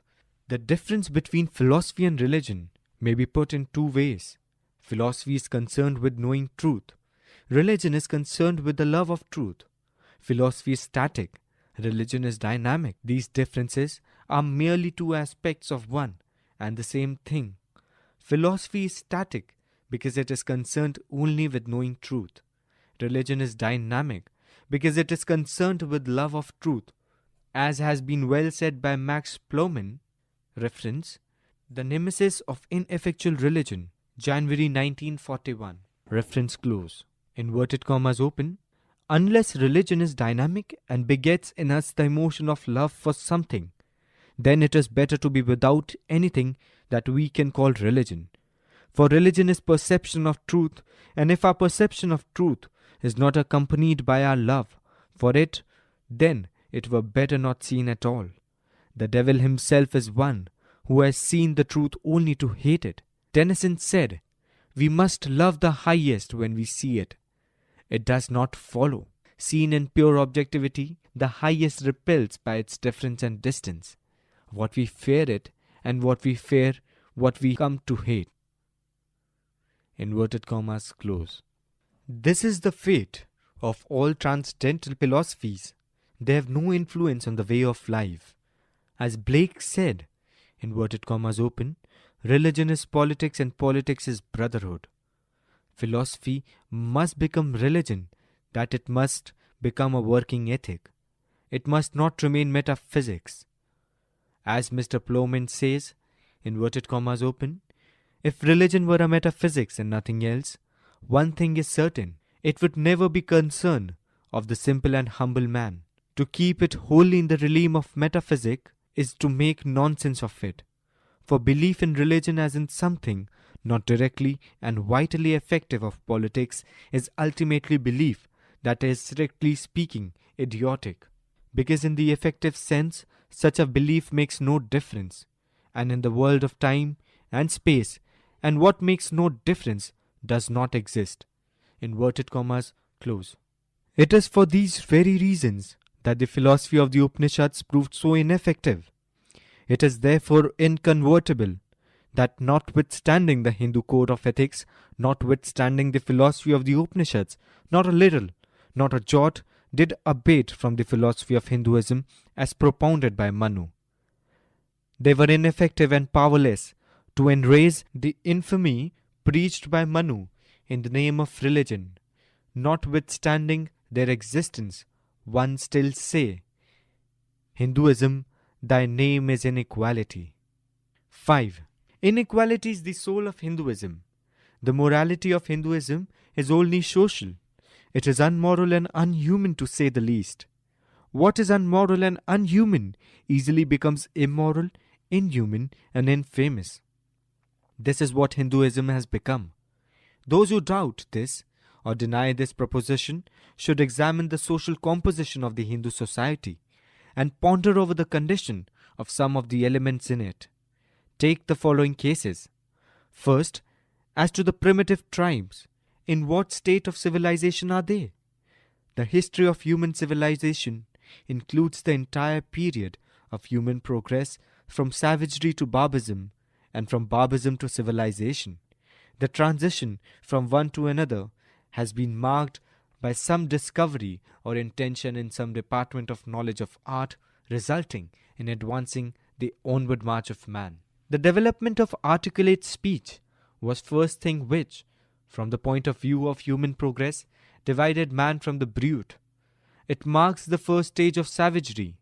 The middle period of the state of savagery began with the knowledge of the manufacture and use of fire.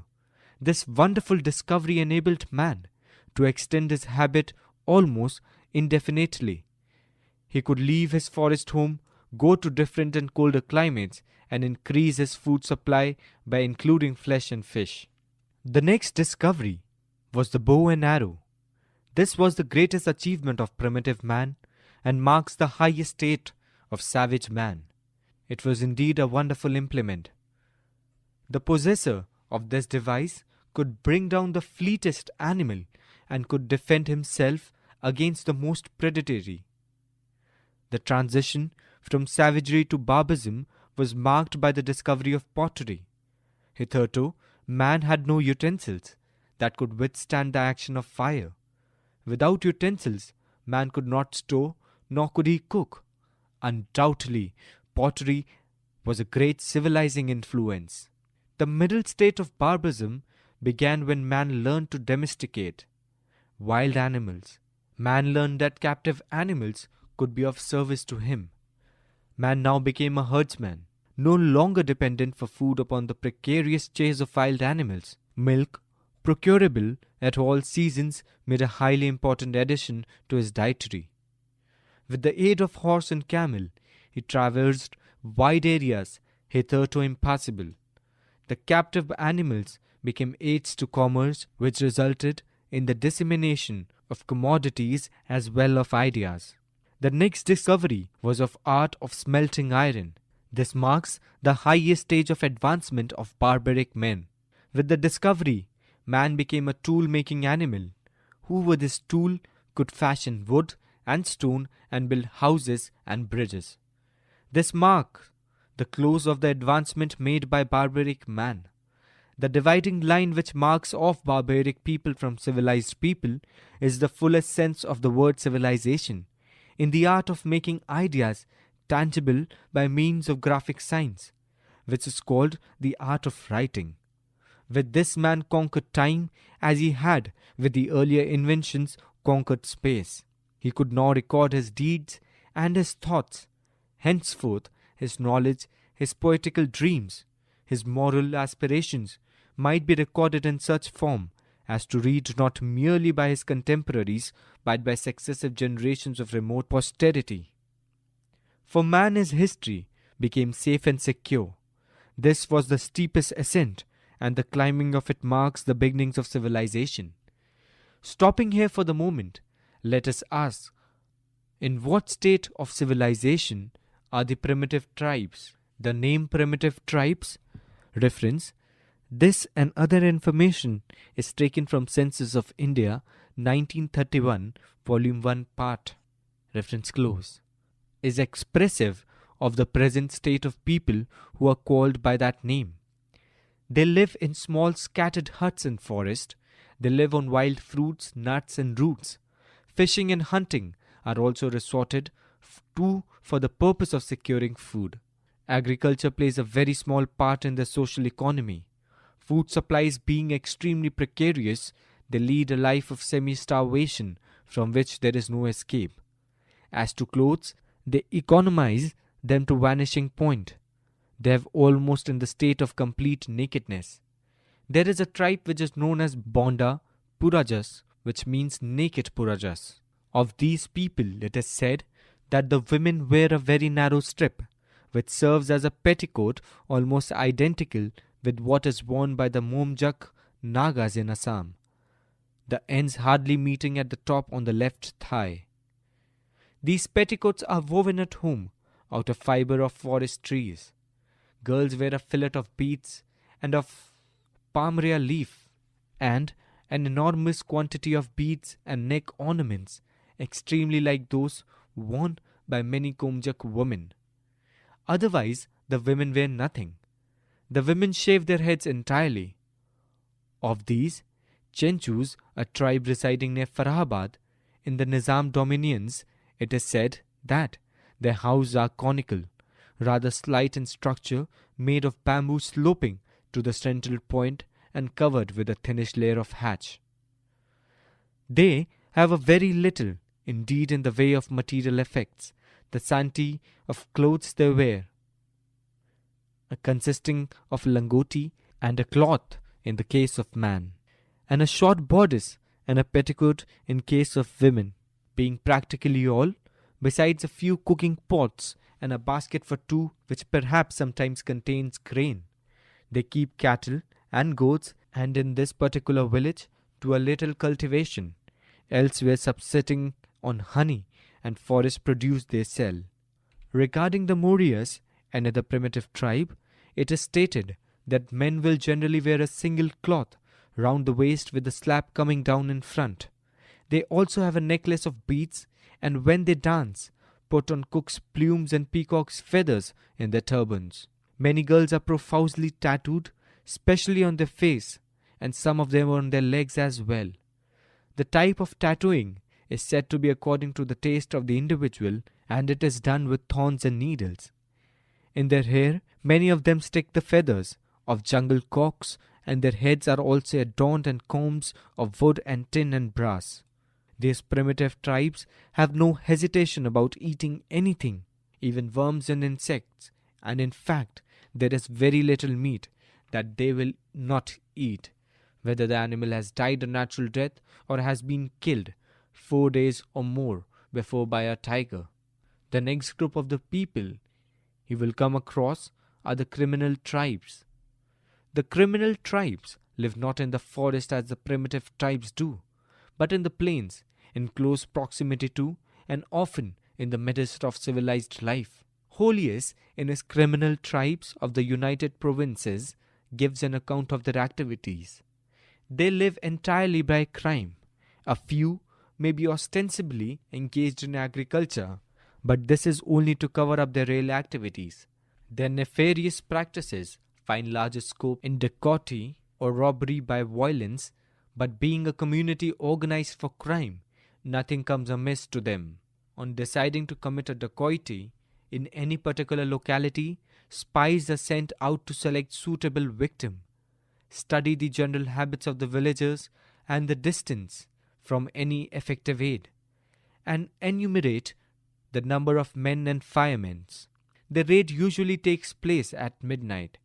Acting on the information given by the spies, men are posted at various points in the village, and by firing off their guns attract attention from the main gang which attacks the particular house or houses previously appointed. The gang usually consists of 30 to 40 men. It is essential to emphasize the great part played by crime in general life of these people. A boy is initiated into crime as soon as he is able to talk and walk. No doubt the motive is practical to a great extent insofar as it is always better to risk a child in petty theft who, if he is caught, would probably be cuffed, while an adult would immediately be arrested.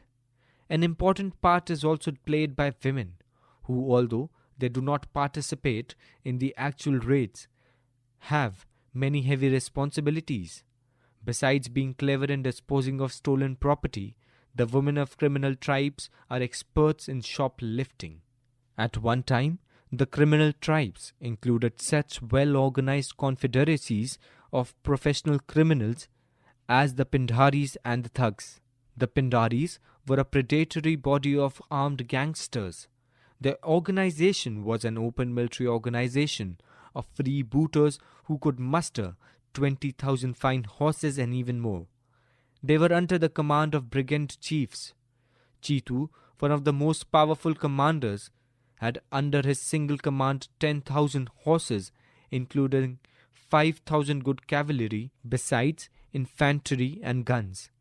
The Pindaris had no military projects for employing their loose band of irregular soldiery, which developed into bodies of professional plunderers. The Pindaris aimed at no conquest. Their object was to secure booty and cash for themselves. General loot and rapine was their occupation. They recognized no rulers. They were subjects of none. They rendered loyalty to none. They respected none and plundered all, high and low, rich or poor, without fear or compunction. The thugs were a well-organized body of professional assassins who, in gangs from 10 to 100, wandered in various guises throughout India, worked themselves into the confidence of wayfarers of the wealthier class, and when a favorable opportunity occurred, strangled them by throwing a handkerchief or noose around their necks, and then plundered and buried them. All this was done according to certain ancient and rigidly prescribed forms, and after the performance of special religious rites, in which was the consecration of the package and sacrifice of sugar. They were staunch worshippers of Kali, the Hindu goddess of destruction. Assassination for gain was with them a religious duty, and was considered a holy and honorable profession. They had in fact no idea of doing wrong, and their moral feelings did not come into play. The will of the goddess, by whose command and in whose honor they followed their calling, was revealed to them through a very complicated system of omens. In obedience to these, they often travelled even the distance of 100 miles in company with or in the wake of their intended victims before a safe opportunity had presented itself for executing their design.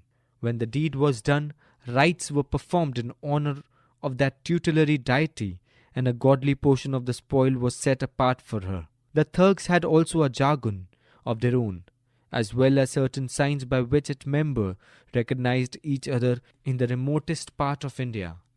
Even those who, from age or infirmities, could no longer take an active part in the operations, used to aid the cause as watchmen, spies, or dressers of food. It was owing to their thorough organization, the secrecy and security with which they went to work, but chiefly to the religious grap in which they shrouded their murderers, that they could continue for centuries to practice their craft. The extraordinary fact was that the thuggy was regarded as a regular profession by Indian rulers of the day, both Hindu and Mohammedans. The thugs paid taxes to the state, and the state left them unmolested. It was not until the British became rulers of the country that an attempt was made to suppress the thugs. By 1835, 382 thugs were hanged, 1986 were transported or imprisoned for life. Even as late as 1879, the number of registered thugs was 344, and the Thuggy and the Dacoity Department of the Government of India continued to exist until 1904, when its place was taken by the Central Criminal Intelligence Department. While it is not possible for the criminal tribes to live by organized bodies of criminals, crime continues to be their main occupation. Beside these two classes, there is a third class which comprises a body of people which are known as Untouchables. Below the Untouchables, there are other who are known as Unapproachables. Untouchables are those who cause pollution only if they touch. The Unapproachables are those who cause pollution if they come within a certain distance. It is said of the Nayadis, a people who fall into the category of the Unapproachables, inverted commas open, that they are the lowest caste among the Hindus, the dog eaters. They are the most persistent in their clamor for charity and will follow at a respectful distance for miles together any person walking, driving or boating. If anything is given to them, it must be laid down, and after the person offering it has proceeded a sufficient distance, the recipient comes timidly forward and removes it. Inverted commas close. Of the same people, Mr. Thurston says, the subject, that is the Nayadis, whom I examined and measured at Shoranas, though living only about 3 miles off, had by reason of the pollution which they traditionally carry with them to avoid, walking over the long bridge which span the rivers and follow a circuitous route of many miles. Inverted comma close. Below the Unapproachables are the Unseeables. In the Tinnevelly district of the Madras Presidency, There is a class of Untouchables called Puradavanans. Of them it is said, inverted commas open, that they are not allowed to come out during daytime because their sight is enough to cause pollution. These unfortunate people are compelled to follow the nocturnal habits, leaving their dens after dark and skulking home at the false dawns like badger, hyena and the aardvark. Inverted commas close. Consider the total population of these classes. The primitive tribes form a total of 25 million souls. The criminal tribes number 4.5 millions and untouchables number 50 millions. This makes a grand total of 79.5 millions. Now, ask how these people could have remained in the state of moral, material, social and spiritual degradation surrounded as they have been by Hinduism. Hindus say that their civilization is older than any civilization, that Hinduism as a religion is superior to any other religion. If this is so, how is that Hinduism failed to elevate these people, bring them enlightenment and hope? How is it that it failed even to reclaim them? How is it that it stood with folded hands when millions and millions were taking to life to shame and crime? What is the answer to this? The only answer is that Hinduism is overwhelmed with fear of pollution. It has not got the power to purify. It has not the impulse to serve. And that is because, by its very nature, it is unhuman and unmoral.